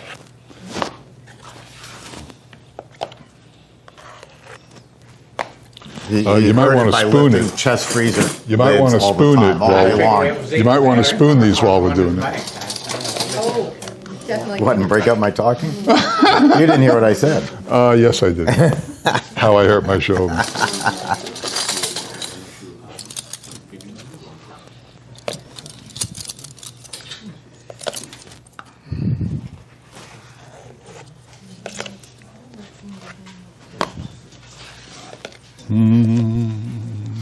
I bet Paula's going to like this. Just a hunch. Yeah? Yeah, she seems like so. a peanut butter type. Oh, double. She certainly liked the lavender the other day. Yeah, she wanted to take that home. What she told me was it wasn't as good as mine. The creator of it. Well, that's because but that it she was goes okay. home with you. That wouldn't stop her opinion. You have big portions. You're just trying to fill them up before mine comes along. You're right. Uh-oh, I've been had.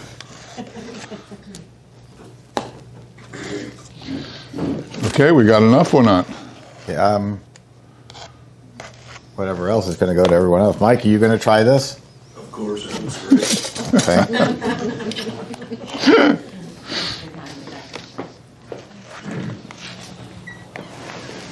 Want your door closed?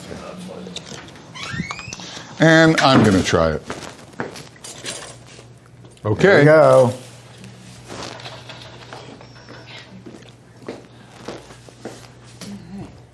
Mm-hmm. Thank you. You tell me. This is a winner.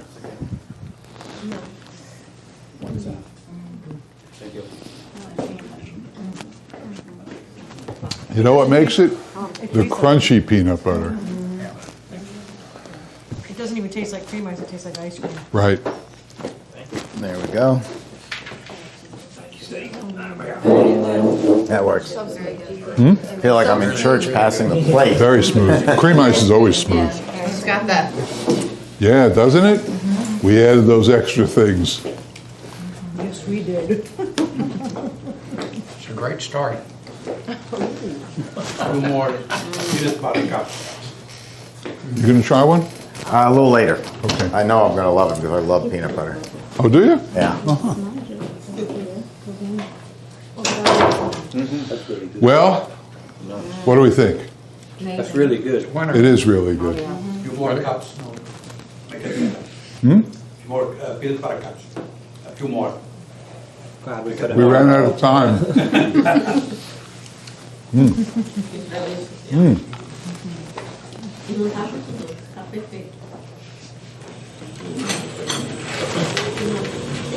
Wow, that's pretty good.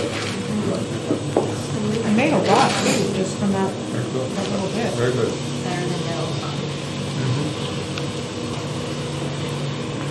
By far.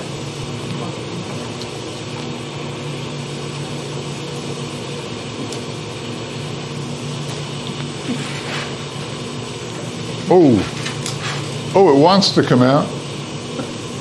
Come on. Come on.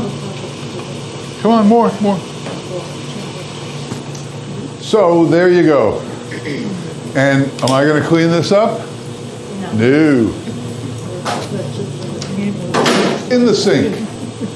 Jeff, when you freeze your ice cream, My kids love peanut butter. when you freeze your ice cream, do you freeze it in the 3-gallon containers or the One. In the one? Always one. Right here, these. I have 300 of these at the store.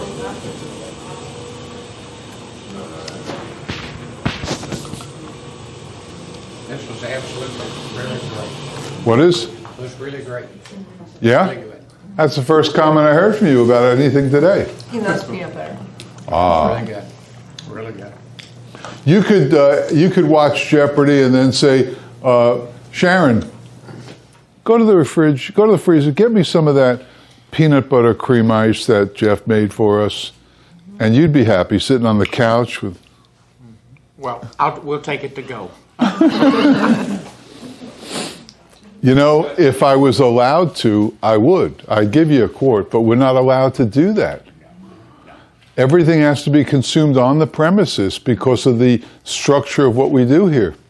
Speaking of that, in your stores, somebody comes in and they buy your your milkshake you have, and you said, well, listen, I'd like a quart to go. What do? Can you sell them a quart? Do you recommend it? Yes or no? Just all you serve is just single portions. Okay. All right. We're taking over.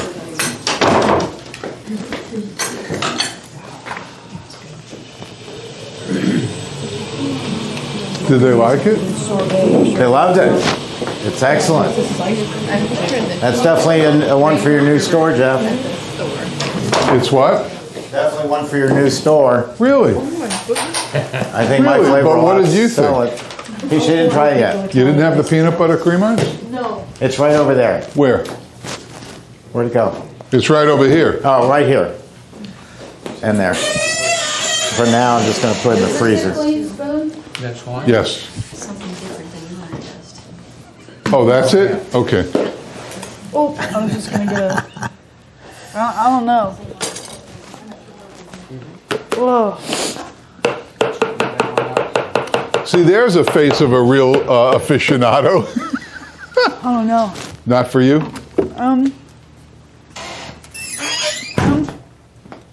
Well. Okay, thank you. Did you want to go back to our old method of, isn't this the best thing you ever tasted? Yes, yes. Yes. Wow, is that great? Then they just go, uh-huh. Well, that's positive to me. Okay. While I get a little bit ready here, I'm going to have Christi tell you the history of where this next flavor, pickle Italian ice, came from. It's not as crazy as it sounds. Or maybe it is. Yeah, not really. You're going to be excited to try this, right, Jeff? Oh, no. Oh, I tried peanut butter. You're trying this. I did try it. Fresh. This morning. First thing in the morning, I walk in here. Move this over a little. I knew they were going to make pickle ices. First thing in the morning, I walk in. Christi says, well, here, try this. Because they had made it a few days ago, whatever. So I take it. Don't. You're right. First thing in the morning. So we had a customer quite a few years ago who did sit in the back of the same class that you're in, and he talked about, he's in South Texas. Pickle ice was his huge favorite seller. It's all he talked about, and it sold a lot. He sold a lot of it. So it got us to thinking. So we were thinking of some new things to make for this class, a little pickle ice. So have you guys ever heard about athletes drink pickle juice because of cramps and stuff? The salt content helps. Well, Hangover remedy too. yeah, that too. Chicken noodle soup as well. So in Oklahoma, when we lived there for about 10 years, my daughter, she is super heavy into sports and plays, softball, basketball. At the skating rink and at the ball fields, they had the big jar of pickles that they would serve, massive pickles on a stick or in a little paper wrapper. And they would save the juice from that, pour them in little containers, little, 3-ounce soufflés, put a lid on it, throw them in the freezer. And they would sell these by the dozens to these kids and called them a pickle pop. For $0.25 a piece, they'd take these pickle pops and you'd see 25 kids running around licking these cups with frozen pickle juice. That was not as tasty as what we're going to make. So that's what we came up with. And Steve and I did a trial run a couple days ago. It was quite eventful and fun. We made 2 batches to get it just right. So, it's not definitely for everyone, just like the peanut butter, but I hope you guys definitely will try it. And just goes to show that you can come up with some very crazy, ideas and flavors, and might not appeal to you, but it'll appeal to a lot more people than you think. So it never hurts to try. Yeah. Well, sometimes it hurts to try. Nah, we're going to garnish it with a piece of bacon. So it'll be good. Yeah, that was Christy's Yeah. idea. Is that let's put some bacon on here too. Hey, that's what they do in Texas. It's either go big or go home, right? That's right. So do you want to grind up the pickles and I'll get the water and the other stuff ready? Yes. This has still got yuck on it.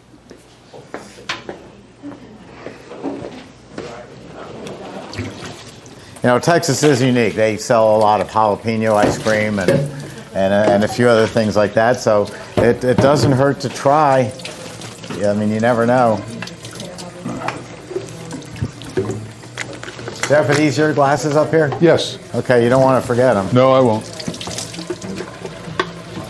You'd get home and you'd go, is that you, wife? Rose? I wouldn't go say her name.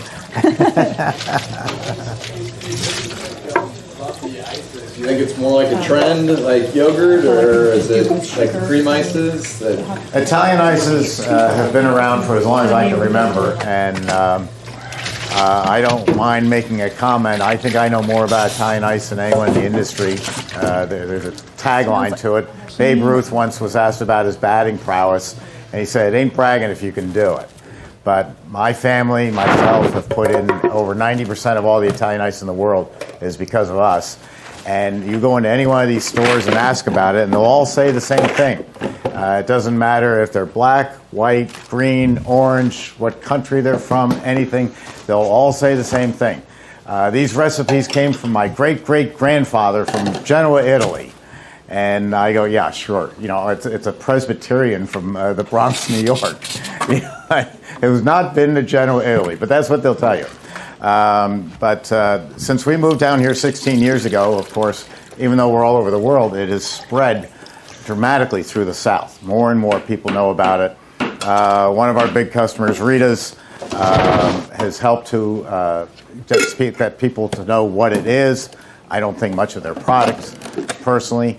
There's a franchise here in Florida called Jeremiah's that we got into business a number of years ago. They do a great product. And it's the individual stores that really do the best. You can make literally a fortune selling sugar water. To me, the cream ices are wonderful. They're an addition to Italian ice. What's beautiful about Italian ice is you can have a hot, humid day in Florida or eastern Long Island, and with no wind blowing, and you have an Italian ice, and it's going to cool you off. It's refreshing from the inside. It's like getting that big, huge garbage can of Gatorade poured all over you. Ice cream can make you thirsty, but Italian ices will cool you from the inside out. Go for it. Did we sanitize the 200? Oh, we're doing the 200. Remember? No, I cleaned the 300. We're going to use the little guy, the CB200. That's right. It's a small batch. Let me take care of that. You go ahead and grind them up.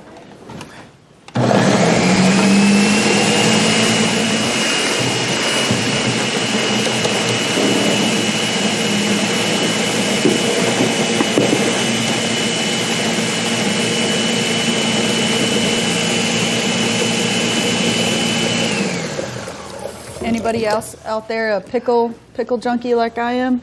Yeah, that's what I'm talking about. I get extra pickles on everything. Extra pickles with my pickles. I think enough about Italian ice that a few years ago I formed a second corporation and trademarked a name and a slogan, and it's called Stefano's. I'm Stefano. You know, if I'm going to teach all these people, if I'm going to be their great-great-grandfather, I might as well have an Italian name. What is that, gender or whatever, stealing or something? I don't know. Whatever it's called. But I am now Stefano, and it's Stefano's Brooklyn Ice, ice the way you remember it. And that's my trademark and my corporation. And the goal is to set up in South Florida a wholesale business selling Italian ice to pizza parlors, bakeries, places like that. Because the only way you can get ice, for the most part in the state of Florida, and a lot throughout the South, is either you buy one of my machines or you buy it from one of my wholesale companies that use my machines. Rosati in Philadelphia, Via Veneto in Pennsylvania, Little Jimmy's in Jersey. And in teaching Christi about the business over the years, I taught her there is no such state as New Jersey. It does not exist. No matter what you think, there is no New Jersey. It's Jersey. So you two can talk like a New Yorker. It's Jersey. So don't ever say New Jersey again. It doesn't exist. It's almost Jersey. Yeah, it's almost Jersey. Yeah. But that's how much I think of ices, is that I'm investing in it myself, and I'm going to put a lot of my relatives into running it. I'm way too busy here to, even take on anything extra. But there's just such a market for it and such a demand. That's what we sell a lot of the CB350s for. I can put someone into business for about $25,000 or less in a store doing Italian ices. But a lot of my people start off with a push cart and a CB350. And what happens to them is people come up to them and they get this glass-eyed look in their eyes and they go, I wish I could do that. And my customer who's making his own ices and has got one push cart says, you can't do this. These formulas came from my great-great-grandfather in Genoa, Italy. And then they tell the second not lie, and that is, you can't do this. You have to buy a $1,000 minimum order from Little Jimmy up in Jersey, in Jersey.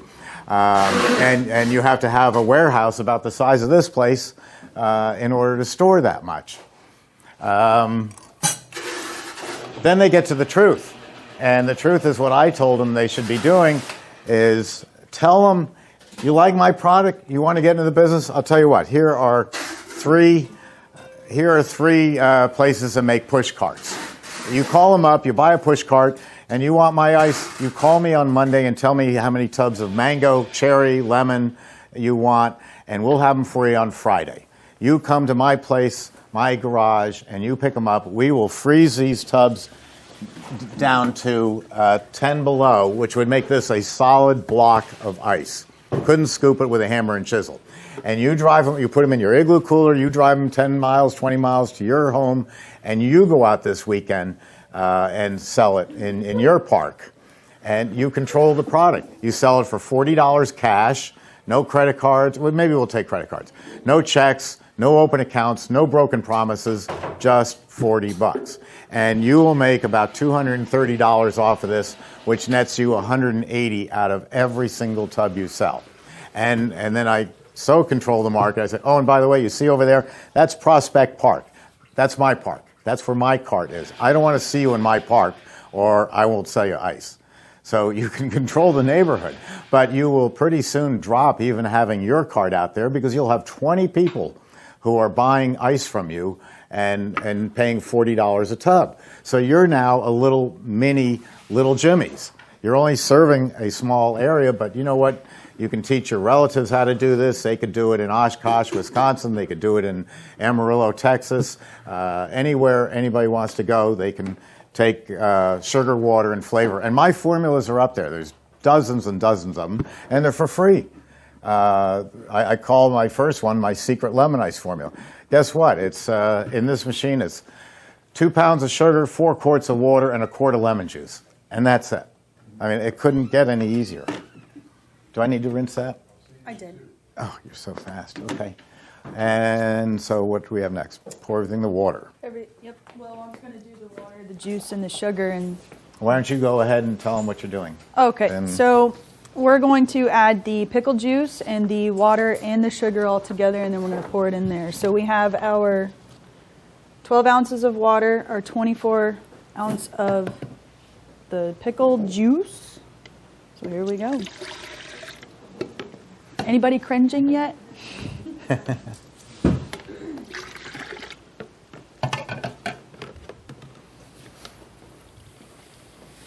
Sugar.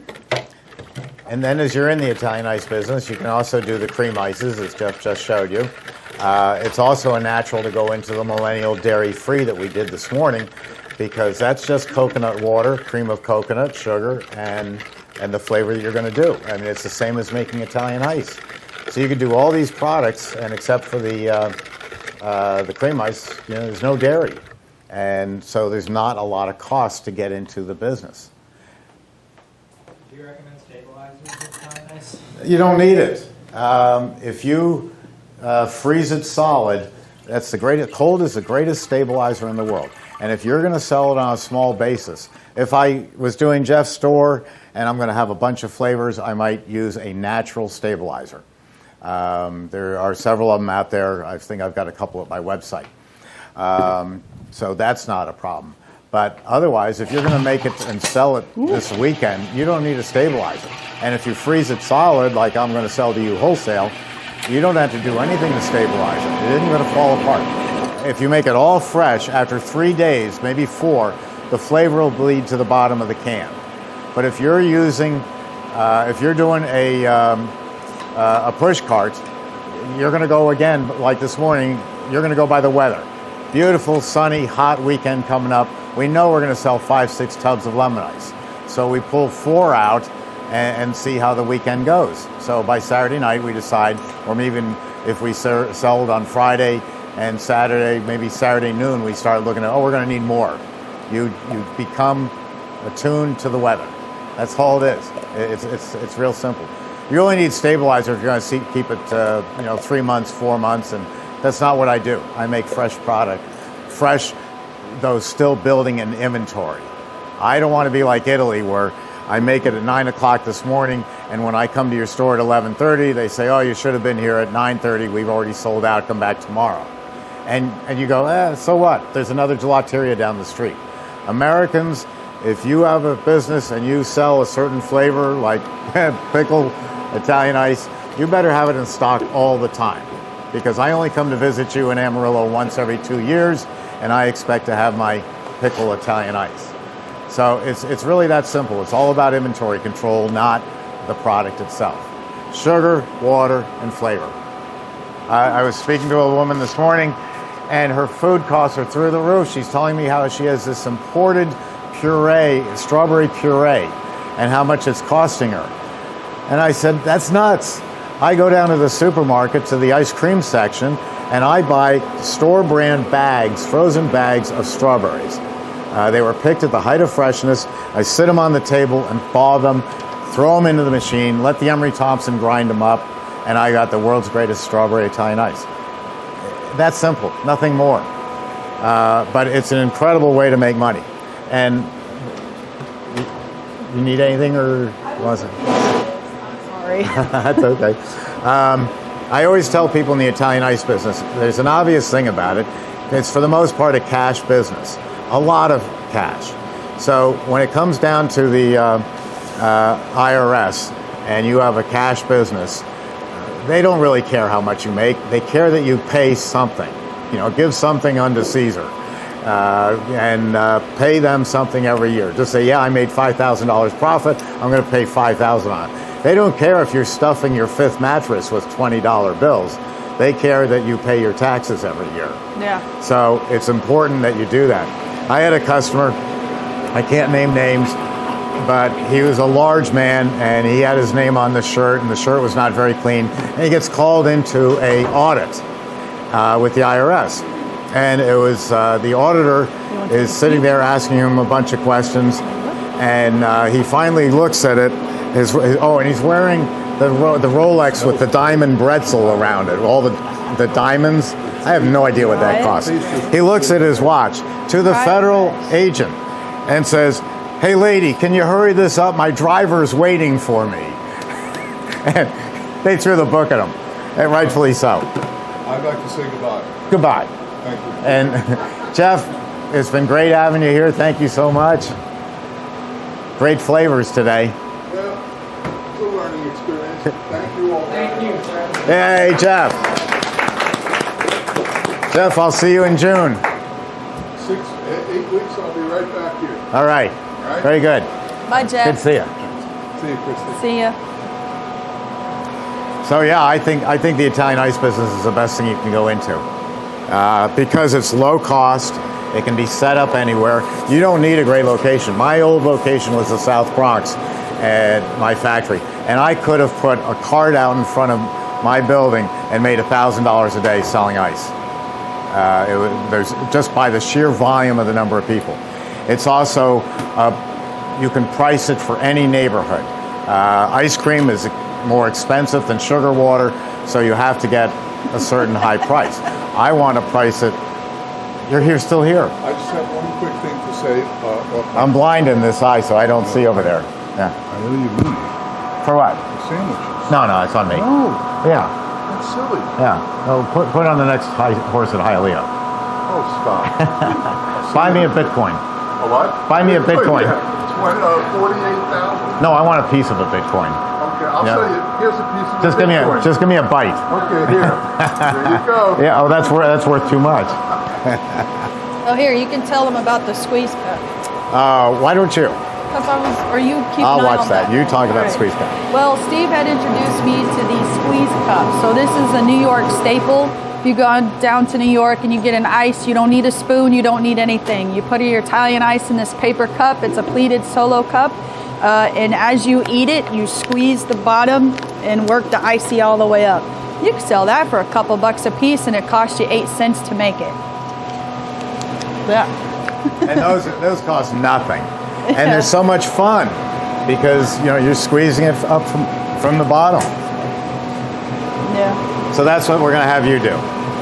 And Christy's husband made a special treat of a piece of bacon with each one to just stick in it. Christy thought that would be a fun idea, so we asked Mickey to do it, and he did. I don't know how he did. I mean, I would have eaten 90% of it and sent over 2 strips. Well, he had to keep me and Emily away from it. But, the CB200, that's a great little machine. It's very popular in restaurants, high-end restaurants, hotels, pizzerias, push carts. It has a 115 volt, so you can just take it around anywhere with you and plug it into any outlet, just like you would your microwave or your toaster. So it's a very fun machine. Here we go. All right, we ready? And it's using all the same components of the bigger machines. Makes about 3 quarts. We didn't put this one at max. No, because we didn't want to have too much left over. No. It really, well, I know my pickle fan back there is going to really love it. Okay, just look at the color of that. It's beautiful. I'm showing it to the camera. Isn't that gorgeous? If you like pickle. If you like pickle. All right, here we go. I'll let you pass them out. Okay, Or but you we're going want to to- ask you not to try it until I say go, because we do want to get a picture. Does anybody not want their picture taken? You don't want your picture taken? Oh, no, just a special man. Oh. Can't take you to an auction, can we? Okay, 50,000 to the man over there. Do I have enough cups out? No. Did I count? How many are here? Where are they? Right there. Oh, right in front of me. Oh, I don't know. We'll give it to the office staff. I'm sure they'll be thrilled. They've already endured. Now, how are you doing the two- bacon? You just, Yeah, you can put a whole piece, or you can break it in half. I think, break in half only because it would topple over. And that way, we get BLTs Well, for lunch tomorrow. Oh yeah, some tomato. Just tell Mickey that we ate it all. So, what is everybody anticipating it's going to taste like? Anyone? I can tell you the bacon's going to be great. I think it'll be pretty refreshing because if you think about like a Gatorade or something, they have tons of salt and tons of sugar, and so like, Salty. The idea of hydration after sports games is really a great thought. I think you're a real optimist. 3, 6, 9, 11, 4. I'm from New York. If it's not lemon ice, we're not eating it. We are so lemon ice oriented in New York that if we want a cherry ice, we say, give me a cherry lemon ice. Lemon ice is the generic term of it. Mike, are you going to have one? I'll have some bacon. Okay. Well, it comes with a free ice. Is that enough? I think so. Well, all right. Are we ready? You want to pass it, or you want me to? You go ahead. Okay. Nobody try it yet. You can sniff it, but.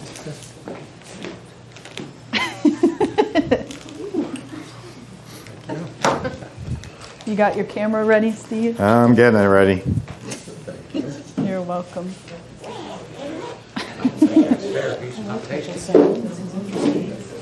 You look so scared.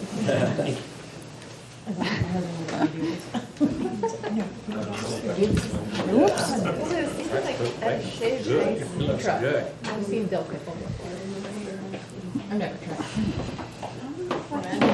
All right, are we ready? Okay, on the count of 3. 1, 2, 3.